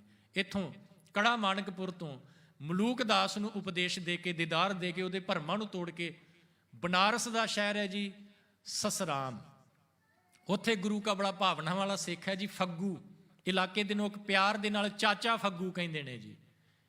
ਇਹ ਵੀ ਉਡੀਕ ਦੇ ਵਿੱਚ ਸਤਿਗੁਰਾਂ ਦੇ ਦੀਦਾਰ ਕਰਨ ਵਾਸਤੇ ਨਵਾਂ ਘਰ ਬਣਾਇਆ ਜੀ ਇਹਨੇ, ਭਾਈ ਫੱਗੂ ਨੇ ਨਵਾਂ ਘਰ ਬਣਾ ਕੇ ਉਡੀਕਦਾ ਪਿਆ। ਕਹਿਣ ਲੱਗੇ ਜੀ ਗੁਰੂ ਸਾਹਿਬ ਜ਼ਰੂਰ ਮੇਰੇ ਘਰ ਦੇ ਵਿੱਚ ਚਰਨ ਪਾਉਣਗੇ। ਤੇ ਜਿਹੜਾ ਇਹਨੇ ਘਰ ਬਣਾਇਆ ਨਾ, ਇਹਦਾ ਜਿਹੜਾ ਮੇਨ ਗੇਟ ਹੈ ਉਹ ਬੜਾ ਵੱਡਾ ਰਖਾਇਆ ਜੀ। ਤੇ ਪਿੰਡ ਦੇ ਲੋਕਾਂ ਨੇ ਕਿਹਾ, ਕਹਿਣ ਲੱਗੇ ਏਡਾ ਵੱਡਾ ਦਰਵਾਜ਼ਾ ਕਿਉਂ? ਕਹਿੰਦਾ ਜਦੋਂ ਮੇਰਾ ਗੁਰੂ ਆਏ ਤੇ ਮੈਂ ਨਹੀਂ ਚਾਹੁੰਦਾ ਕਿ ਮੇਰਾ ਗੁਰੂ ਘੋੜੇ ਤੋਂ ਉਤਰ ਕੇ ਮੇਰੇ ਘਰ ਦੇ ਵਿੱਚ ਐਂਟਰ ਕਰੇ, ਮੈਂ ਚਾਹੁੰਦਾ ਕਿ ਮੇਰਾ ਗੁਰੂ ਸਮੇਤ ਘੋੜੇ ਮੇਰੇ ਘਰ ਦੇ ਅੰਦਰ ਐਂਟਰ ਕਰੇ। ਤੇ ਗੁਰੂ ਤੇਗ ਬਹਾਦਰ ਮਹਾਰਾਜ ਗਏ, ਘੋੜੀ ਸਮੇਤ ਅੰਦਰ ਐਂਟਰ ਕੀਤੇ, ਦੀਦਾਰ ਕੀਤੇ ਜੀ ਫੱਗੂ, ਚਾਚਾ ਫੱਗੂ ਜੀ ਨੇ। ਤੇ ਸਤਿਗੁਰਾਂ ਦੀ ਸੇਵਾ ਕੀਤੀ, ਸੰਗਤ ਇਕੱਠੀ ਹੋਈ। ਤੇ ਸਾਧ ਸੰਗਤ ਚਾਚਾ ਫੱਗੂ ਨੂੰ ਗੁਰੂ ਤੇਗ ਬਹਾਦਰ ਮਹਾਰਾਜ ਜੀ ਨੇ ਕਿਹਾ, ਜਦੋਂ ਸਾਰੀ ਭੇਟਾ ਜਿਹੜੀ ਦਸਵੰਧ ਸੀ ਉਹ ਸਤਿਗੁਰਾਂ ਦੇ ਅੱਗੇ ਰੱਖ ਦਿੱਤੀ, ਕਹਿਣ ਲੱਗੇ ਗੁਰੂ ਸਾਹਿਬ ਕਹਿੰਦੇ ਨੇ, ਕਹਿੰਦੇ ਕੁਝ ਰਹਿ ਤਾਂ ਨਹੀਂ ਗਿਆ? ਚਾਚਾ ਫੱਗੂ ਕਹਿੰਦੇ ਸਤਿਗੁਰੂ ਜੀ ਸਭ ਕੁਝ ਜੋ ਸਿੱਖਾਂ, ਜੋ ਦਸਵੰਧ ਦੀ ਮਾਇਆ, ਇਹ ਸਭ ਤੁਹਾਡੇ ਚਰਨਾਂ 'ਚ ਭੇਟ ਕਰ ਦਿੱਤੀ। ਕਹਿੰਦੇ ਫੇਰ ਸੋਚ ਲਾ, ਕੁਝ ਰਹਿ ਤਾਂ ਨਹੀਂ ਗਿਆ? ਜਦੋਂ ਦੁਬਾਰਾ ਸਤਿਗੁਰਾਂ ਨੇ ਕਿਹਾ ਨਾ, ਤੇ ਜਿਹੜੇ ਕੋਲ ਸਿੱਖ ਸੀ ਉਹਨਾਂ ਨੇ ਵੀ ਸੋਚਿਆ ਕਿ ਸ਼ਾਇਦ ਕੁਝ। ਤੀਜੀ ਵਾਰ ਫੇਰ ਸਤਿਗੁਰਾਂ ਨੇ ਕਿਹਾ ਤੇ ਗੱਲ ਦੇ ਵਿੱਚ ਪੱਲਾ ਪਾ ਕੇ ਕਹਿਣ ਲੱਗੇ, ਮੇਰੇ ਮਾਲਕ ਜੋ ਕੁਝ ਸੀ ਮੈਂ ਭੇਟਾ ਕਰ ਦਿੱਤਾ, ਮੇਰੇ ਕੋਲ ਹੋਰ ਕੁਛ ਨਹੀਂ। ਤੇ ਸਤਿਗੁਰਾਂ ਨੇ ਕਿਹਾ, ਕਹਿਣ ਲੱਗੇ ਚਾਚਾ ਫੱਗੂ, ਉਹ ਜਿਹੜੀ ਇੱਕ ਜਦੋਂ ਤੂੰ ਦਸਵੰਧ ਲੈਣ ਵਾਸਤੇ ਸਿੱਖਾਂ ਦੇ ਕੋਲ ਗਿਆ ਸੀ, ਕਿਸੇ ਪਰਿਵਾਰ ਦੇ ਕੋਲ ਗਿਆ ਸੀ, ਉਹ ਯਾਦ ਆਈ ਕਹਾਣੀ ਜੀ। ਤੇ ਫਿਰ ਸਤਿਗੁਰਾਂ ਨੇ ਆਪ ਹੀ ਕਿਹਾ ਚਾਚੇ ਫੱਗੂ ਨੂੰ, ਕਹਿੰਦੇ ਵੀ ਹੁਣ ਸਾਰੀ ਸੰਗਤ ਨੂੰ ਸੁਣਾ, ਜਿਨ੍ਹਾਂ ਦੇ ਅੰਦਰ ਸ਼ੰਕਾ ਪੈਦਾ ਹੋਇਆ ਹੈ ਨਾ ਕਿ ਸ਼ਾਇਦ ਚਾਚਾ ਫੱਗੂ ਕੁਝ ਆਪਣੇ ਵਾਸਤੇ ਵੀ ਰੱਖਦਾ ਹੈ, ਉਹ ਸ਼ੰਕਾ ਇਹਨਾਂ ਦਾ ਟੁੱਟੇ, ਸੁਣਾ। ਤੇ ਚਾਚੇ ਫੱਗੂ ਨੇ ਫਿਰ ਸੁਣਾਈ ਘਟਨਾ ਜੀ। ਕਹਿਣ ਲੱਗੇ, ਮਾਲਕ ਜੀ, ਮੈਂ ਦਸਵੰਧ ਦੀ ਮਾਇਆ ਇਕੱਠੀ ਕਰਨ ਵਾਸਤੇ ਜਦੋਂ ਸਿੱਖ ਦੇ ਘਰੇ ਗਿਆ, ਦਰਵਾਜ਼ਾ ਖੜਕਾਇਆ ਤੇ ਉਹ ਘਰ ਵਾਲੀ ਨਾ ਕੰਮ ਕਰਦੀ ਪਈ ਸੀ, ਝਾੜੂ ਲਗਾਉਂਦੀ ਪਈ ਸੀ ਜੀ ਵਿਹੜੇ ਦੇ ਵਿੱਚ। ਤੇ ਮੈਂ ਉਹਨੂੰ ਕਿਹਾ, ਕਹਿਣ ਲੱਗੇ, ਭਾਗਾਂ ਵਾਲੀਏ, ਗੁਰੂ ਘਰ ਦੀ ਸੇਵਾ। ਤੇ ਉਹਨੇ ਅੱਗੋਂ ਕਿਹਾ, ਕਹਿਣ ਲੱਗੇ, ਜੀ ਮੇਰਾ ਘਰ ਵਾਲਾ ਘਰ ਨਹੀਂ। ਤੇ ਮੈਂ ਉਹਨੂੰ ਕਿਹਾ, ਕਹਿੰਦੇ ਵੀ ਚਲੋ ਜੇ ਉਹ ਘਰ ਨਹੀਂ ਤੇ ਜੋ ਤੇਰੇ ਕੋਲ ਸਰਦਾ ਬਣਦਾ ਦੇ। ਉਹ ਕਹਿੰਦੀ, ਨਹੀਂ ਉਹ ਘਰ ਨਹੀਂ, ਮੇਰੇ ਕੋਲ ਕੁਝ ਨਹੀਂ। ਤੇ ਕਹਿੰਦਾ ਮੈਂ ਫਿਰ ਉਹਨੂੰ ਬੜੀ ਨਿਮਰਤਾ ਦੇ ਨਾਲ, ਪਿਆਰ ਨਾਲ ਕਿਹਾ, ਜੋ ਤੇਰੇ ਕੋਲ ਹੈ ਤੂੰ ਦੇ, ਗੁਰੂ ਕੀ ਸੇਵਾ ਦੇ ਲਈ ਜ਼ਰੂਰ ਕੁਝ ਨਾ ਕੁਝ ਭੇਟ ਕਰ, ਕਿਉਂਕਿ ਜਿਹੜੀ ਜਦੋਂ ਗੁਰੂ ਘਰ ਸੇਵਾ ਜਾਣੀ ਹੋਵੇ ਨਾ, ਤੇ ਜ਼ਰੂਰੀ ਹੈ ਕਿ ਕੁਝ ਨਾ ਕੁਝ ਆਪਣੇ ਘਰ ਦੇ ਵਿੱਚੋਂ ਹਿੱਸਾ ਜ਼ਰੂਰ ਪਾਇਆ ਜਾਏ। ਤੇ ਕਹਿੰਦੀ ਵੀ ਮੇਰੇ ਕੋਲ ਤਾਂ ਕੁਝ ਨਹੀਂ। ਉਹ ਝਾੜੂ ਮਾਰਦੀ ਪਈ ਸੀ ਨਾ ਜੀ, ਉਹਨੇ ਕੂੜਾ ਇਕੱਠਾ ਕੀਤਾ ਤੇ ਉਹ ਕੂੜਾ ਚੁੱਕ ਕੇ ਚਾਚੇ ਫੱਗੂ ਦੀ ਝੋਲੀ ਦੇ ਵਿੱਚ ਪਾ ਦਿੱਤਾ। ਤੇ ਜਦੋਂ ਚਾਚਾ ਫੱਗੂ ਉਹ ਕੂੜਾ ਲੈ ਕੇ ਆ ਗਿਆ ਜੀ ਵਾਪਸ ਆਪਣੇ ਘਰ, ਆਣ ਕੇ ਦੇਖਿਆ ਉਹ ਕੂੜਾ, ਉਹਨੂੰ ਫੋਲਿਆ, ਉਹਦੇ ਵਿੱਚ ਨਾ ਗਿਟਕਾਂ ਸੀ, ਗਿਟਕਾਂ, ਬੀਜ, ਸੀਡ, ਪਤਾ ਕਦ ਬੇਰ ਖਾਣ ਵਾਲਾ ਫਰੂਟ ਹੁੰਦਾ ਨਾ ਜੀ, ਬੇਰ, ਉਹ ਗਿਟਕਾਂ ਸੀ, ਸੀਡ ਸੀ। ਉਹ ਚਾਚੇ ਫੱਗੂ ਨੇ ਕੀ ਕੀਤਾ ਜੀ, ਉਹ ਗਿਟਕਾਂ ਜਿਹੜੀਆਂ ਸੀ ਨਾ ਆਪਣੇ ਘਰ ਦੇ ਬਾਹਰ ਬੀਜ ਦਿੱਤੀਆਂ ਜ਼ਮੀਨ ਦੇ ਵਿੱਚ। ਤੇ ਉੱਥੇ ਪਾਣੀ ਪਾਉਂਦੇ ਰਹੇ, ਉਹ ਦਰਖਤ ਬਣਿਆ ਜੀ। ਆ ਸਾਹਮਣੇ ਤੁਸੀਂ ਦੇਖਦੇ ਹੋਵੋਗੇ, ਉਹ ਬੇਰੀ ਹੈ, ਇਹ ਬੇਰੀ ਦਾ ਦਰਖਤ ਬਣਿਆ। ਤੇ ਸਤਿਗੁਰਾਂ ਨੇ ਕਿਹਾ ਉੱਥੇ ਚਾਚੇ ਫੱਗੂ ਨੂੰ, ਕਹਿਣ ਲੱਗੇ, ਫੱਗੂ ਜੀ ਇਹ ਭੇਟਾ ਕੌਣ ਦੇਗਾ? ਤੇ ਚਾਚਾ ਫੱਗੂ ਜੀ ਨੇ ਬੇਰ ਤੋੜੇ ਜੀ, ਬੇਰ ਤੋੜ ਕੇ ਗੁਰੂ ਤੇਗ ਬਹਾਦਰ ਮਹਾਰਾਜ ਜੀ ਨੂੰ ਭੇਟਾ ਕੀਤੇ। ਸਤਿਗੁਰਾਂ ਨੇ ਇਹ ਬੇਰ ਵੀ ਛਕੇ। ਦੇਖੋ, ਗੁਰੂ ਦੀ ਸੇਵਾ ਜਿਹੜੀ ਹੈ, ਕਿਸੇ ਵੀ ਤਰੀਕੇ ਦੇ ਨਾਲ ਤੁਸੀਂ ਭੇਟਾ ਕਰੋ, ਗੁਰੂ ਤੱਕ ਪਹੁੰਚਦੀ ਜ਼ਰੂਰ ਜੇ, ਭਾਵਨਾ ਦੇ ਨਾਲ। ਭਾਵੇਂ ਉਸ ਮਾਈ ਨੇ ਗੁੱਸੇ ਦੇ ਵਿੱਚ ਆਣ ਕੇ ਕੂੜਾ ਹੀ ਦਿੱਤਾ, ਉਸ ਕੂੜੇ ਦੇ ਵਿੱਚੋਂ ਵੀ ਇਹ ਦਰਖਤ ਨਿਕਲਿਆ। ਤੇ ਇਸ ਦਰਖਤ ਨੂੰ ਲੱਗਾ ਹੋਇਆ ਫਲ ਵੀ ਗੁਰੂ ਸਾਹਿਬ ਨੇ ਛਕ ਕੇ ਤੇ ਉਸ ਪਰਿਵਾਰ ਨੂੰ ਅਸੀਸਾਂ ਦਿੱਤੀਆਂ। ਤੇ ਜਿਹੜਾ ਛੋਟਾ ਦਰਵਾਜ਼ਾ, ਵੱਡਾ ਦਰਵਾਜ਼ਾ ਰੱਖਿਆ ਸੀ ਨਾ ਚਾਚੇ ਫੱਗੂ ਨੇ ਘਰ ਦਾ, ਤੇ ਇੱਥੇ ਕਿਸੇ ਵਿਦਵਾਨ ਨੇ ਬੜਾ ਪਿਆਰਾ ਲਿਖਿਆ ਜੀ, ਕਹਿੰਦਾ ਚਾਚਾ ਫੱਗੂ ਨੇ ਜਿਹੜਾ ਘਰ ਦਾ ਵੱਡਾ ਦਰਵਾਜ਼ਾ ਰੱਖਿਆ ਸੀ ਨਾ, ਇਹਦਾ ਮਤਲਬ ਵੀ ਇਹ ਹੈ ਕਿ ਛੋਟੇ ਦੁਆਰ ਅੰਦਰ ਕਿਮ ਵੜੇ। ਜਿਹੜਾ ਅੰਦਰ ਹਿਰਦਾ ਨੈਰੋ ਮਾਈਂਡਡ ਹੋਏਗਾ, ਉਸ ਨੈਰੋ ਮਾਈਂਡਡ ਦੇ ਵਿੱਚ ਗੁਰੂ ਦੀ ਬਖਸ਼ਿਸ਼ ਨਹੀਂ ਜੇ ਟਿਕਦੀ। ਹਿਰਦੇ ਨੂੰ ਵਿਸ਼ਾਲ ਕਰਨਾ ਪੈਂਦਾ ਹੈ। ਹਿਰਦਾ ਵਿਸ਼ਾਲ ਹੋਏਗਾ, ਗੁਰੂ ਦੀ ਰਹਿਮਤ, ਗੁਰੂ ਦੀ ਬਖਸ਼ਿਸ਼ ਅੰਦਰ ਜ਼ਰੂਰ ਟਿਕਦੀ ਜੇ। ਚਾਚੇ ਫੱਗੂ ਨੂੰ ਦੀਦਾਰ ਦੇਣ ਤੋਂ ਬਾਅਦ ਸਾਧ ਸੰਗਤ ਸਤਿਗੁਰੂ ਜੀ ਉੱਥੋਂ ਚੱਲਦੇ ਨੇ। ਤੇ ਇਲਾਹਾਬਾਦ ਦੀ ਜਿਹੜੀ ਧਰਤੀ ਹੈ ਨਾ ਸਾਧ ਸੰਗਤ, ਇਸ ਇਲਾਹਾਬਾਦ ਦੀ ਧਰਤੀ ਦੇ ਉੱਤੇ ਹੀ ਮਾਤਾ ਗੁਜਰੀ ਜੀ ਦੇ ਗਰਭ ਦੇ ਵਿੱਚ ਗੁਰੂ ਗੋਬਿੰਦ ਸਿੰਘ ਮਹਾਰਾਜ ਜੀ ਦਾ ਨਿਵਾਸ ਹੁੰਦਾ ਹੈ। ਇਲਾਹਾਬਾਦ ਦੀ ਧਰਤੀ ਤੇ ਸਤਿਗੁਰੂ ਗੁਰੂ ਗੋਬਿੰਦ ਸਿੰਘ ਮਹਾਰਾਜ ਜੀ ਦਾ ਨਿਵਾਸ ਹੁੰਦਾ ਹੈ। ਤੇ ਉਸ ਤੋਂ ਅੱਗੇ ਸਸਰਾਮ, ਸਸਰਾਮ ਤੋਂ ਅੱਗੇ ਜੀ ਪਟਨਾ ਪਹੁੰਚਦੇ ਨੇ ਗੁਰੂ ਤੇਗ ਬਹਾਦਰ ਮਹਾਰਾਜ। ਇੱਕ ਬਾਗ ਦੇ ਵਿੱਚ ਜਾ ਕੇ ਟਿਕਾਣਾ ਕਰਦੇ ਨੇ। ਬਾਗ ਦਾ ਮਾਲਕ ਹੈ ਜੀ ਰਹੀਮ ਬਖਸ਼, ਉਹ ਦਰਸ਼ਨ ਕਰਨ ਵਾਸਤੇ ਆਉਂਦਾ ਹੈ। ਤੇ ਸਤਿਗੁਰੂ ਜੀ ਉਹਨੂੰ ਪੁੱਛਦੇ ਨੇ, ਕਹਿਣ ਲੱਗੇ ਬਾਗ ਕਿਹਦਾ? ਰਹੀਮ ਬਖਸ਼ ਨੂੰ ਪੁੱਛਦੇ ਨੇ, ਇਹ ਬਾਗ ਕਿਹਦਾ? ਹੱਥ ਜੋੜ ਕੇ ਕਹਿੰਦਾ ਸਤਿਗੁਰੂ ਜੀ ਤੁਹਾਡਾ ਹੀ ਹੈ। ਸਤਿਗੁਰਾਂ ਨੇ ਫਿਰ ਪੁੱਛਿਆ, ਇਹ ਬਾਗ ਕਿਸ ਦਾ ਹੈ? ਕਹਿੰਦਾ ਜੀ ਸਤਿਗੁਰੂ ਜੀ ਤੁਹਾਡਾ ਹੀ ਹੈ। ਤੀਜੀ ਵਾਰ ਪੁੱਛਿਆ, ਕਿਹਦਾ ਹੈ? ਕਹਿੰਦੇ ਮਾਲਕ ਜੀ ਤੁਹਾਡਾ ਹੀ ਹੈ। ਤੇ ਸਾਧ ਸੰਗਤ ਜਿਹੜਾ ਰਹੀਮ ਬਖਸ਼ ਨੇ ਕਹਿਣਾ ਤੁਹਾਡਾ ਹੀ ਹੈ, ਤੇ ਉਸ ਬਾਗ ਦਾ ਨਾਮ ਹੀ ਗੁਰੂ ਕਾ ਬਾਗ ਪੈ ਗਿਆ।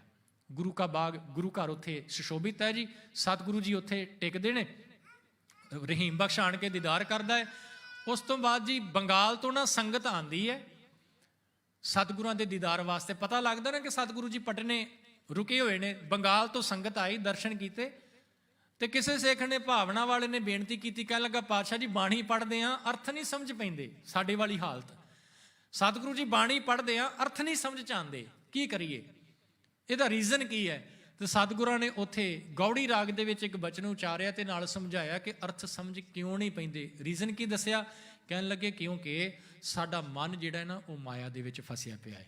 ਪ੍ਰਾਨੀ ਕਉ ਹਰਿ ਜਸ ਮਨ ਨਹੀਂ ਆਵੇ, ਇਹ ਨਿਸ ਮਗਨ ਰਹਿ ਮਾਇਆ ਮੈਂ, ਇਹ ਨਿਸ ਦਿਨ ਰਾਤ ਮਗਨ ਰਹਿ ਮਾਇਆ ਮੈਂ, ਕਹੋ ਕੈਸੇ ਗੁਣ ਗਾਵੇ। ਜਿਹੜਾ ਮਨ ਹਮੇਸ਼ਾ ਹੀ ਮਾਇਆ ਦੀਆਂ ਸੋਚਾਂ ਹੀ ਸੋਚਦਾ ਰਹਿੰਦਾ ਹੈ, ਉਹਨੂੰ ਬਾਣੀ ਦੇ ਅਰਥ ਕਿੱਥੋਂ ਸਮਝ ਪੈਣੇ ਨੇ? ਭਾਵਨਾ ਦੇ ਨਾਲ ਕਿਤੇ ਟਿਕ ਕੇ ਬਾਣੀ ਪੜ੍ਹੀ ਜਾਵੇ ਤੇ ਅਰਥ ਜ਼ਰੂਰ ਸਮਝ ਪੈਣਗੇ। ਸਤਿਗੁਰਾਂ ਨੇ ਇਹਨਾਂ ਸਿੱਖ ਨੂੰ ਉਪਦੇਸ਼ ਦਿੱਤਾ। ਤੇ ਸਾਧ ਸੰਗਤ ਇਸ ਪਟਨੇ ਤੋਂ ਪਾਤਸ਼ਾਹ ਜੀ ਢਾਕੇ ਦੀ ਧਰਤੀ ਤੇ ਜਾਂਦੇ ਨੇ। ਢਾਕੇ ਦੀ ਧਰਤੀ ਤੇ, ਅਸਾਮ ਦੀ ਧਰਤੀ ਤੇ ਜਾਂਦੇ ਨੇ, ਜਿਸ ਕੰਮ ਵਾਸਤੇ ਰਾਜਾ ਰਾਮ ਸਿੰਘ ਨੇ ਬੁਲਾਇਆ ਸੀ ਸਤਿਗੁਰਾਂ ਨੂੰ। ਉਹਦੇ ਨਾਲ ਜਾ ਕੇ ਉੱਥੇ ਰਾਜਾ ਚੱਕਰ ਧਵਜ ਅਸਾਮ ਦਾ, ਉਹਦੇ ਦਰਮਿਆਨ ਤੇ ਰਾਜਾ ਰਾਮ ਸਿੰਘ ਦੇ ਦਰਮਿਆਨ ਸੁਲਾਹ ਕਰਾਉਂਦੇ ਨੇ ਜੀ ਸਤਿਗੁਰੂ ਜੀ। ਸੁਲਾਹ ਕਰਵਾ ਕੇ ਵਾਪਸ ਪਟਨੇ ਦੀ ਧਰਤੀ ਤੇ ਆਉਂਦੇ ਨੇ। ਤੇ ਉੱਥੇ ਢਾਕੇ ਹੀ ਸੀ ਸਤਿਗੁਰੂ ਜੀ, ਕਿ ਉੱਥੇ ਹੀ ਖਬਰ ਮਿਲਦੀ ਹੈ ਗੁਰੂ ਸਾਹਿਬ ਨੂੰ ਕਿ ਘਰ ਦੇ ਵਿੱਚ ਬਾਲਕ ਨੇ ਜਨਮ ਲਿਆ। ਤੇ ਸਤਿਗੁਰੂ ਜੀ ਉੱਥੋਂ ਹੀ ਹੁਕਮ ਭੇਜਦੇ ਨੇ ਕਿ ਨਾਮ ਗੋਬਿੰਦ ਰਾਏ ਰੱਖਿਆ ਜਾਏ।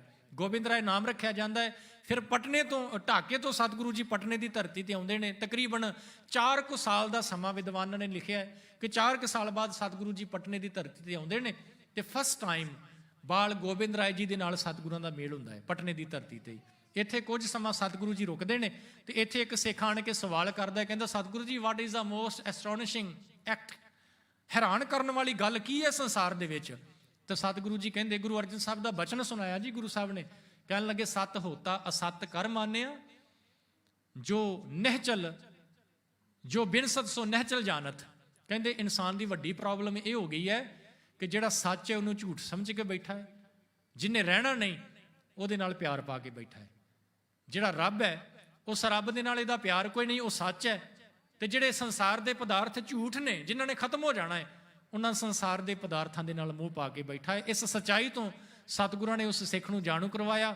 ਪਟਨੇ ਤੋਂ ਚੱਲਣ ਲੱਗੇ ਗੁਰੂ ਸਾਹਿਬ, ਪਟਨੇ ਤੋਂ ਚੱਲਦੇ ਨੇ ਅਨੰਦਪੁਰ ਦੀ ਧਰਤੀ ਵੱਲ, ਕਿਉਂਕਿ ਖਬਰਾਂ ਪਹੁੰਚ ਰਹੀਆਂ ਨੇ ਕਿ ਔਰੰਗਜ਼ੇਬ ਜਿਹੜਾ ਨਾ ਉਹ ਹੋਰ ਸਟ੍ਰਿਕਟ ਹੋਈ ਜਾ ਰਿਹਾ ਹੈ। ਉਹਦੀਆਂ ਨੀਤੀਆਂ, ਉਹਦੀਆਂ ਪਾਲਿਸੀਜ਼ ਜਿਹੜੀਆਂ ਨੇ ਬੜੀਆਂ ਹੋਰ ਸਟ੍ਰਿਕਟ ਹੋਈ ਜਾ ਰਹੀਆਂ ਨੇ। ਸਤਿਗੁਰੂ ਜੀ ਪਟਨੇ ਤੋਂ ਚੱਲਦੇ ਨੇ। ਪਰਿਵਾਰ ਪਟਨੇ 'ਚ ਹੀ ਰੋਕ ਕੇ ਆਪ ਸਤਿਗੁਰੂ ਜੀ ਸੰਗਤਾਂ ਦੇ ਨਾਲ, ਸਿੱਖਾਂ ਦੇ ਨਾਲ ਪੰਜਾਬ ਦੀ ਧਰਤੀ ਵੱਲ ਚੱਲਦੇ ਨੇ। ਰਸਤੇ 'ਚ ਇੱਕ ਨਗਰ ਆਉਂਦਾ ਜੀ ਲਖਨੌਰ। ਲਖਨੌਰ ਦੀ ਧਰਤੀ ਤੇ ਆਣ ਕੇ ਇੱਕ ਸਿੱਖ ਜਿਹੜਾ ਨਾ ਜੀ ਭਾਵਨਾ ਵਾਲਾ, ਉਹ ਸਤਿਗੁਰਾਂ ਨੂੰ ਸਵਾਲ ਕਰਦਾ, ਕਹਿੰਦਾ ਸਤਿਗੁਰੂ ਜੀ ਸ਼ੀਸ਼ਾ ਕਿਵੇਂ ਸਾਫ਼ ਹੋਵੇ? ਸ਼ੀਸ਼ਾ ਅੰਦਰ ਹਿਰਦੇ ਨੂੰ ਉਹਨੇ ਸ਼ੀਸ਼ਾ ਕਿਹਾ। ਕਹਿਣ ਲੱਗੇ ਕਿਵੇਂ ਸਾਫ਼ ਹੋਵੇ? ਪਾਤਸ਼ਾਹ ਜੀ ਨੇ ਉਹਨੂੰ ਜਵਾਬ ਦਿੱਤਾ, ਕਹਿਣ ਲੱਗੇ ਇਹਦੀ ਗੰਦਗੀ ਦਾ, ਇਹਦੇ ਗੰਦਾ ਹੋਣ ਦਾ ਰੀਜ਼ਨ ਪਤਾ ਕੀ ਹੈ? ਕਿ ਇਸ ਨੇ ਮਿੱਥਿਆ ਨਾਹੀ ਰਸਨਾ ਪਰਸ ਮਨ ਮੈਂ ਪ੍ਰੀਤ ਨਿਰੰਜਨ ਦਰਸ। ਗੁਰੂ ਅਰਜਨ ਸਾਹਿਬ ਦਾ ਬਚਨ ਸੁਣਾਇਆ ਜੀ ਉਸ ਸਿੱਖ ਨੂੰ। ਕਹਿਣ ਲੱਗੇ ਇਹਨਾਂ ਵਿਕਾਰਾਂ ਦੇ ਕਰਕੇ ਅੰਦਰ ਗੰਦਾ ਹੋਇਆ ਹੈ, ਤੇ ਜੇਕਰ ਇਹਨਾਂ ਵਿਕਾਰਾਂ ਤੋਂ ਆਪਣੇ ਆਪ ਨੂੰ ਥੋੜਾ ਡਿਟੈਚ ਕਰ ਲਿਆ ਜਾਵੇ, ਜ਼ੁਬਾਨ ਝੂਠ ਨਾ ਬੋਲੇ, ਕੰਨਾਂ ਦੇ ਨਾਲ ਈਰਖਾ ਨਿੰਦਿਆ ਚੁਗਲੀ ਨਾ ਸੁਣੀ ਜਾਵੇ, ਮਨ ਨੂੰ ਪ੍ਰਮਾਤਮਾ ਦੇ ਨਾਲ ਜੋੜਿਆ ਜਾਵੇ, ਤੇ ਫਿਰ ਕੀ ਹੋਏਗਾ? ਸਤਿਗੁਰੂ ਜੀ ਕਹਿੰਦੇ ਅੰਦਰ ਜਿਹੜਾ ਉਹ ਸਾਫ਼ ਹੋ ਜਾਏਗਾ। ਉਸ ਸਿੱਖ ਨੂੰ ਉਪਦੇਸ਼ ਦੇਣ ਤੋਂ ਬਾਅਦ ਸਤਿਗੁਰੂ ਜੀ ਅਨੰਦਪੁਰ ਦੀ ਧਰਤੀ ਤੇ ਆਉਂਦੇ ਨੇ। ਸਤ ਸੰਗਤ ਦਾ ਟਾਈਮ ਥੋੜਾ ਜਿਹਾ 5-7 ਮਿੰਟ ਹੋਰ ਲੱਗਣੇ ਨੇ। ਅਨੰਦਪੁਰ ਸਾਹਿਬ ਦੀ ਧਰਤੀ ਤੇ ਸਤਿਗੁਰੂ ਜੀ ਪਹੁੰਚੇ ਤੇ ਇੱਥੇ ਹੀ ਭਾਈ ਕਨ੍ਹਈਆ ਜੀ, ਸਾਰਿਆਂ ਨੂੰ ਪਤਾ ਜੀ ਭਾਈ ਕਨ੍ਹਈਆ ਜੀ ਗੁਰੂ ਗੋਬਿੰਦ ਸਿੰਘ ਮਹਾਰਾਜ ਜੀ ਦੇ ਟਾਈਮ ਤੇ ਜੰਗਾਂ ਯੁੱਧਾਂ ਦੇ ਵਿੱਚ ਪਾਣੀ ਪਿਲਾਉਣ ਦੀ ਸੇਵਾ ਕਰਦੇ ਰਹੇ। ਭਾਈ ਕਨ੍ਹਈਆ ਜੀ ਨੂੰ ਬਖਸ਼ਿਸ਼ ਜਿਹੜੀ ਹੈ ਗੁਰੂ ਤੇਗ ਬਹਾਦਰ ਮਹਾਰਾਜ ਜੀ ਦੇ ਕੋਲੋਂ ਮਿਲਦੀ ਹੈ। ਬਚਪਨ ਦੇ ਵਿੱਚ ਹੀ ਨਾ ਜੀ, ਇਹ ਭਾਈ ਕਨ੍ਹਈਆ ਜੀ ਦਾ ਜਨਮ ਹੁੰਦਾ ਜੀ ਸੋਹਦਰੇ, ਪਾਕਿਸਤਾਨ ਦੇ ਵਿੱਚ ਇਲਾਕਾ, ਉਹ ਸੋਹਦਰੇ ਇਹਨਾਂ ਦਾ ਜਨਮ ਹੁੰਦਾ ਹੈ। ਤੇ ਛੋਟੀ ਜੀ ਉਮਰ ਦੇ ਵਿੱਚ ਹੀ ਨਾ ਭਾਈ ਕਨ੍ਹਈਆ ਜੀ ਨੇ, ਕਿਉਂਕਿ ਇਹਨਾਂ ਦੇ ਪਿਤਾ ਜੀ ਵਪਾਰ ਕਰਿਆ ਕਰਦੇ ਸੀ, ਬਿਜ਼ਨਸਮੈਨ ਸੀ, ਚੰਗੇ ਸੀ ਘਰੋਂ, ਇਹਨਾਂ ਨੇ ਜੇਬਾਂ ਦੇ ਵਿੱਚ ਪੈਸੇ ਪਾ ਲੈਣੇ, ਕੌਡੀਆਂ ਪਾ ਲੈਣੀਆਂ ਬਚਪਨ 'ਚ ਹੀ, ਤੇ ਲੋੜਵੰਦਾਂ ਨੂੰ ਵੰਡ ਦੇਣੀ ਆ ਜੀ ਉਹਨਾਂ ਨੇ। ਕਦੇ ਕਦੇ ਜਿਹੜੇ ਭਾਰ ਢੋਣ ਵਾਲੇ ਹੁੰਦੇ ਨੇ ਨਾ ਜੀ, ਭਾਰ ਚੁੱਕ ਕੇ ਇੱਕ ਥਾਂ ਤੋਂ ਦੂਜੀ ਥਾਂ ਤੇ ਲੈ ਕੇ ਜਾਂਦੇ ਨੇ, ਇਹਨਾਂ ਨੇ ਕੀ ਕਰਨਾ, ਰੋਡ ਦੇ ਉੱਤੇ ਜਾ ਕੇ ਖਲੋ ਜਾਣਾ, ਤੇ ਜੇਕਰ ਕੋਈ ਆ ਰਿਹਾ ਨਾ ਭਾਰ ਚੁੱਕ ਕੇ, ਉਹਦੇ ਕੋਲੋਂ ਭਾਰ ਲੈ ਕੇ ਤੇ ਆਪ ਆਪਣੇ ਸਿਰ ਤੇ ਰੱਖ ਕੇ ਤੇ ਉਹਨੂੰ ਛੱਡ ਕੇ ਆਉਣਾ ਜੀ, ਅੱਗੇ ਸੇਵਾ ਕਰਨੀ ਭਾਈ ਕਨ੍ਹਈਆ ਜੀ ਬਚਪਨ 'ਚ ਹੀ। ਤੇ ਮਾਂ ਨੇ ਕਈ ਵਾਰ ਕਹਿਣ ਲੱਗੇ ਬੇਟਾ ਲੋਕ ਕੀ ਕਹਿਣਗੇ, ਤੇਰਾ ਪਿਤਾ ਚੰਗਾ ਨਾਮ ਹੈ ਇਲਾਕੇ ਦੇ ਵਿੱਚ, ਲੋਕ ਕੀ ਕਹਿਣਗੇ ਕਿ ਕਨ੍ਹਈਆ ਕੀ ਕਰਦਾ ਹੈ? ਕਹਿਣ ਲੱਗਾ, ਭਾਈ ਕਨ੍ਹਈਆ ਜੀ ਨੇ ਜਵਾਬ ਦਿੱਤਾ, ਕਹਿਣ ਲੱਗੇ ਮਾਂ ਤੂੰ ਸੋਚ ਲੈ ਕਿ ਮੈਂ ਬੌਲਾ ਮਤਲਬ ਤੂੰ ਸਮਝ ਲੈ ਕਿ ਮੈਂ ਥੋੜਾ ਜਿਹਾ ਝੱਲਾ ਵਾਂ, ਮੈਂ ਥੋੜਾ ਜਿਹਾ ਪਾਗਲ ਹਾਂ। ਪਾਗਲ ਵੀ ਤਾਂ ਬੱਚੇ ਹੁੰਦੇ ਨੇ ਨਾ ਕਈਆਂ ਦੇ, ਕਈਆਂ ਮਾਂ ਪਿਓ ਦੇ ਪਾਗਲ ਵੀ ਤੇ ਬੱਚੇ ਥੋੜੇ ਜਿਹੇ ਝੱਲੇ ਜੇ। ਕਹਿੰਦੇ ਤੂੰ ਸਮਝ ਲਾ ਕਿ ਮੈਂ ਬੌਲਾ, ਮੈਂ ਝੱਲਾ ਥੋੜਾ ਜਿਹਾ। ਅਜੇ ਥੋੜੇ ਜਿਹੇ ਜਵਾਨ ਹੋਏ ਜੀ ਭਾਈ ਕਨ੍ਹਈਆ ਜੀ, ਤੇ ਜਿਹੜੇ ਫਕੀਰ ਹੋਇਆ ਕਰਦੇ ਸੀ ਜੀ, ਉਹਨਾਂ ਨਾਲ ਗੱਲਾਂ ਬਾਤਾਂ ਹੁੰਦੀਆਂ ਰਹਿੰਦੀਆਂ ਸੀ ਇਹਨਾਂ ਦੀਆਂ। ਤੇ ਕਿਸੇ ਨੂੰ ਪੁੱਛਿਆ ਕਿ ਰੱਬ ਦੇ ਨਾਲ ਕਿਵੇਂ ਮਿਲਾਪ ਹੋਏ, ਤੇ ਉਹਨੇ ਕਿਹਾ, ਕਹਿੰਦੇ ਲਾਹੌਰ ਚਲਿਆ ਜਾ, ਉੱਥੇ ਕਈ ਸੂਫੀ ਸੰਤ ਰਹਿੰਦੇ ਨੇ, ਉਹਨਾਂ ਦੇ ਨਾਲ ਜਾ ਕੇ ਗੱਲਬਾਤ ਕਰ, ਤੈਨੂੰ ਦੱਸਣਗੇ। ਲਾਹੌਰ ਚਲੇ ਗਏ ਜੀ। ਅਜੇ ਰਸਤੇ 'ਚ ਹੀ ਨੇ ਖਬਰ ਮਿਲ ਗਈ ਕਿ ਪਿਤਾ ਜੀ ਚੜ੍ਹਾਈ ਕਰ ਗਏ। ਘਰ ਦਾ ਕੰਮਕਾਰ ਭਾਈ ਕਨ੍ਹਈਆ ਜੀ ਨੇ ਸੰਭਾਲਿਆ ਜੀ। ਤੇ ਇੱਕ ਵਾਰ ਇਹਨਾਂ ਦਾ ਮੇਲ ਹੁੰਦਾ ਹੈ ਗੁਰੂ ਤੇਗ ਬਹਾਦਰ ਮਹਾਰਾਜ ਜੀ ਦੇ ਸਿੱਖ ਭਾਈ ਨਾਨੂਆਂ ਜੀ ਨਾਲ। ਤੇ ਉਹਨਾਂ ਦੇ ਕੋਲੋਂ ਬਾਣੀ ਸੁਣੀ। ਬਾਣੀ ਸੁਣਨ ਤੋਂ ਬਾਅਦ ਭਾਈ ਕਨ੍ਹਈਆ ਜੀ ਪਤਾ ਕੀ ਬੋਲਣ ਲੱਗ ਪਏ ਜੀ, ਕੋਈ ਜਨ ਹਰਿ ਸਿਉ ਦੇਵੈ ਜੋਰ। ਇੱਧਰ ਉੱਧਰ ਚੱਲਦਿਆਂ ਫਿਰਦਿਆਂ ਕੰਮ ਕਾਰ ਕਰਦਿਆਂ ਕੋਈ ਜਨ ਹਰਿ ਸਿਉ ਦੇਵੈ ਜੋਰ, ਇਹ ਬਚਨ ਉਹਨਾਂ ਬੋਲਦੇ ਰਹਿਣਾ। ਇੱਕ ਸਿੱਖ ਦੇ ਨਾਲ ਮੇਲ ਹੋਇਆ, ਕਹਿੰਦਾ ਪੁੱਛਿਆ, ਕਹਿੰਦੇ ਕਿਵੇਂ ਮਿਲੇਗਾ ਰੱਬ, ਕਿਵੇਂ ਮਿਲੇਗਾ? ਤੇ ਉਸ ਸਿੱਖ ਨੇ ਸਮਝਾਇਆ, ਕਹਿਣ ਲੱਗਾ ਭਟਕਣਾ ਛੱਡ, ਕਿਉਂਕਿ ਭਾਈ ਕਨ੍ਹਈਆ ਜੀ ਨੇ ਘਰ ਛੱਡ ਕੇ ਜੰਗਲਾਂ ਦੇ ਵਿੱਚ ਭਟਕਣਾ ਸ਼ੁਰੂ ਕਰ ਦਿੱਤਾ ਸੀ। ਭਟਕਣਾ ਛੱਡ, ਤੇ ਜੇਕਰ ਤੂੰ ਸੱਚਮੁੱਚ ਕਿਸੇ ਨੂੰ ਮਿਲਣਾ ਚਾਹੁੰਦਾ ਹੈ, ਤੇਰੇ ਮਨ ਦੀ ਇੱਛਾ ਹੈ ਕਿ ਗੋਬਿੰਦ ਮਿਲੇ, ਅਨੰਦਪੁਰ ਸਾਹਿਬ ਦੀ ਧਰਤੀ ਤੇ ਚਲਾ ਜਾ। ਲਾਹੌਰ ਤੋਂ ਸੰਗਤ ਆਈ ਜੀ ਅਨੰਦਪੁਰ ਸਾਹਿਬ, ਉਸ ਸੰਗਤ ਦੇ ਨਾਲ ਭਾਈ ਕਨ੍ਹਈਆ ਜੀ ਲਾਹੌਰ ਆਏ, ਗੁਰੂ ਤੇਗ ਬਹਾਦਰ ਮਹਾਰਾਜ ਜੀ ਦੇ ਦੀਦਾਰ ਕੀਤੇ। ਸਿੱਖ ਜਿਹੜੇ ਨੇ ਸੇਵਾ ਕਰਦੇ ਪਏ ਨੇ, ਤੇ ਭਾਈ ਕਨ੍ਹਈਆ ਜੀ ਪਾਣੀ ਢੋਣ ਦੀ ਸੇਵਾ ਕਰਨ ਲੱਗੇ ਜੀ। ਤੇ ਗੁਰੂ ਤੇਗ ਬਹਾਦਰ ਮਹਾਰਾਜ ਜੀ ਨੇ ਨਾ ਜੀ ਪਾਣੀ ਮੰਗਾਇਆ, ਘੜਾ ਭਰ ਕੇ ਲੈ ਕੇ ਆਏ ਭਾਈ ਕਨ੍ਹਈਆ ਜੀ ਪਾਣੀ ਦਾ। ਸਤਿਗੁਰਾਂ ਨੇ ਆਪਣੇ ਹੱਥ ਧੋਤੇ, ਪਾਣੀ ਡੋਲ ਦਿੱਤਾ। ਫਿਰ ਕਿਹਾ ਪਾਣੀ ਭਰ ਕੇ ਲਿਆਓ। ਭਾਈ ਕਨ੍ਹਈਆ ਜੀ ਪਾਣੀ ਭਰ ਕੇ ਲਿਆਏ, ਚਰਨ ਧੋਤੇ, ਪਾਣੀ ਡੋਲ ਦਿੱਤਾ। ਤੀਜੀ ਵਾਰ ਫਿਰ ਕਿਹਾ ਪਾਣੀ ਲਿਆਓ। ਭਾਈ ਕਨ੍ਹਈਆ ਜੀ ਫਿਰ ਪਾਣੀ ਭਰ ਕੇ ਲਿਆਏ, ਸਤਿਗੁਰਾਂ ਨੇ ਆਪਣੇ ਨੇਤਰਾਂ ਤੇ ਛੱਟੇ ਮਾਰੇ, ਫਿਰ ਪਾਣੀ ਡੋਲ ਦਿੱਤਾ। ਕਹਿੰਦੇ ਨੇ ਇਤਿਹਾਸਕਾਰ, ਕਹਿੰਦੇ 3 ਮਹੀਨੇ ਸਤਿਗੁਰੂ ਜੀ ਇਸੇ ਤਰ੍ਹਾਂ ਹੀ ਕਰਦੇ ਰਹੇ। 3 ਮਹੀਨੇ ਭਾਈ ਕਨ੍ਹਈਆ ਜੀ ਪਾਣੀ ਲੈ ਕੇ ਆਉਣ, ਸਤਿਗੁਰੂ ਜੀ ਥੋੜਾ ਜਿਹਾ ਯੂਜ਼ ਕਰਨ, ਡੋਲ ਦੇਣ, ਪਾਣੀ ਲੈ ਕੇ ਆਉਣ, ਯੂਜ਼ ਕਰਨ, ਡੋਲ ਦੇਣ। ਸਤਿਗੁਰੂ ਜੀ ਦੇਖਦੇ ਪਏ ਸੀ ਕਿ ਜਿਸ ਸੇਵਾ ਦੇ ਵਿੱਚ ਇਸ ਭਾਈ ਨੇ ਲੱਗਣਾ ਹੈ, ਕਿਤੇ ਸੇਵਾ ਕਰਦਿਆਂ ਕਰਦਿਆਂ ਇਹਦੇ ਚਿਹਰੇ ਦੇ ਉੱਤੇ ਕੋਈ ਇਹਨੂੰ ਕੋਈ ਮਾੜਾ ਲਫ਼ਜ਼ ਬੋਲੇ ਜਾਂ ਇਦਾਂ ਉਹਦੇ ਨਾਲ ਕਰੇ, ਕਿਤੇ ਗੁੱਸਾ ਤਾਂ ਨਹੀਂ ਆਏਗਾ। ਤੇ ਜਦੋਂ ਸਤਿਗੁਰਾਂ ਨੇ ਦੇਖਿਆ ਨਾ ਕਿ ਇਹ ਸ਼ਾਂਤ ਰਹਿੰਦਾ ਹੈ, 3 ਮਹੀਨਿਆਂ ਬਾਅਦ ਸਤਿਗੁਰਾਂ ਨੇ ਪਾਣੀ ਮੰਗਾਇਆ, ਇਹ ਪਾਣੀ ਭਰ ਕੇ ਲੈ ਕੇ ਆਏ। ਤੇ ਸਤਿਗੁਰਾਂ ਨੇ ਮਿਹਰ ਭਰੀ ਨਜ਼ਰ ਦੇ ਨਾਲ ਭਾਈ ਕਨ੍ਹਈਆ ਜੀ ਵੱਲ ਦੇਖਿਆ। ਤੇ ਜਦੋਂ ਮਿਹਰ ਭਰੀ ਨਜ਼ਰ ਦੇ ਨਾਲ ਭਾਈ ਸਾਹਿਬ ਨੂੰ ਦੇਖਿਆ ਨਾ ਸਾਧ ਸੰਗਤ, ਤੇ ਉਹ ਜਿਹੜੀ ਸਮਦ੍ਰਿਸ਼ਟੀ ਦਾ ਮਤਲਬ ਸਾਰਿਆਂ ਨੂੰ ਇੱਕ ਬਰਾਬਰ ਦੇਖਣਾ, ਇਹ ਦਾਤ ਭਾਈ ਕਨ੍ਹਈਆ ਜੀ ਨੂੰ ਮਿਲਦੀ ਹੈ ਜੀ ਉਸ ਟਾਈਮ ਤੇ। ਤੇ ਸਤਿਗੁਰਾਂ ਨੇ ਫਿਰ ਭਾਈ ਕਨ੍ਹਈਆ ਜੀ ਨੂੰ ਕਿਹਾ, ਕਹਿਣ ਲੱਗੇ ਤੁਹਾਨੂੰ ਦਾਤ ਮਿਲੀ ਹੈ ਧੁਰ ਤੋਂ, ਤੇ ਤੁਸੀਂ ਸੇਵਾ ਕਰੋ ਤੇ ਨਾਲ ਪ੍ਰਚਾਰ ਕਰੋ। ਭਾਈ ਕਨ੍ਹਈਆ ਜੀ ਕੁਝ ਸਮਾਂ ਰੁਕ ਕੇ ਜੀ ਉੱਥੇ ਅਨੰਦਪੁਰ ਸਾਹਿਬ ਦੀ ਧਰਤੀ ਤੇ ਸੇਵਾ ਕਰਦੇ ਰਹੇ। ਬਾਅਦ ਵਿੱਚ ਅਟਕ ਚਲੇ ਗਏ, ਅਟਕ ਆ ਗਏ। ਗੁਰੂ ਤੇਗ ਬਹਾਦਰ ਜੀ ਦੇ ਨਾਲ ਮਿਲਾਪ ਹੋਇਆ, ਇੱਥੇ ਆਣ ਕੇ ਇਹਨਾਂ ਨੂੰ ਦਾਤ ਮਿਲਦੀ ਹੈ। ਇੱਥੋਂ ਫਿਰ ਭਾਈ ਕਨ੍ਹਈਆ ਜੀ ਜਿਹੜੇ ਨੇ ਨਾ ਜੀ, ਉਹ ਅਟਕ ਚਲੇ ਜਾਂਦੇ ਨੇ। ਅਟਕ ਜਾਣ ਤੋਂ ਬਾਅਦ ਕੁਝ ਸਮਾਂ ਉੱਥੇ ਸੇਵਾ ਕੀਤੀ। ਸੇਵਾ ਕਰਕੇ ਜਦੋਂ ਸਤਿਗੁਰੂ ਗੁਰੂ ਤੇਗ ਬਹਾਦਰ ਮਹਾਰਾਜ ਸ਼ਹਾਦਤ ਵਾਸਤੇ ਦਿੱਲੀ ਚਲੇ ਜਾਂਦੇ ਨੇ, ਸ਼ਹਾਦਤ ਹੋ ਜਾਂਦੀ ਹੈ, ਫਿਰ ਇਹ ਗੁਰੂ ਗੋਬਿੰਦ ਸਿੰਘ ਮਹਾਰਾਜ ਜੀ ਦੀ ਸੇਵਾ ਦੇ ਵਿੱਚ ਅਨੰਦਪੁਰ ਪਹੁੰਚਦੇ ਨੇ। ਉੱਥੇ ਸੇਵਾ ਕਰਦੇ ਨੇ। ਸੇਵਾ ਕਰਦਿਆਂ ਕਰਦਿਆਂ ਜੰਗ ਦੇ ਮੈਦਾਨ ਦੇ ਵਿੱਚ ਜਿਹੜੇ ਜ਼ਖਮੀ ਹੋਏ ਨੇ ਸਿਪਾਹੀ, ਉਹਨਾਂ ਨੂੰ ਵੀ ਪਾਣੀ ਪਿਲਾਉਂਦੇ ਨੇ। ਸਿੱਖਾਂ ਨੇ ਸ਼ਿਕਾਇਤ ਕੀਤੀ, ਸਤਿਗੁਰੂ ਜੀ ਇਹ ਭਾਈ ਕਨ੍ਹਈਆ ਜੀ ਦੁਸ਼ਮਣਾਂ ਨੂੰ ਵੀ ਪਾਣੀ ਪਿਲਾ ਦਿੰਦੇ ਨੇ। ਸਤਿਗੁਰਾਂ ਨੇ ਪੁੱਛਿਆ, ਕਹਿਣ ਲੱਗੇ ਭਾਈ ਸਾਹਿਬ ਜੀ ਇਹ ਸ਼ਿਕਾਇਤ ਤੁਹਾਡੀ? ਕਿਹਾ ਭਾਈ ਕਨ੍ਹਈਆ ਜੀ ਨੇ, ਕਹਿਣ ਲੱਗੇ ਮਾਲਕ ਜੀ ਜਦੋਂ ਕੋਈ ਮੇਰੇ ਅੱਗੇ ਬੁੱਕ ਕਰਦਾ ਹੈ ਨਾ, ਤੇ ਮੈਨੂੰ ਨਹੀਂ ਪਤਾ ਲੱਗਦਾ ਕਿ ਕੌਣ ਦੁਸ਼ਮਣ ਹੈ ਕੌਣ, ਮੈਂ ਤਾਂ ਸਾਰਿਆਂ ਦੇ ਵਿੱਚੋਂ ਤੁਹਾਡੇ ਦੀਦਾਰ ਕਰਦਾ। ਤੇ ਸਤਿਗੁਰਾਂ ਨੇ ਫਿਰ ਇੱਕ ਮਲਮ ਦੀ ਡੱਬੀ ਵੀ ਦਿੱਤੀ ਕਿ ਜਿੱਥੇ ਤੁਸੀਂ ਪਾਣੀ ਪਿਲਾਉਣਾ ਹੈ, ਨਾਲ ਦੀ ਨਾਲ ਉੱਥੇ ਇਹ ਪੱਟੀ ਵੀ ਕਰ ਦਿਆ ਕਰਨੀ ਜ਼ਖਮਾਂ ਦੇ ਉੱਤੇ। ਤੇ ਭਾਈ ਕਨ੍ਹਈਆ ਜੀ ਸਤਿਗੁਰਾਂ ਦੀਆਂ ਇਹਨਾਂ ਬਖਸ਼ਿਸ਼ਾਂ ਦੇ ਨਾਲ ਨਿਵਾਜੇ ਰਹੇ। ਬਾਅਦ ਵਿੱਚ ਨਾ ਜਦੋਂ ਅਨੰਦਪੁਰ ਛੱਡਿਆ ਸਤਿਗੁਰਾਂ ਨੇ, ਜਦੋਂ ਘੇਰਾ ਪੈਂਦਾ ਜੀ, 8 ਮਹੀਨੇ ਦਾ ਘੇਰਾ ਪਿਆ, ਸਤਿਗੁਰੂ ਜੀ ਅਨੰਦਪੁਰ ਛੱਡਦੇ ਨੇ, ਸਰਸਾ ਤੇ ਜੰਗ ਹੁੰਦੀ ਹੈ, ਵਿਛੋੜਾ ਪੈਂਦਾ। ਉਸ ਸਮੇਂ ਭਾਈ ਕਨ੍ਹਈਆ ਜੀ ਵਾਪਸ ਅਟਕ ਚਲੇ ਜਾਂਦੇ ਨੇ। ਕਵੇ ਇਲਾਕੇ ਦਾ ਨਾਂ ਜੀ ਕਵਾ, ਉੱਥੇ ਪਹੁੰਚ ਜਾਂਦੇ ਨੇ। ਉੱਥੇ ਜਾ ਕੇ ਉਹ ਸੇਵਾ ਕਰਦੇ ਨੇ ਤੇ ਬੜਾ ਸਤਿਕਾਰ ਜੀ ਇਲਾਕੇ ਦੇ ਵਿੱਚ। ਇੱਕ ਵਾਰ ਨਾ ਕਿਸੇ ਪਰਿਵਾਰ ਨੇ ਭਾਈ ਸਾਹਿਬ ਨੂੰ ਕਿਹਾ, ਹੁਣ ਇਹ ਗੱਲ ਨੋਟ ਕਰਨ ਵਾਲੀ ਹੈ ਜੀ, ਵੈਸੇ ਸਾਡਾ ਵੀ ਨਾ ਇਹੀ ਹਾਲ ਹੈ। ਭਾਈ ਸਾਹਿਬ ਜੀ ਨੂੰ ਕਿਸੇ ਨੇ ਕਿਹਾ, ਕਹਿਣ ਲੱਗੇ ਪ੍ਰਸ਼ਾਦ ਪਾ ਲਿਆ ਜੇ? ਪ੍ਰਸ਼ਾਦ ਪਾ ਲਿਆ ਦਾ ਮਤਲਬ ਕਿ ਪ੍ਰਸ਼ਾਦਾ ਛਕ ਲਿਆ ਜੇ? ਭਾਈ ਸਾਹਿਬ ਜੀ ਨੇ ਅੱਗੋਂ ਜਵਾਬ ਦਿੱਤਾ, ਕਹਿਣ ਲੱਗੇ ਪ੍ਰਸ਼ਾਦ ਪਾ ਕੇ ਹੀ ਐਡੇ ਹੋਏ ਆ, ਮਤਲਬ ਪ੍ਰਸ਼ਾਦਾ ਛਕ ਕੇ ਹੀ ਐਡੇ ਹੋਏ ਆ। ਤੇ ਕਈ ਭਾਈ ਸਾਹਿਬ ਜੀ ਕਹਿੰਦੇ ਦੁਨੀਆ ਦੇ ਲੋਕ 3 ਤਰ੍ਹਾਂ ਦੇ ਨਾਲ ਪੁੱਛਦੇ ਨੇ।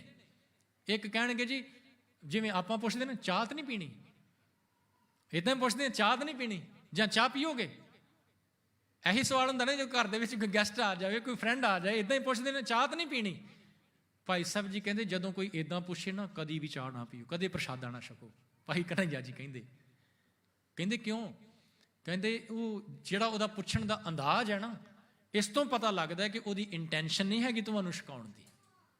ਉਹਦੀ ਇੰਟੈਂਸ਼ਨ ਨਹੀਂ ਹੈਗੀ ਛਕਾਉਣ ਦੀ। ਹਾਂ, ਜਿਹੜਾ ਤੁਹਾਨੂੰ ਕਹੇ ਨਾ ਲਓ ਬਈ ਛਕੋ, ਉੱਥੋਂ ਜ਼ਰੂਰ ਛਕੋ, ਕਿਉਂਕਿ ਉਹ ਬੜੇ ਪਿਆਰ ਦੇ ਨਾਲ ਛਕਾਉਂਦਾ ਪਿਆ ਹੈ। ਸੋ ਪੁੱਛਣ ਦੇ ਵਿੱਚ ਫਰਕ ਹੁੰਦਾ ਹੈ ਜੀ। ਕੋਈ ਪੁੱਛਦਾ ਹੈ ਪ੍ਰਸ਼ਾਦ ਛਕ ਲਿਆ ਜੇ, ਹੁਣ ਅਗਲਾ ਕੀ ਕਹੇਗਾ ਜੀ, ਪ੍ਰਸ਼ਾਦ ਮਤਲਬ ਲੰਗਰ ਛਕ ਲਿਆ ਜੇ। ਹੁਣ ਉਹਦੀ ਸੋਚ ਨੂੰ ਸਮਝ ਕੇ ਬੰਦਾ ਕਹਿ ਦਿੰਦਾ ਨਾ ਜੀ ਛਕ ਲਿਆ, ਭਾਵੇਂ ਨਾ ਵੀ ਛਕਿਆ ਹੋਵੇ ਕਹਿ ਦਿੰਦਾ ਜੀ ਚਲੋ ਛਕ ਲਿਆ।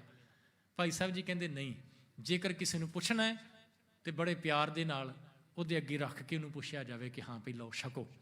ਸੋ ਸਾਧ ਸੰਗਤ, ਇਹ ਬਖਸ਼ਿਸ਼ਾਂ ਸਤਿਗੁਰਾਂ ਨੇ ਸਿੱਖਾਂ ਦੇ ਉੱਤੇ ਕੀਤੀਆਂ। ਗੁਰੂ ਤੇਗ ਬਹਾਦਰ ਮਹਾਰਾਜ, ਉਹਨਾਂ ਦੀਆਂ ਬਖਸ਼ਿਸ਼ਾਂ ਦੇ ਨਾਲ ਹੀ ਭਾਈ ਕਨ੍ਹੱਈਆ ਜੀ ਜਿਹੜੇ ਨੇ ਉਹ ਆਪਣੇ ਜੀਵਨ ਨੂੰ ਸਫਲ ਬਣਾਉਂਦੇ ਨੇ, ਪਰਮਾਤਮਾ ਦੇ ਨਾਲ ਇੱਕਮਿਕ ਹੁੰਦੇ ਨੇ। ਇਸ ਤੋਂ ਬਾਅਦ ਸਤਿਗੁਰੂ ਜੀ 1674 ਦੇ ਵਿੱਚ ਦਿੱਲੀ ਦੀ ਧਰਤੀ ਤੇ ਜਾ ਕੇ ਜਦੋਂ ਪੰਡਿਤ ਕਸ਼ਮੀਰ ਦੇ ਆਉਂਦੇ ਨੇ ਹਜ਼ੂਰੀ ਦੇ ਵਿੱਚ, ਕਹਿੰਦੇ ਨੇ ਜੀ ਧਰਮ ਖਤਰੇ 'ਚ ਹੈ, ਕਿਰਪਾ ਕਰੋ। ਸਤਿਗੁਰੂ ਜੀ ਦਿੱਲੀ ਦੀ ਧਰਤੀ ਤੇ ਜਾ ਕੇ ਆਪਣਾ ਸੀਸ ਦਿੰਦੇ ਨੇ। ਸ਼ਹਾਦਤ ਸਤਿਗੁਰਾਂ ਦੀ ਉੱਥੇ ਹੁੰਦੀ ਹੈ ਜੀ 1675 ਦੇ ਵਿੱਚ। ਤੇ ਸਤਿਗੁਰੂ ਗੁਰੂ ਤੇਗ ਬਹਾਦਰ ਮਹਾਰਾਜ ਜੀ ਦਾ ਆਪਾਂ ਪ੍ਰਕਾਸ਼ ਪੁਰਬ ਮਨਾਇਆ ਜੀ 400 ਸਾਲਾ। ਤੇ ਸਾਧ ਸੰਗਤ ਕੋਸ਼ਿਸ਼ ਕਰੀਏ ਕਿ ਸਤਿਗੁਰਾਂ ਵੱਲੋਂ ਪਾਏ ਹੋਏ ਪੂਰਨਿਆਂ ਦੇ ਉੱਤੇ ਚੱਲ ਸਕੀਏ। ਜਿਹੜੇ ਭਰੋਸੇ ਦੀ ਦਾਤ ਭਾਈ ਕਨ੍ਹੱਈਆ ਜੀ ਨੂੰ ਸਤਿਗੁਰਾਂ ਨੇ ਦਿੱਤੀ, ਜਿਹੜੀ ਸੇਵਾ ਦੀ ਦਾਤ ਭਾਈ ਕਨ੍ਹੱਈਆ ਜੀ ਨੂੰ ਸਤਿਗੁਰਾਂ ਨੇ ਦਿੱਤੀ, ਜਿਹੜੀਆਂ ਬਖਸ਼ਿਸ਼ਾਂ ਸਤਿਗੁਰਾਂ ਨੇ ਭਾਈ ਮੀਹਾਂ ਜੀ ਦੇ ਉੱਤੇ ਕੀਤੀਆਂ, ਜਿਹੜੀਆਂ ਰਹਿਮਤਾਂ ਸਤਿਗੁਰਾਂ ਨੇ ਵੱਲੇ ਦੀ ਸੰਗਤ ਦੇ ਉੱਤੇ ਕੀਤੀਆਂ, ਉਹਦੇ ਕਿਤੇ ਪਾਤਰ ਬਣ ਸਕੀਏ, ਕਿਤੇ ਭਾਵਨਾ ਦੇ ਨਾਲ ਗੁਰੂ ਦੇ ਉਪਦੇਸ਼ ਨੂੰ ਜੀਵਨ ਦੇ ਵਿੱਚ ਕਮਾ ਕੇ ਗੁਰੂ ਦੀ ਨਜ਼ਰ ਦੇ ਵਿੱਚ ਆਪਾਂ ਵੀ ਪ੍ਰਵਾਨ ਹੋ ਸਕੀਏ। ਉਹਦੇ ਲਈ ਸਾਨੂੰ ਕਰਨਾ ਕੀ ਪਏਗਾ? ਗੁਰੂ ਉਪਦੇਸ਼ ਨੂੰ ਜੀਵਨ ਵਿੱਚ ਕਮਾਉਣਾ ਪਏਗਾ, ਗੁਰੂ ਦੀ ਸਿੱਖਿਆ ਨੂੰ ਆਪਣੇ ਜੀਵਨ ਦਾ ਆਧਾਰ ਬਣਾਉਣਾ ਪਏਗਾ।